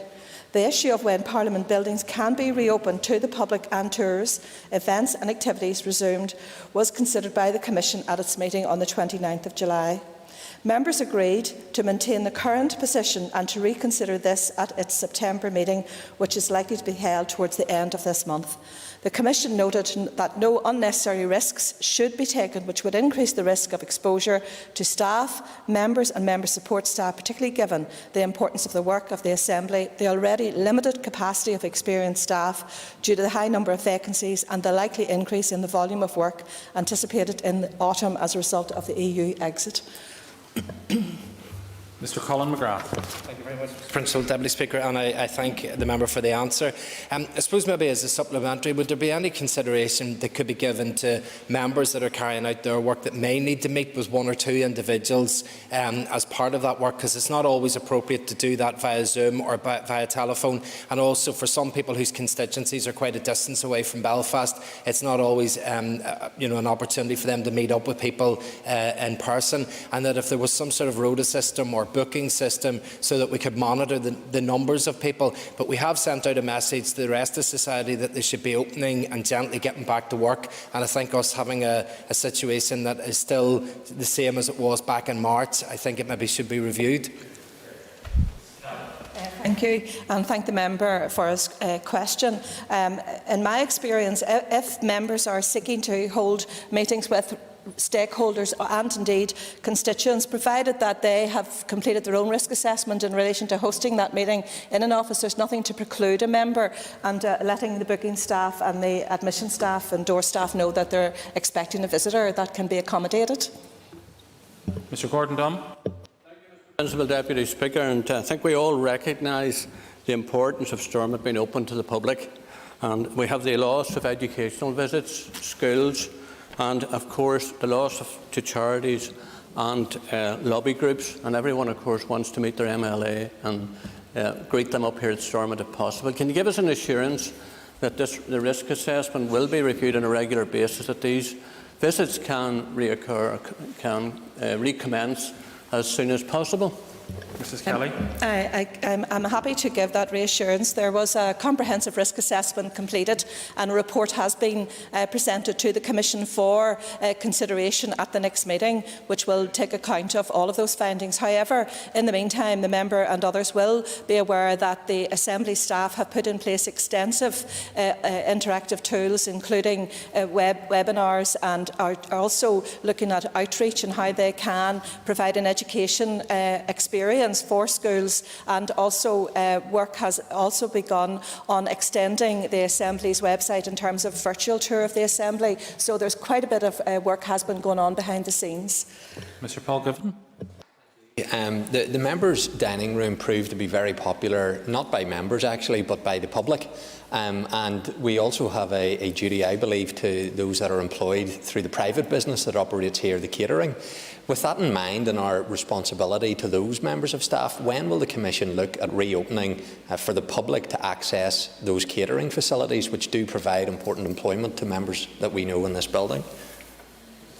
I thank the member for his question. The issue of catering facilities, not just for members of the public but also for staff within the building, is something I raised earlier today with the Speaker, and I can assure the member it is on the agenda for the Commission's meeting with the Speaker's agreement, I think in 2 weeks' time.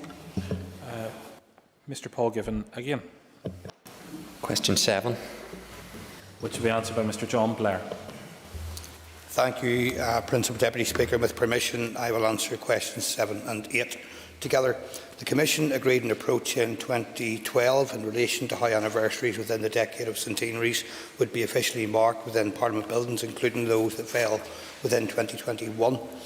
This was motivated by a desire to ensure that how events were handled here set a lead to the wider community and were not the cause in themselves of controversy. This approach established the Perspectives On series of events and is guided by a comprehensive set of agreed principles. These include that all events will be inclusive, of a sensitive tone and respectful of our shared history and differing views on it. In October 2018, the Commission agreed the anniversaries which would be marked in this mandate. These include both the centenaries of the creation of Northern Ireland or partition and the first sitting of the Northern Ireland Parliament in 2021. In line with the agreed approach, Mr Principal Deputy Speaker, the Commission is required to decide by consensus early next year the nature of these events it will organise to mark these centenaries. The Commission is expected to commence discussions on this in the time ahead and will do so in the context of events which have already been held.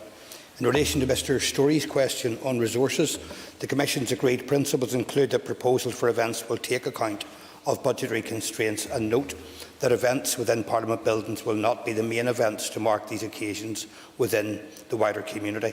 However, the resources and facilities required will undoubtedly feature in the Commission's discussion on how to mark each centenary.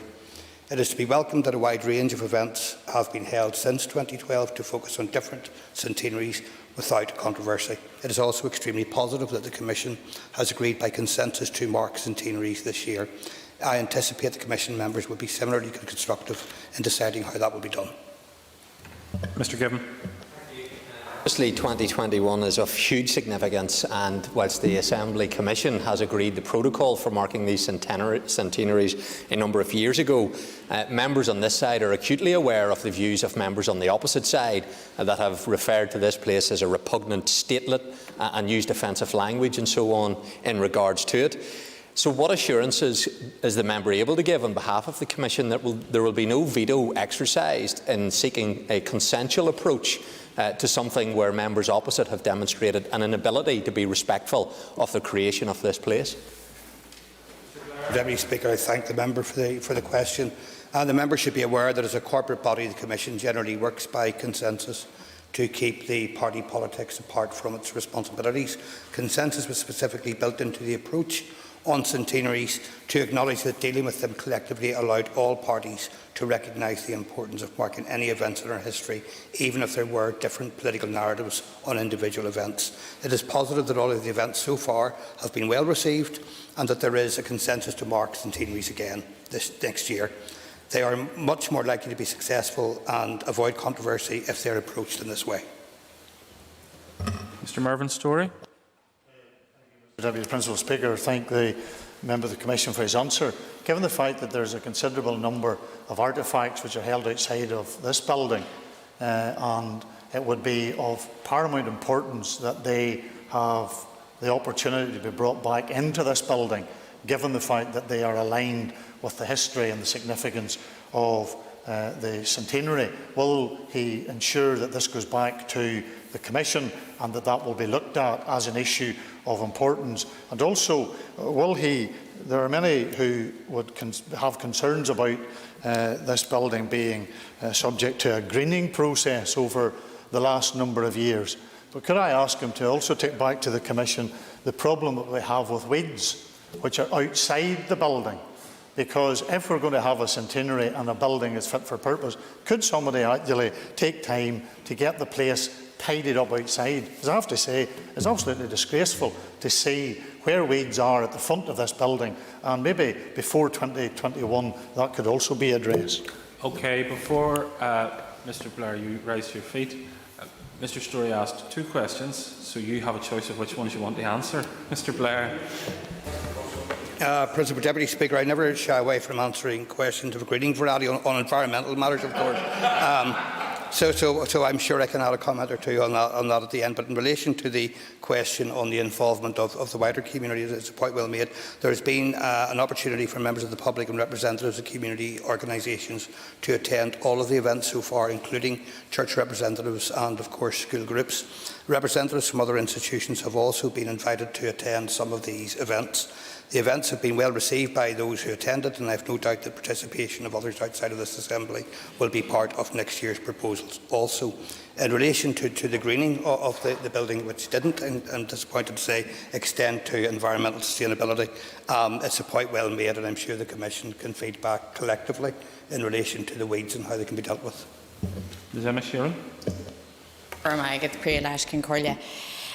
Thank the member for his answer so far. I am conscious that members across the benches have referred to some of the commentary from my party as offensive, but the fact is that the process that led to the partition of Ireland was not a democratic one, and as such it is felt by many within the nationalist and republican communities that it was fundamentally unjust. And the sixth county state was created amidst a frenzy of sectarian violence, and obviously on the back of violence north and south. Whilst under threat from the British government of the day of immediate and terrible war, in this context, does the Commission agree that it's essential that any and all events marking the centenary of the imposition of partition and the creation of the sixth county state are inclusive, and that they reflect the very the member is in danger of moving into speech territory rather than my question's coming. That they reflect the very different and conflicting political and historical perspectives of the time, ensuring that the violent sectarian reality of the period is fully referenced and remembered, so that lessons can be learned for the future. Right. That is not on. We don't, if we're supposed to be asking questions, there's always going to be very different arguments around these issues, but I think it's really important. There are other people who want to ask questions on other issues. We could speechify at each other across the chamber, but this is an opportunity for questions to the Commission. Mr Blair.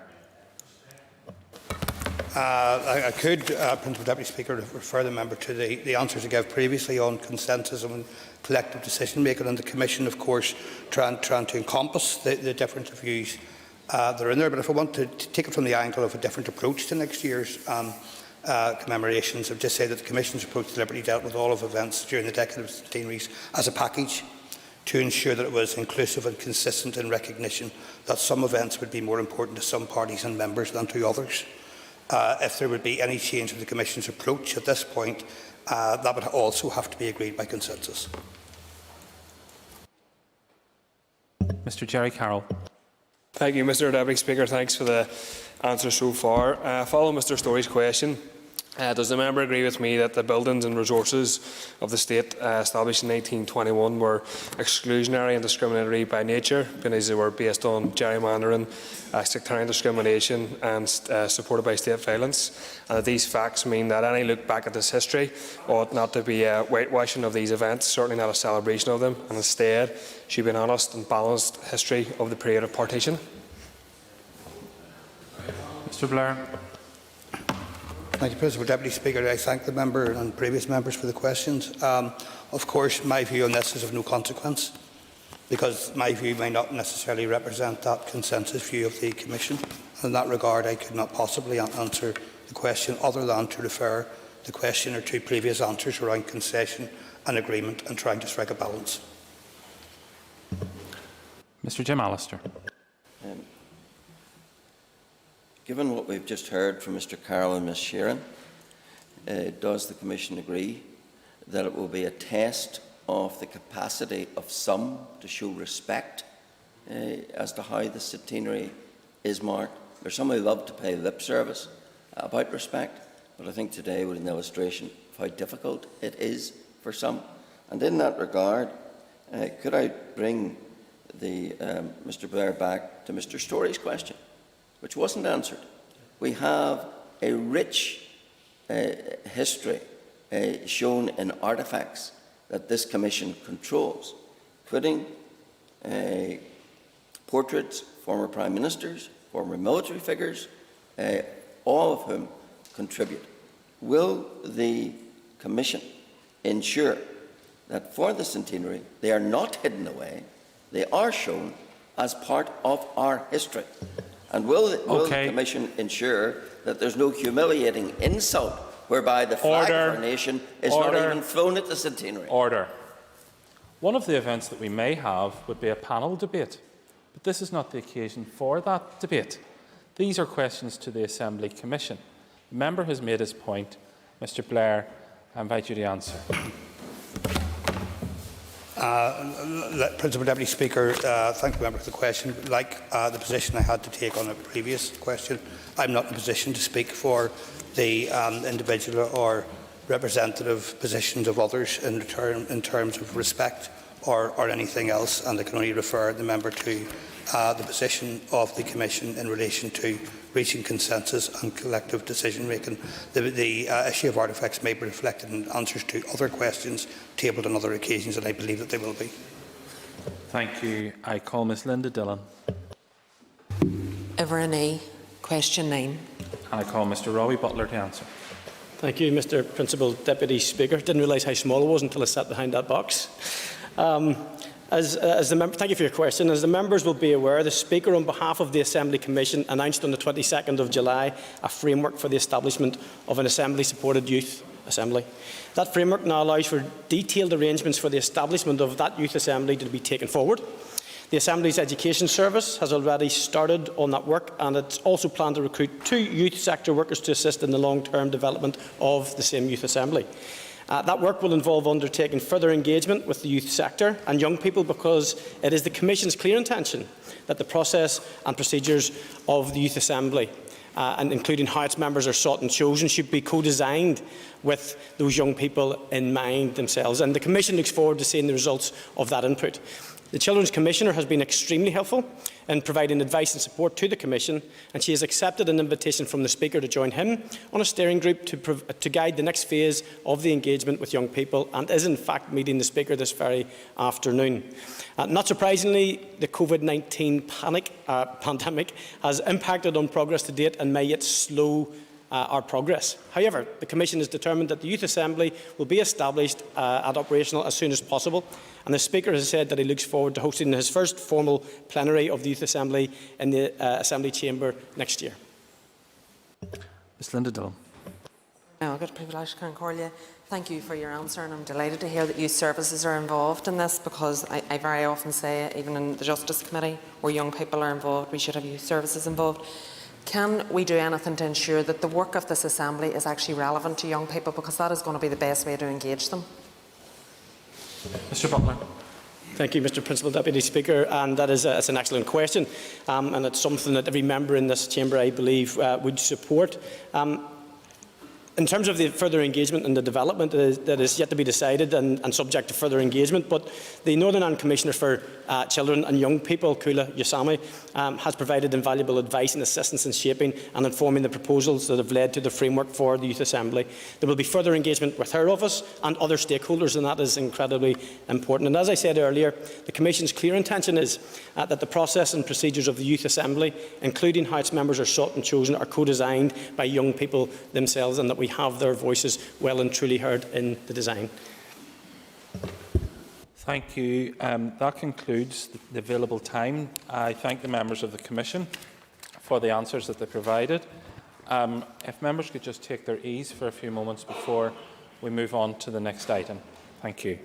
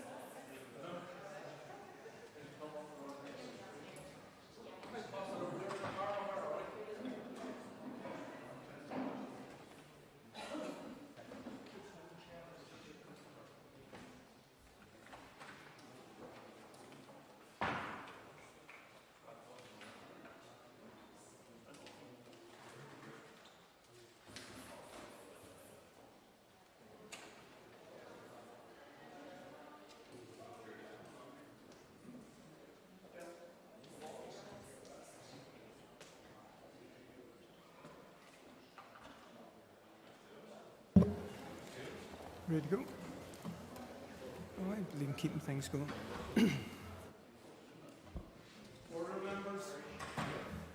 We now return to debate on the public inquiry into Muckamore Abbey Hospital, and I call Stuart Dixon.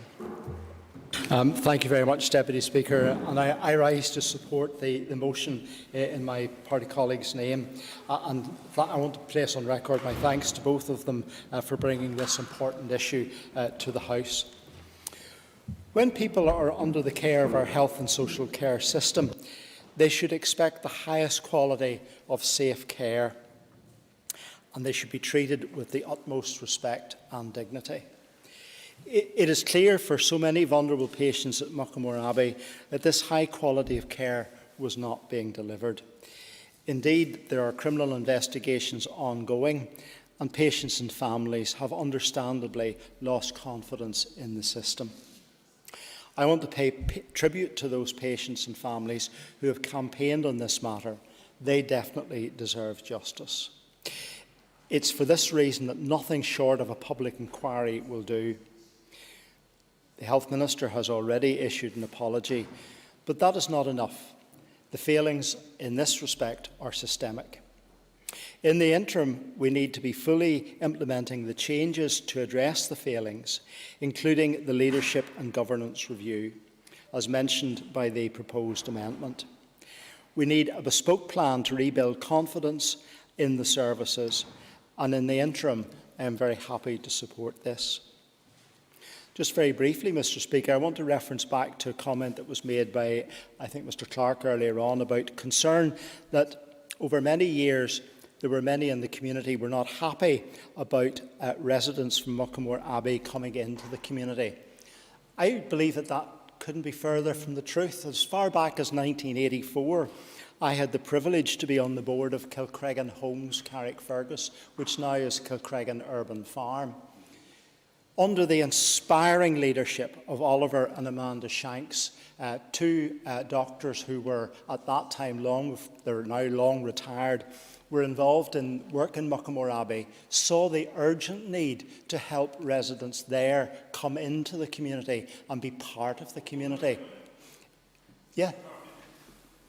Member for giving way, maybe more for a point of clarification, and I actually think it's before he came to the House a number of years ago. Indeed, his party colleagues spoke on the matter in support of the very point he's making, as did I, as did the Minister of the time.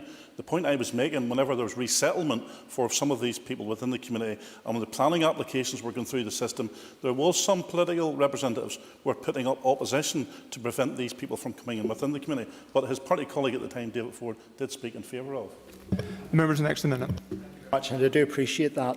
Yes, Mr. Speaker, as far back as 1984, when Kilcreggan Homes were coming into existence, there was community consultation and a wonderful warm welcome for residents who Oliver and Amanda Shanks were working with in Muckamore Abbey to integrate them into the community. And today we have a wonderful and vibrant community in Carrickfergus known as Kilcreggan Urban Farm. For too long, Muckamore Abbey operated without the appropriate proper oversight or leadership. In fact, the review into leadership in government stated that the leadership was dysfunctional and the hospital operated outside the sight lines and under the radar of the Trust. Sadly, we have seen that on many occasions in other parts of the United Kingdom in similar institutions. I suppose, sadly, on reflection, the reality was something like that was also going to happen and was happening here. We have seen too many horror stories of institutions like this in other parts of the United Kingdom. Mr. Speaker, how are people to be truly assured that health and social care for some of the most vulnerable in our society is safe unless an independent and full public inquiry assesses what went wrong, sets out the standards that are now required and imposes the appropriate reform in the system? We need that to happen, and we need that to happen without delay. And that is why I am supporting both the motion and the amendment today. Thank you very much, Mr. Speaker. I call Pat Cackney. Thank you, Mr. Principal Deputy Speaker. Mr. Deputy Speaker, sorry. Thank you. I'm sure I'm not the only MLA who's lay awake at night, horrified at the stories my constituents have told me about the scale of the problems at Muckamore Abbey. The independent report makes grim reading of the systematic issues within the department.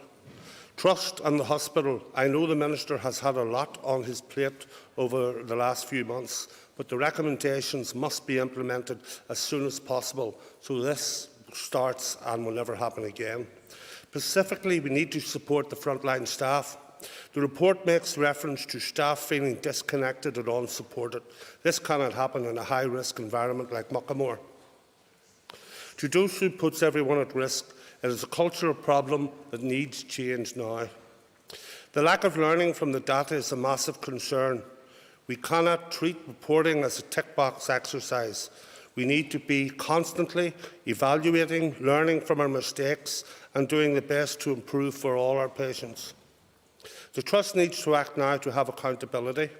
For directors and senior management, no one can be above scrutiny. The Trust needs to immediately put plans in motion on how they are going to do this. And I have no doubt that our present Minister will see this through. Most importantly, the victims and the families of victims must know that we are taking this issue seriously. A lot of the problems come out in the independent inquiry, but the only way to get all the information so all the problems can be dealt with is a full and public inquiry. Now is the time to act, now is the time to implement change, and now is the time to tell all the victims and all the families of victims that this will never happen again. I support the motion and the counter motion as given. Thank you. I call Steve Aiken. Deputy Speaker, and I will keep my remarks short. As a member of the MLA for South Antrim, I have many of my constituents who are families, patients, and indeed staff at Muckamore Abbey. And Muckamore Abbey and the staff and the patients and the families have been very badly let down by the lack of responsibility, lack of accountability, and the lack of oversight that should have been the basic function of the Belfast Trust going forward. We in the Ulster Unionist Party will be supporting this motion and the amendment, but we need to see action. And indeed, for the future of those patients there and the staff there at Muckamore Abbey, they need to see some restoration in trust. And that restoration can come through the leadership of our Health Minister, who's been doing a sterling job so far. Thank you. And I call Jerry Carál. Thank you, Mr Deputy Speaker. I want to thank the members for bringing the motion and the amendment today. Normally and quite rightly, Mr Deputy Speaker, a lot of time has been spent in this chamber discussing COVID-19 and its impact on our communities, but we cannot lose sight of all the other issues that have faced those people who need and rely upon our health service. And quite rightly, during the COVID-19 period, we talked about the need to protect those who are vulnerable in our society.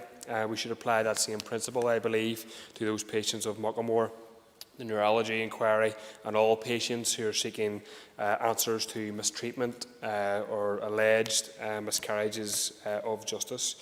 If the health service doesn't work for these people who are the most vulnerable or unwell, can we really say that it works properly at all if it doesn't work for these communities? And whilst we resolutely must support these communities who are battling for answers and justice, we have to ensure that another Muckamore doesn't happen ever again. And can we really rule it out, Mr Deputy Speaker, from happening again if our health service is so understaffed and under-resourced? I sincerely hope it doesn't happen again, and I want to ensure that all action is taken now to prevent it from happening again. And I am concerned, like the Chair of the Health Committee earlier, about the over-reliance on agency staff within the care sector and within our health service generally, where people are unable to develop relationships with patients. Of course, Mr Deputy Speaker, this issue shouldn't be about workers versus patients, but about patients and their families up against an unfair system, or a system that didn't take their concerns seriously. One of the most alarming aspects to this investigation at Muckamore is that the Belfast Trust decided in 2015, 2 years before the alleged abuse, to install CCTV cameras because in 2015 the numbers of adult safeguarding investigations were far too high. The decision to install CCTV in 2015 was considered to be a way to protect the vulnerable adults. And if the reports were true then, it would appear that the abuse soared after the CCTV was installed. I think I have to ask the question, how is that even possible? And the recent Muckamore review into leadership and governance at the Belfast Trust seems to portray the CCTV operation as a complete fiasco. I can't describe it as anything but. It would appear that nobody knew for over a year that the CCTV cameras were even turned on. And if we cannot trust people, or people don't know whether the cameras are turned on in hospitals and care settings, are they really fit to play a leading role in delivering health and care services? These are serious questions which need answered. Mr Deputy Speaker, the RQIA held 5 serious concern meetings with the Belfast Trust about Muckamore between 2014 and 2016. How then was it possible for alleged large-scale abuse to take place the following year in 2017? It would appear to me from this course of events that either no action was taken or limited action at best was taken to prevent abuse from reoccurring potentially. So I would like to ask the Minister or somebody who can answer this question, what happened in that 2-year period? Chuilín Graham, Mr Deputy Speaker, from the Irish News reported that it's costing millions to staff Muckamore because of so many staff have been suspended pending investigation. This is obviously quite shocking and quite worrying, but I would ask the Minister directly, what about senior staff at the Belfast Trust? Have any been suspended or sacked, or is there any ongoing plans or investigations in regards to that matter? Same with Board of Directors, Chief Executives and so on. This is a very serious scandal, as everybody has said today, and some would argue that it's more serious than RHI, and we should treat it as such. And whilst over the last few days we heard the Chief Medical Officer was visiting bars at the weekend in his own time to ensure COVID restrictions were maintained, many would ponder why the Chief Medical Officer and other senior health staff didn't make spot check visits to care settings to potentially flag up these issues. So I think it's important to note... Can the member draw his remarks to the close? I will do. I think it's important to say that our party backed the call for a public inquiry to ask what happened and why it happened for so long, and we commend those who have campaigned to highlight and to fight for justice. Thank you. I now call on the Health Minister, Robin Swan, to respond to the debate. Thank you, Mr Deputy Speaker. I want to take the opportunity today to announce that I am calling a public inquiry under the Inquiries Act 2005 into the abuse at Muckamore Abbey Hospital. This is not, Mr Deputy Speaker, how I had planned to make the announcement. I had wanted to communicate my decision to families and patients, both current and former, before I announced it publicly. However, because of the Assembly motion being called for today and not wanting to have been accused of withholding important information or my decision from the House, that wasn't possible. So I want to apologise today to those families and patients that you are hearing about this now for the first time. It wasn't the way I wanted you to hear, but I acknowledge and respect this chamber and its members. I want to take this opportunity to once again put on record my apologies on behalf of the health and social care system to patients and families who have been let down by failure to protect patients from abuse. A shocking failure which has affected some of the most vulnerable members of our society who should be protected. But families and patients want and deserve more than apologies. They want and need answers as to why this happened and how it was allowed to happen. And I hope that the public inquiry that I have announced today will give them those answers. We have now had 2 reports into events at Muckamore the Serious Adverse Incident Report, most recently the review into the leadership and governance of Muckamore Abbey Hospital. The recent report on the Leadership and Governance Review does not hold back in stating very clearly that the Belfast Trust failed in its duty of care to those vulnerable adults, and I thank the review panel for their very frank assessment and conclusion. It highlights that while the Belfast Trust had appropriate corporate governance and leadership arrangements in place, they failed to prevent abuse, identify at the appropriate level that abuse had taken place, and adequately prevent further abuse from happening. The report concludes that these failures resulted in harm to patients. A previous investigation into abuse was a missed opportunity. The Trust's focus on Muckamore, insofar that it had one, was on resettlement at the expense of ensuring safe, high-quality care for those who remained in hospital. That should never have been the case. Even though the Trust installed CCTV in the hospital and entered into a contract for its ongoing maintenance, no one appears to have been aware that these cameras were operational. Footage was recorded, stored, and even deleted without anyone looking at the images. Indeed, they only reviewed this material following the persistence of a parent who was desperate to get to the bottom of what had happened to his son. When the Trust finally did look at the images from the CCTV, they revealed thousands of incidents of poor practice and the abuse of the most vulnerable in our society. The fact that this situation was able to arise is probably indicative of another conclusion of the Leadership and Governance Review.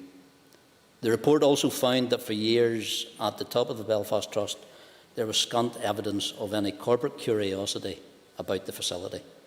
It did not feature in the Trust annual reports, and it was not regularly visited by board members. Despite being the largest facility of its kind in the region, despite it being widely known that this type of facility carries an inherent risk of abuse, given the vulnerability of its patients, it was not in their line of sight. It was, as members have reported, a place apart from the rest of the Trust. When this lack of interest collided with the failure of managers in Muckamore to escalate issues, a perfect storm was created, whereby abuse was able to go unchecked. Mr. Deputy Speaker, I cannot find words to adequately describe the scale of this betrayal of trust, this scandal. Members will be aware that whilst I was leader of the Ulster Unionist Party, I backed calls for a public inquiry into the appalling allegations of abuse. I signed the letter at that stage. I believed the public inquiry was the only outcome. And whilst my opinion didn't change, from coming into this office on the 11th of January this year, I made it clear that whatever decision I was going to ultimately take as Minister would be informed by the views of the people who use the services at Muckamore and their families. That's why I visited the hospital on the 22nd of January and met with patients, families, carers and staff to hear from them as early as possible. I also met with the Action for Muckamore group on the 17th of February. I said I wanted to wait to see the findings of the report of the Leadership and Governance Review, which was due at the end of June, before I made my decision. Unfortunately, due to COVID-19, this report was delayed until the 5th of August. But now we have this report, and I confirmed on the 5th of August that it was my clear intention to establish an inquiry, but that I would take time to consider the report in detail, to establish what questions remain unanswered, and to consider all the options available for an inquiry going forward. Since then, I have read the report and I was appalled.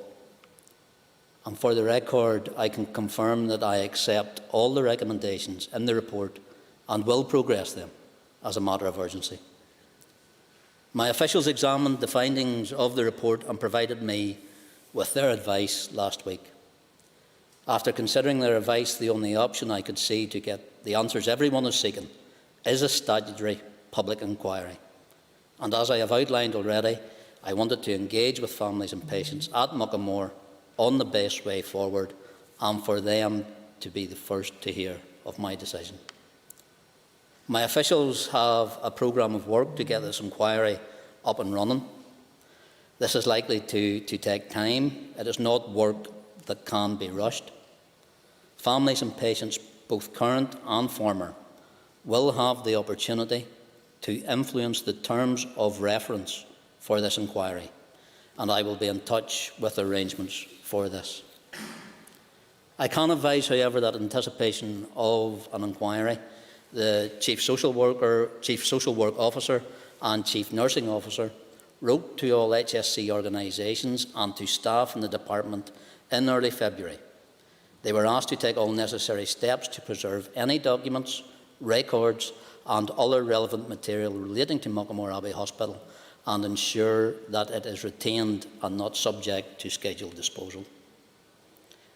I understand the demands of those who believe that a public statutory inquiry under the Inquiries Act 2005, with the powers to call witnesses and cross-examine them in public, is the only way to get the answers they need, particularly as some retired Belfast Trust managers did not engage with the Leadership and Governance Review. Mr Deputy Speaker, I just don't understand those demands. I agree with them. I am keen to ensure that we find a way to take forward an inquiry process which will address the unanswered questions and the crucial issues of how we ensure this never happens again. What led to a significant number of staff to either participate in or turn a blind eye to abuse of the very people they were employed to care for? Why did the systems designed to identify and put a stop to abuse, when it did happen, fail? And how could the leadership of the Belfast Trust go for so long without understanding the risks inherent in this type of facility?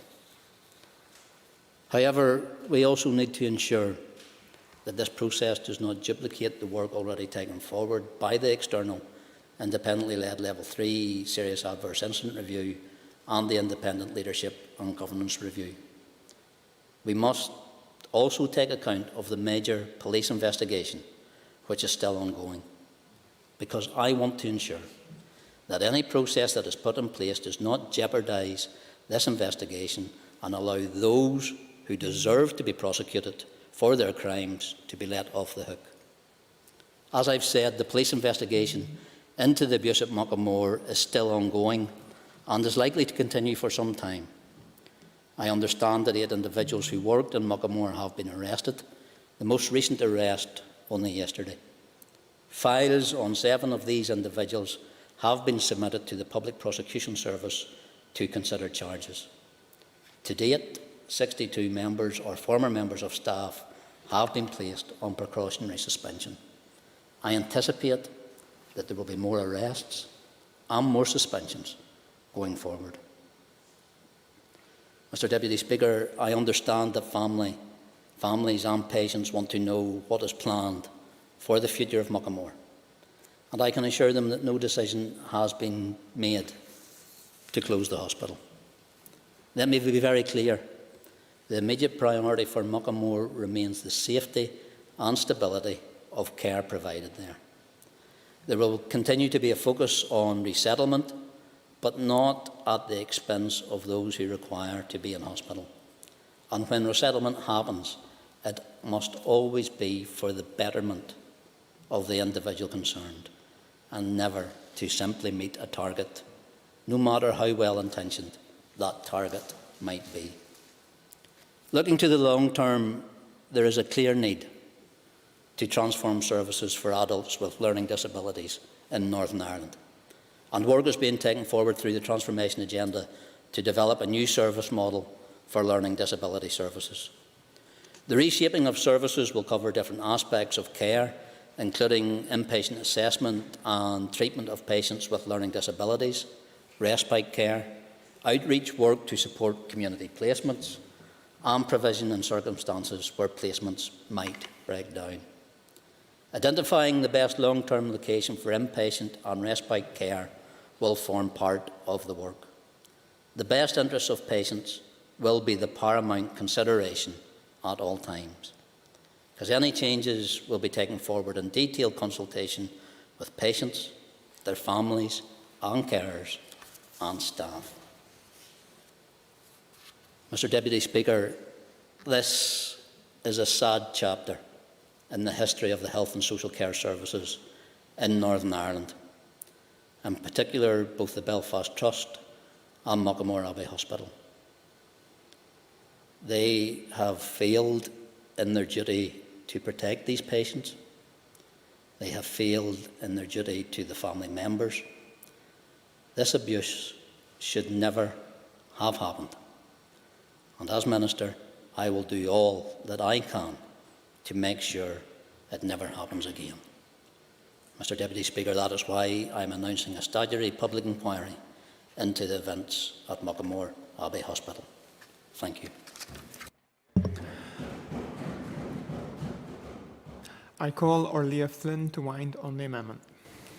Gormiagat Alas Concolia, and firstly, of course, I would just like to warmly welcome the Minister's announcement that he has made, and also just to concur with comments that were made by numerous members throughout today's debate, that I don't see this motion as being contentious or as being party political. And obviously I want to thank Paula and John for bringing it to the floor today. The motion and discussion today was all about the families. It's about all the families that have been fighting for truth and justice into how their loved ones were treated within the health and social care system. We can't forget that there are families and patients at the centre of this scandal who are simply trying to get to the truth of what's happened to their loved ones, their sons, daughters, brothers and sisters. And it's right that a shining light is cast into the quality of care and governance within, not only within Muckamore Abbey Hospital, but as the Minister said, within the wider health and social care system. I fully support the decision that's been made around a public inquiry to get to the truth, and hopefully this will make sure that nothing like this can ever happen again.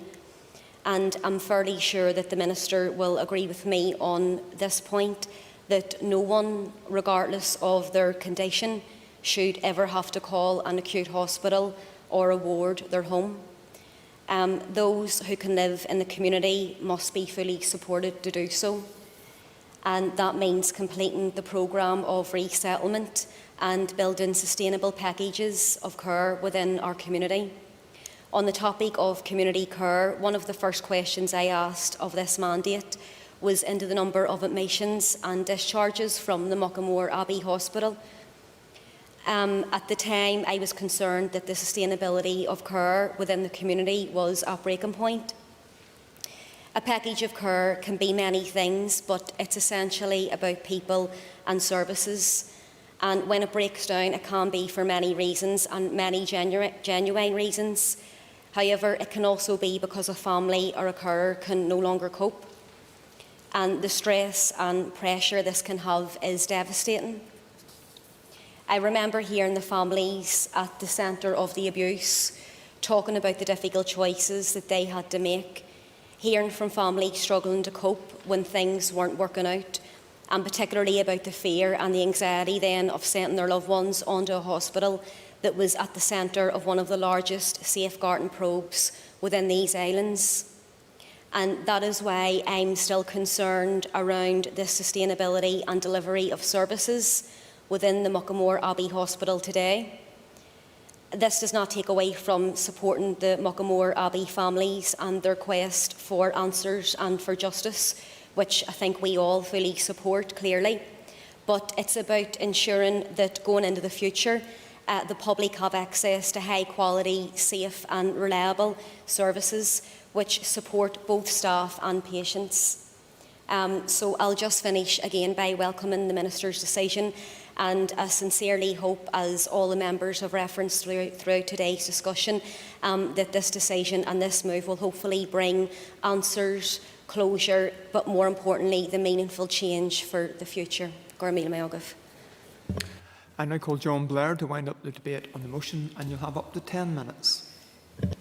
Deputy Speaker, thank you. I think I cannot start in any way other than to thank the Minister sincerely that he came here to make an announcement on the decision made and the action that he intends to take, and I'm sure all members would join with me in thanking him for that. I also want to thank my colleague Paula Bradshaw for bringing this motion before the Chamber in the first place and bringing me on board with it. And say in relation to the very relevant points made in her speech earlier this afternoon and points raised by members also during the debate, that I understand the huge amount of public concern surrounding this facility, which is based, as some members will know, in my own constituency, and indeed there were other South Antrim members who spoke during the debate today. Before I respond, Deputy Speaker, on the points raised by members, and I thank them for their points, I shall briefly make a couple of observations and points myself, and they are relatively brief. Firstly, to draw members' attention to a very serious consequence of the outworkings of recent reviews, indeed other reviews, which the spiralling cost of the Muckamore abuse scandal revealed as millions of pounds which have been spent on keeping the hospital operational, at a reported cost to the health service, I should say, of £12 million, incorporating issues around suspended staff, paying agency nurses, sick leave at Muckamore Abbey, and a list that indeed is much longer than that. These costs arising to £12 million out of what we can only term as an abuse scandal, which broke 3 years ago, is to the detriment of other public service, and crucially and specifically to the detriment of much-needed health service resource and facilities also. I don't think I need to remind members, or indeed Deputy Speaker, the Minister, of that reality. Secondly, I would like to take the opportunity as a Policing Board member to commend the sterling work done by the PSNI investigation team in relation to this matter, for their extensive examination, separate to any health and care-based reports, of course, which has involved hundreds of hours of CCTV footage. And I know some of this through my membership of the Policing Board, and I should inform members that we have been updated there on a regular basis also. I want to mention, finally, staff. We are aware, it's been mentioned here today, that there are staff who have been continuing to do their jobs, shrouded in controversy, wary of suspicion, and it's not good or positive or productive that any set of people are continuing to do their tasks in those circumstances. I want now to respond to members, Deputy Speaker. I won't do it in detail, but I want to do it given the announcement events that have kind of overtaken the debate. But I would like to do it in a way that brings out the cross-party consistency and cross-party concern expressed here today. And I'll do that by mentioning, first of all, the committee chair, Colin Gildernew, who highlighted clearly the plight of families and also meetings that he has had with police and others in relation to this. That was followed by comments from the Health Committee Vice Chair, Pam Cameron, who referred also to families, the scale not only of the provision, but as well of the issue. Colin McGrath, on behalf of the SDLP, then came in with the fact that the findings of reviews were so disturbing. Trevor Clark spoke, as I mentioned before, as a South Antrim member. My colleague Stuart Dixon spoke of previous experience of good examples about resettlement in the community. Steve Aiken spoke today as a party leader, and before we had the announcement from the Minister, expressed the support of his party for the motion from Paula and myself and for the amendment, and we're grateful for that. Jerry Carál spoke towards the end of the debate and emphasised that we must do what we can to ensure that a similar set of circumstances do not arise again.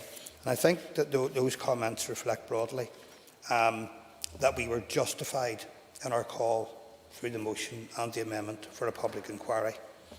Today the Minister has ensured that that will happen with the support of the House.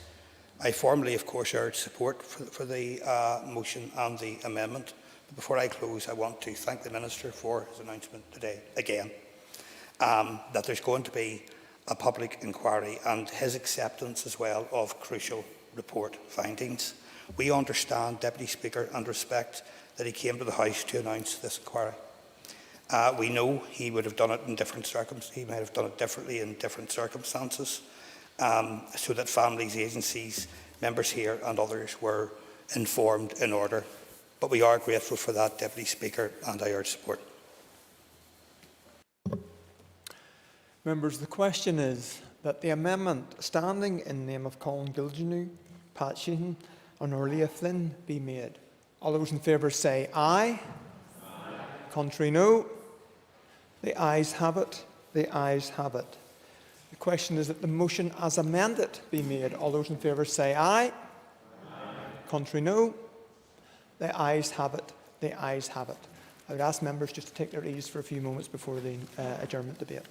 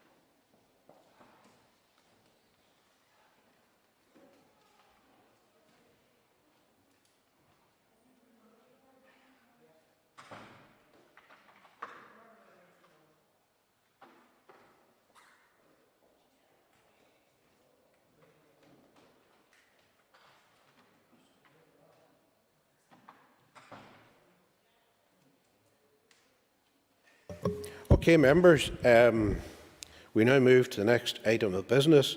That's item 4 in the order paper, which is the adjournment. The question is that the Assembly do now adjourn, and in conjunction with the Business Committee, I have given leave to Ms Emma Rogan to raise the matter of recurring flooding in the Newcastle area. The proposer of the topic will have 15 minutes, and just so that people realise about the timing of it, total allocated time to this is 1 hour, and the Minister will have 10 minutes to respond. So for people wanting to slot in around that there and cover their colleagues, it will probably be in around about 4 or 5 minutes, but we'll try and keep it managed as well as we can. So I now call Ms Emma Rogan.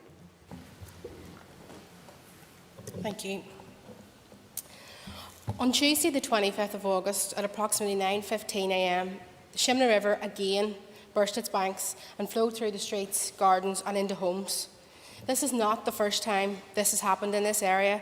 The same devastation occurred in 2008, almost to the day, when homes, gardens and streets were flooded and havoc for local residents was created. I can personally think of nothing worse. The impact on the residents of Newcastle has been immeasurable. Residents left to deal with their homes and the contents ruined in a matter of minutes. The longer-term implications will be far-reaching and much longer, displaced and homeless for months ahead. What has resonated with me is the unseen damage to their homes, the sheer destruction that was caused to anything that got in the way of the raging floodwaters. On that Tuesday morning, I stood alongside my Sinn Féin colleagues, unable to comprehend the scale of the disaster that was unfolding before my eyes. There was a need for quick thinking, reactions to help prevent any more flooding to homes, the need to help those already flooded.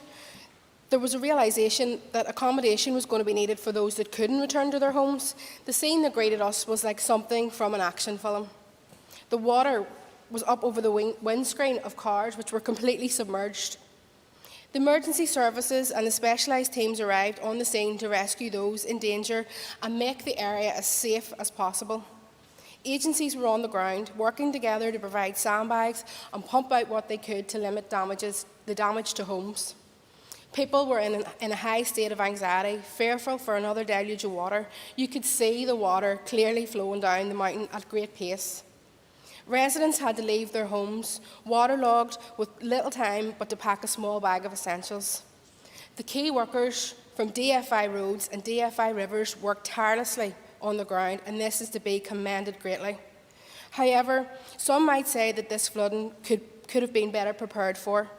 Forward planning might just have been the key to avoiding situations like the one we witnessed in Newcastle.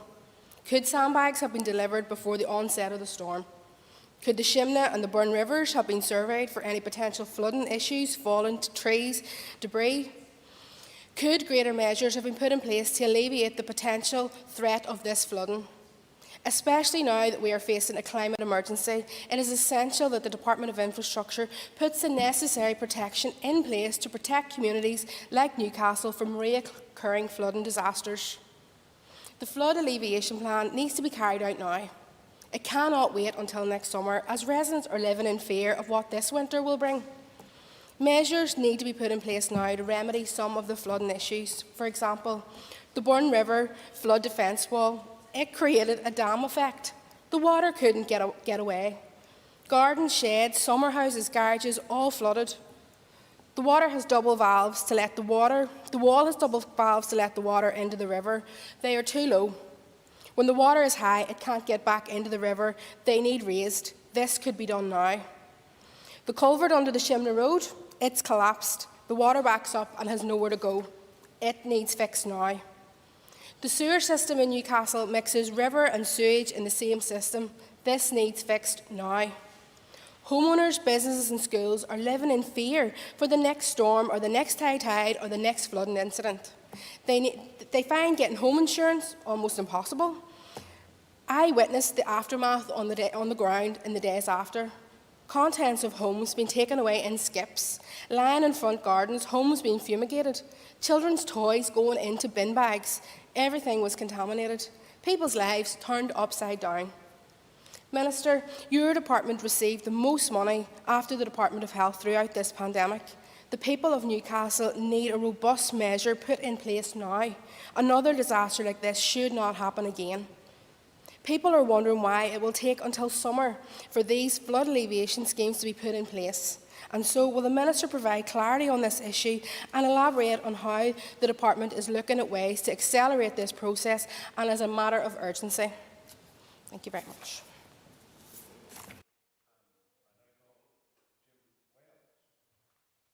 Mr Deputy Speaker, I rise to support the sentiments already expressed. I, like many other MLAs, was in Newcastle following the flooding and witnessed for myself the dreadful damage that had occurred. It reminded me of the situation in 2008 when similar devastation occurred.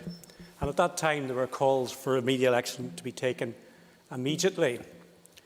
The Minister, I would applaud her for coming down to Newcastle. That was appreciated by all of the local residents, so thank you for that, and to hear it first-hand what was going on in terms of the amount of damage and suffering that was inflicted upon the residents of particularly Shimna Road and Bransford Road.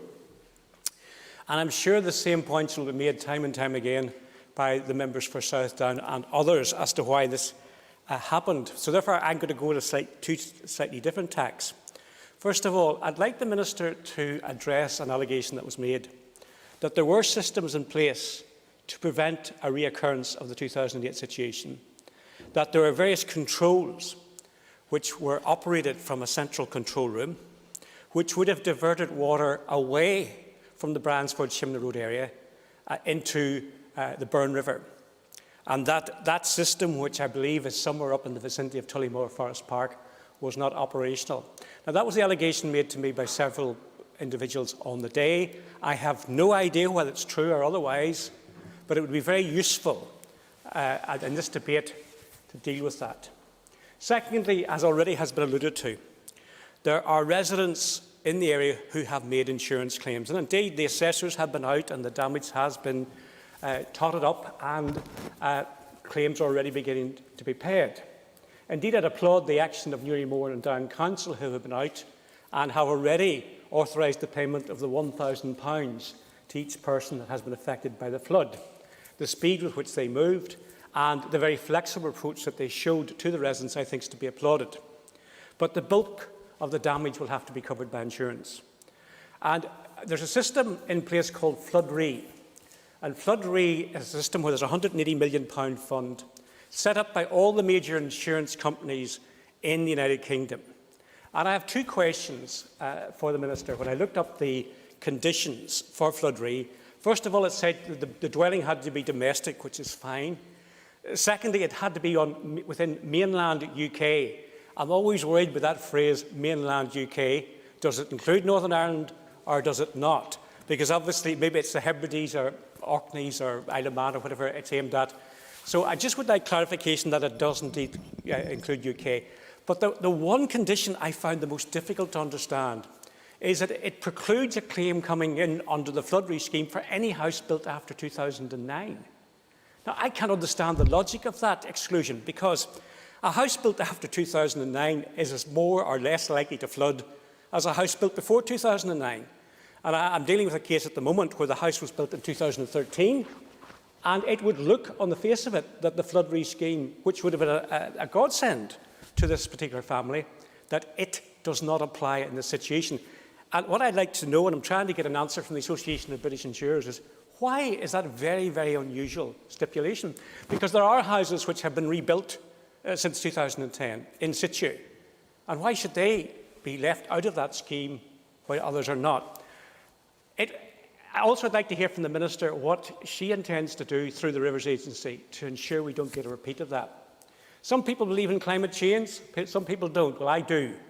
And I believe climate change is man-made, and I believe it's having a profound influence upon the weather systems in our country. People talk about global warming. It's not so much about global warming, it's erratic weather, extreme weather conditions. And Newcastle has had 3 1-in-100-year floods in 22 years. So that's a clear indication of where we're going. So these situations will continue to arise. And therefore, I think we're all waiting with bated breath to hear the Minister what she's going to say as to how she believes that this awful situation can be prevented in the future. Thank you, Mr. Deputy Speaker. I call Colin McGrath. Earham, Sir Colin McGrath. Thank you very much, Mr. Deputy Speaker, and I welcome the opportunity to have this debate today. A number of questions were posed to the Infrastructure Minister over the last number of weeks, and there were a number of questions posed yesterday. So I welcome the fact that today we'll get another opportunity to be able to get those answers and reconfirmation that the flood alleviation scheme will be delivered in Newcastle.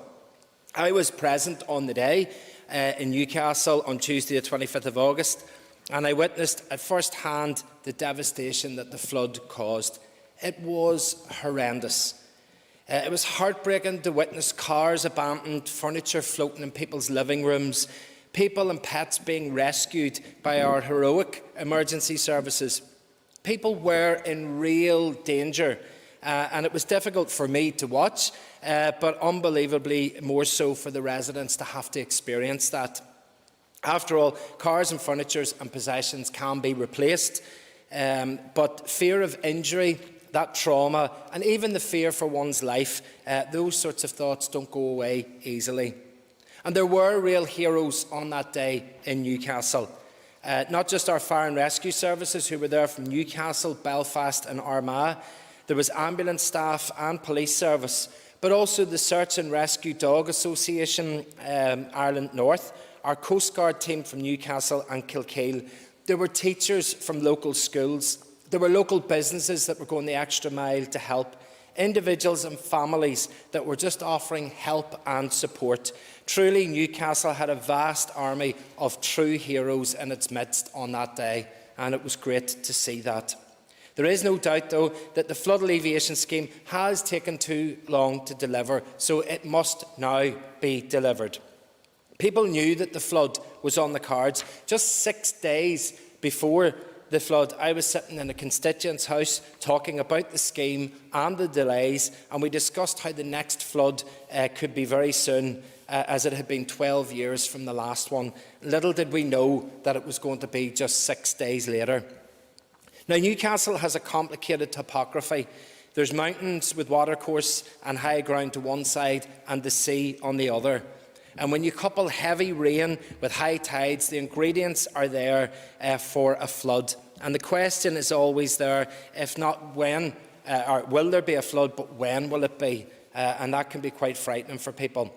But no one could have foreseen the amount of rainfall that did fall when the tide came in and the water levels rose. And we had all the ingredients of that perfect storm. Now, some will say, why weren't all the necessary precautions in place? It's harsh, but on that night, the weather warning was for the whole eastern half of the north. So no one knew exactly where it was going to strike and when it would strike. But when it did, it was at a frightening pace. People told me it took just 30 minutes for their living rooms to fill with water, for their entire downstairs to be flooded. So people are right to be asking questions. They don't want to see some cheap point scoring taking place.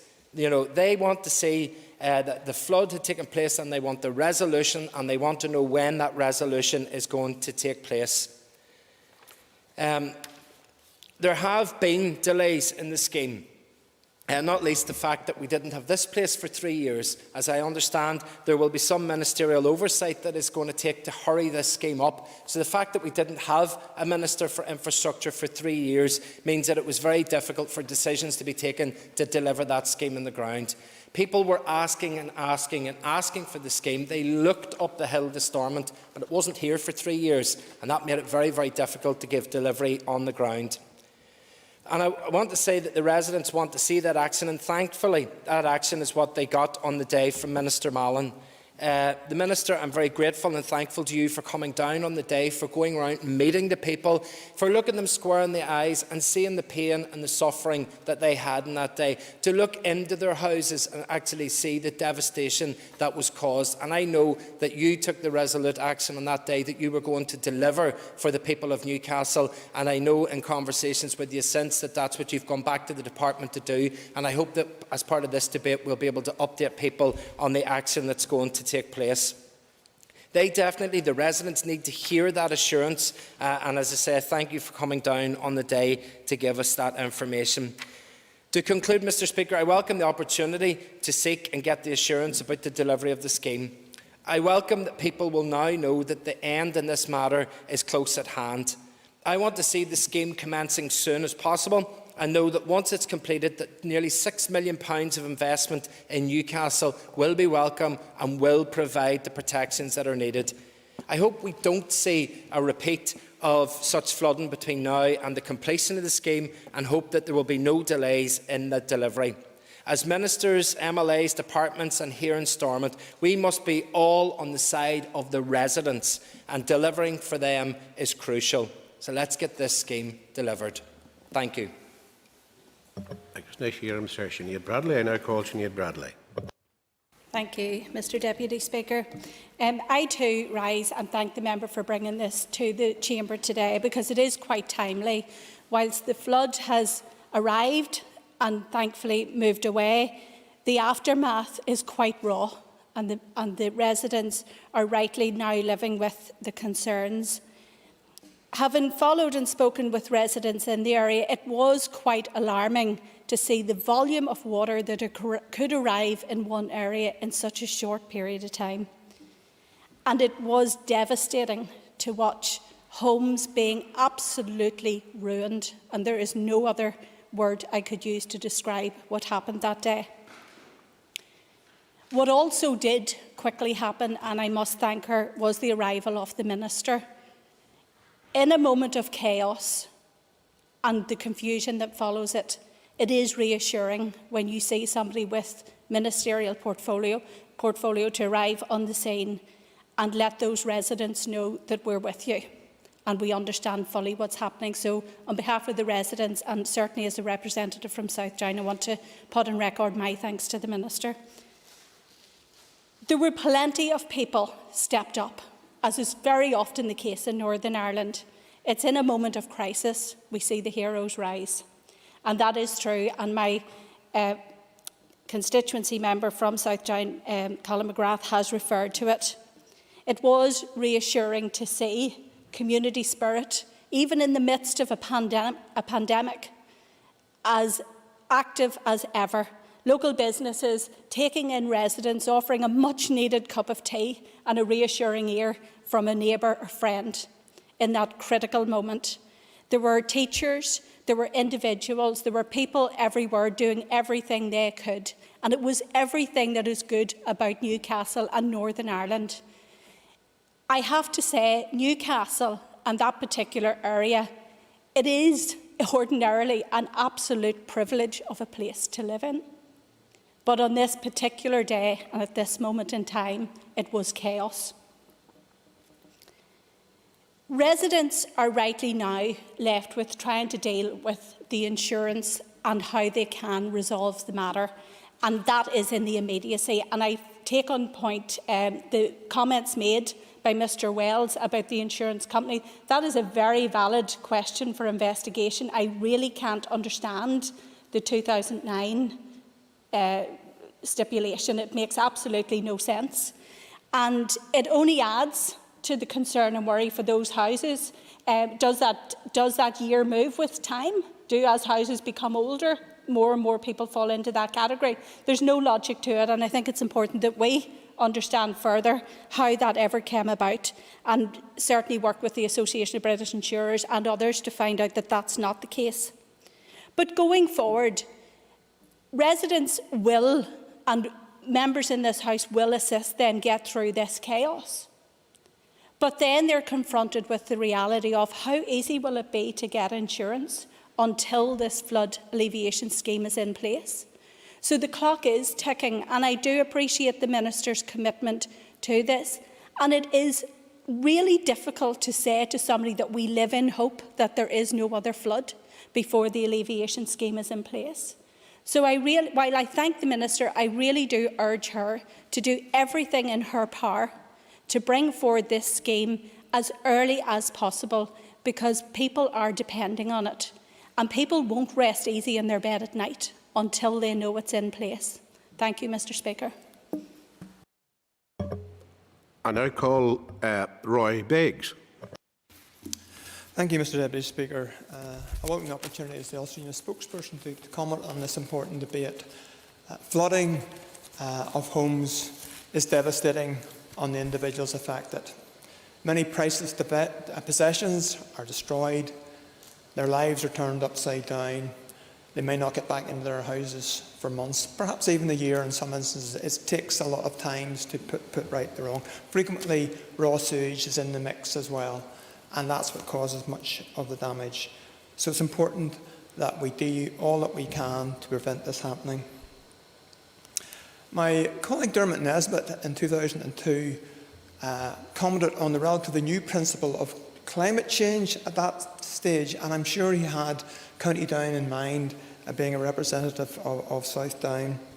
And he highlighted the issue of higher levels of rainfall, the potential of increased flooding, and this would particularly affect coastal communities. My colleague Harold McKee, who was a councillor for the area, was working on a site in the area. And what he has advised me, that sandbags would not have solved any problems there. It was a wall of water that came, some 5 foot of water hit the site where he was. So a few sandbags wouldn't do anything. What is needed is long-term changes, long-term investment, perhaps managing some of the water upstream, as we've found in other places, has benefited. compensating farmers involved, etc., but also looking to see about bringing about structural improvements into the areas that have flooded. And I understand the Simpna River actually flooded in 2008, and there's also the issue of the Burn River, where there has been flood alleviation scheme carried out. So there has been a significant bit of time, and it could, as others have said, been reasonably well predicted that this could happen again. The 100-year storms are happening very, very frequently. They're happening every 10 or 20 years, if not more often. So it's important that as a community, as an assembly and an executive, that we try to manage this process as much as possible. And it's not good enough just to blame civil servants who are there in the day to provide sandbags. Long-term change needs to happen, and the Assembly, the Executive, needs to get involved in that as well. Now, until recently, the Rivers Agency was part of the Department of Agriculture. And the interesting thing about that is, whilst the criticism has been coming about towards our administrators, the Minister for the Department of Agriculture from 2011 to 2015, if I'm right, was Michelle O'Neill. What happened during that period since 2008 when we had the flooding? Subsequently, in 2016, we had Chris Hansard. And then the whole executive was disrupted, and a further 2 years passed. So it's important not just to shove the blame onto someone who happens to occupy the seat at this particular time. There's a responsibility of everybody concerned to recognise the failings that happened and to put them right. So I hope that we can work together constructively. There may well be a need for intensive discussions with landowners to bring that to conclusions. And I hope that they and the department will act reasonably and accommodate reasonable solutions to enable this important work to happen. But we have to be realistic. This will be very expensive. It will be very disruptive to the environment. But are we going to protect people's houses? I think it's vital that we do. But in Newcastle, it will be a major construction work that will be required.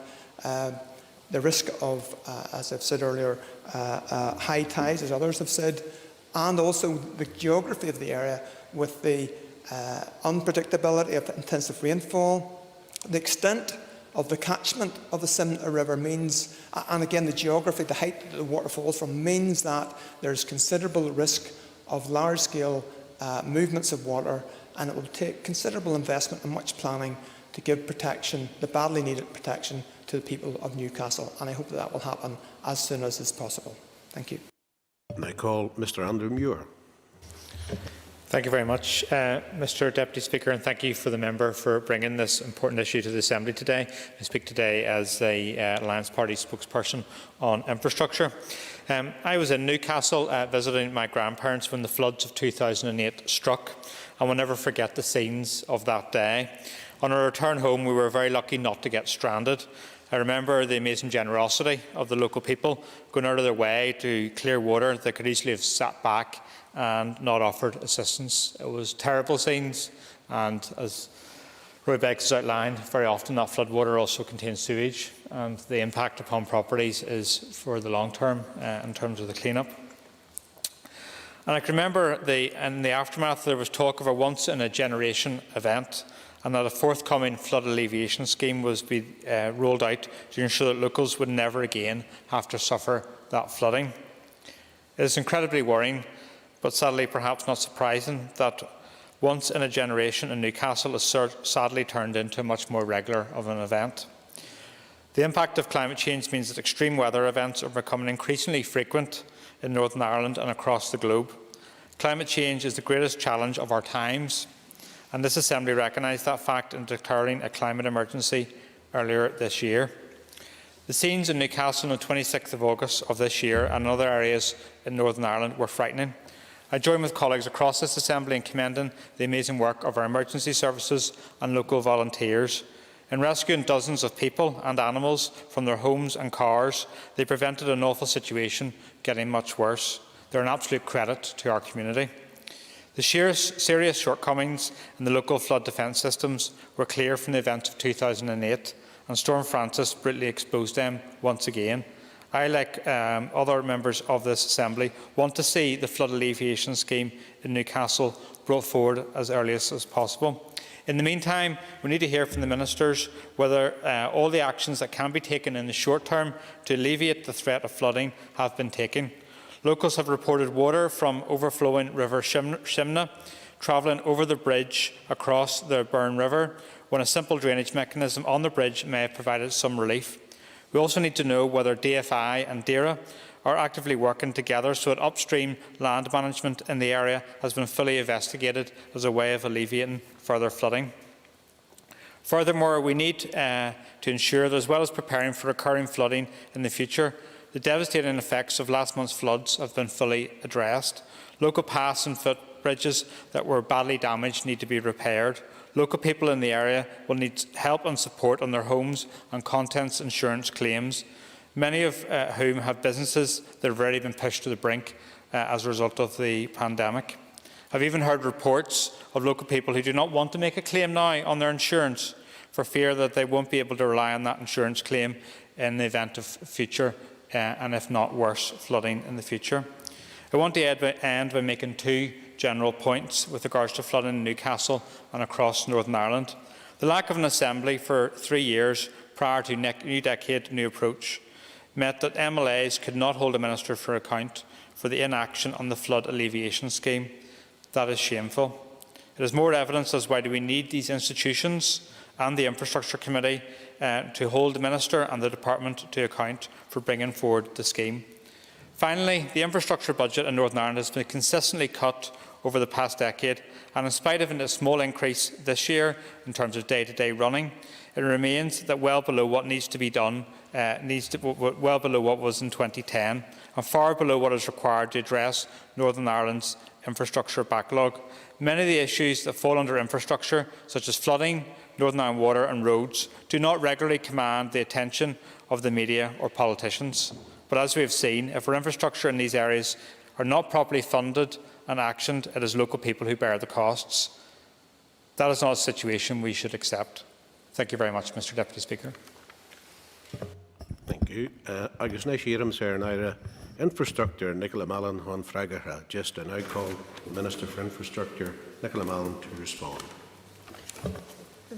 Thank you, Mr. Deputy Speaker, and I want to thank Ms Rogan for bringing this debate to the floor of the House. And I've listened with interest to the comments and the issues raised by members.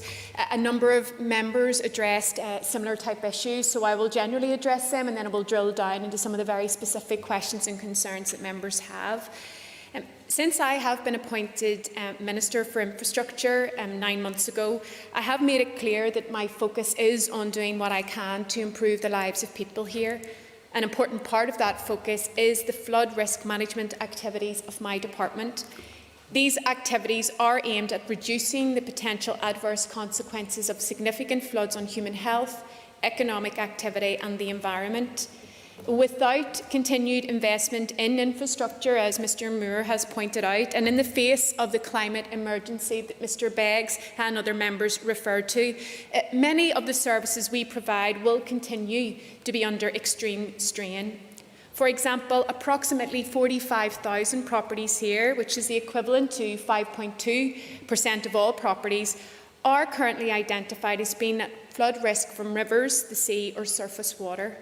Investment in flood risk management expertise and infrastructure is required to reduce this risk of flooding. As Jim Wells has pointed out, I was in Newcastle on Tuesday the 25th of August with party colleagues and others, and I visited homes and I met with residents, and I could see for myself the extent of the flooding, the damage, the disruption and the very understandable upset from people. My department continues to work with multi-agency partners in the recovery phase following the flooding. In relation to support for those impacted by the flooding, which a number of members have raised, the Department for Communities scheme of emergency financial assistance was activated. Under the scheme, which is administered through local councils, householders could potentially receive £1,000, and this financial assistance is to help make a home fit to live in as quickly as possible. I want to thank Ms Rogan for acknowledging the tireless work of roads and river staff, and for members acknowledging as well the efforts of those in our emergency services. I want to say that my department has developed very effective emergency planning arrangements, and our analysis has shown, because we're always very willing to learn from experiences, but our analysis has shown that these systems did work well during the recent flooding. Following the weather warning issued by Met Office, my department's operational teams and multi-agency partners were in a heightened state of awareness from Monday the 24th of August and were ready to respond to the threat of flooding. My department also carried out its usual preparations, including placing staff on standby throughout the north to ensure that we were in a state of readiness and able to respond quickly. Subsequently, on the Tuesday morning, a multi-agency response in Newcastle was quickly established, with operational teams present from early morning. And I think it is important, given the tireless efforts of staff in this incident, to say that staff were on site even before we received the first flood call for assistance. They distributed some 4,000 sandbags. With 4 pumps, they provided assistance to property owners. And it is believed that approximately 40 millimetres of rain fell in just under 6 hours, and that's roughly 50% of the monthly average. As a number of members have highlighted, that is unprecedented. I think it's very difficult for anyone to foresee the level of flooding that occurred in such a short space of time. The thousands of sandbags and pumping equipment required to respond to the flooding in Newcastle could not, and I understand why members and Ms Rogan and others have asked, but it could not have been redeployed well in advance of the flooding occurring. This is because the severe weather warning covered all of the north, and to pre-deploy to one area could significantly disadvantage another if the flooding did not occur as anticipated. Therefore, the approach of my department and our multi-agency partners is to be in a state of readiness to deploy to any area that may be affected, and we believe that is appropriate. Given the prolonged period of intense rainfall which fell in the Mourne Mountains and Newcastle area, the runoff, as Mr McGrath pointed out, was by all accounts excessive. My department is mindful of the need to provide and maintain its infrastructure. However, unfortunately, it is not always possible to ensure that all flooding can be avoided, as during severe weather events, the volume of rainfall can exceed the design capacity of drainage infrastructure and, on occasion, flood defences. At this stage, a partial blockage to a bridge on the Bransford Road that occurred as a result of the high water levels in the Shimna River carrying debris down the watercourse is also thought to have been a contributory factor to the flooding. This debris was removed around 6 p.m. on Tuesday, the 25th of August, and it was removed after PSNI closed off the road because it was a significant operation. Once the flooding began to subside, many gullies were also blocked. However, this was due to floodwaters depositing debris on top of gully gratings, and this restricted the flow of water into the drainage system. The vast majority of gully pots were not actually blocked prior to the flooding, and other than the surface gratings being covered, they were generally clear of obstruction. Ms Rogan is right to point out that this is not the first time that residents in Newcastle have had to endure this. In 2008, there was a flooding incident as well. Mr Wells asked, what am I going to do to try to make sure that this does not reoccur? And I think we need to move to a long-term solution. That is why I have committed to delivering on the Shimna Flood Alleviation Scheme. The detailed design of the scheme commenced in September 2017 and is now complete. The scheme, which was due to start on site in the 2021 financial year, has encountered some slippage in the programme, not least due to protracted land agreements. However, my department intends to use its powers of entry under the drainage order to proceed with the scheme and had commenced that process prior to the flooding occurring. The flood defences will be 1,400 metres in length and will require some £6.5 million of investment. The scheme will include a back drainage system that will allow surface water to drain to the river at suitable outlet points. Ms Rogan asks, why can't we have this scheme up and running now?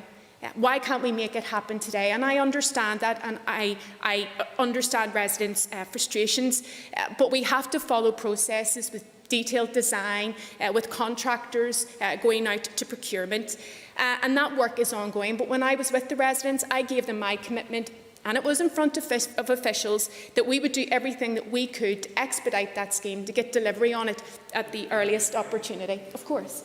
I think the question on everyone's lips and the question on everyone in Newcastle is, when will she as Minister come and cut the ribbon to announce that that scheme has been completed? Thank the member for his question. The scheme is due to commence in the summer of next year. I've asked for that to be expedited, and we expect that the works will take around 12 months to complete. So I will be very keen to be on site to cut that ribbon, not for the photo op, but because this is a long-term solution for the residents in Newcastle to prevent this from happening again. A number of members have raised specific points, and I will so turn to them. Mr Wells, you raised the issue about the system of controls that people had shared with you. That isn't the case. There are no systems of controls to divert flows. However, there is a water level alert system, and it was this that prompted and informed my department's swift action and that of our multi-agency partners. You rightly ask around Flood Re. I can confirm that Flood Re does apply to Northern Ireland. It is a UK government scheme, and you are right to say about the exclusion of development after 2009. My understanding of that, and it is a UK government scheme, so we have not been involved in the design of it, is that this decision was taken after more detailed information about risk, flood risk, has emerged, and so planning has responded and development has responded. But I want to reassure you that planning policy in relation to flood risk here in Northern Ireland is very strong, and it supports my department's work in terms of prevention and managing flood here. But I would encourage members to raise concerns about the scheme with the UK government, and I will be very happy to support those and to make representations to that effect as well. Andrew Moore pointed out, as did Mr Beggs, about climate emergency. And the reality of climate emergency, coupled with the significant underinvestment in infrastructure over many, many years, has presented us with the reality that, unfortunately, flooding incidents have occurred and homes and more homes will be affected by this. I think as a Minister for Infrastructure, I'm saying clearly this is a priority for me, and I hope it is a priority for us as an executive, because we have a collective effort to make here in terms of policy changes, in terms of our investment and in terms of our action. I also want to end on a note. I am giving my clear commitment to this project and to see this scheme delivered so that residents in the area do not have to undergo this horrendous ordeal again. But I want to end on the point that was raised by both Mr McGrath and Mrs Bradley. It was a horrendous scene, Ms Rogan, you're absolutely right. It was like something out of an action film, the levels of water. But what was also very apparent was a strong sense of community spirit in Newcastle. People, even in that very distressing situation, were doing what they can, even when their own home was flooded, to be helping their vulnerable neighbours. Just to advise the Minister that we've gone slightly over. I've given a wee bit of latitude because others didn't take so much time. Yes, I thank you for your latitude, but just to end on that point, to say that it was, even in the distressing scenes, I took great heart from the strong sense of community spirit and pride in Newcastle.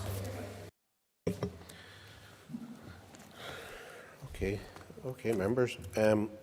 That concludes the debate, and the Assembly itself is now adjourned. Thanks very much indeed. Thank you.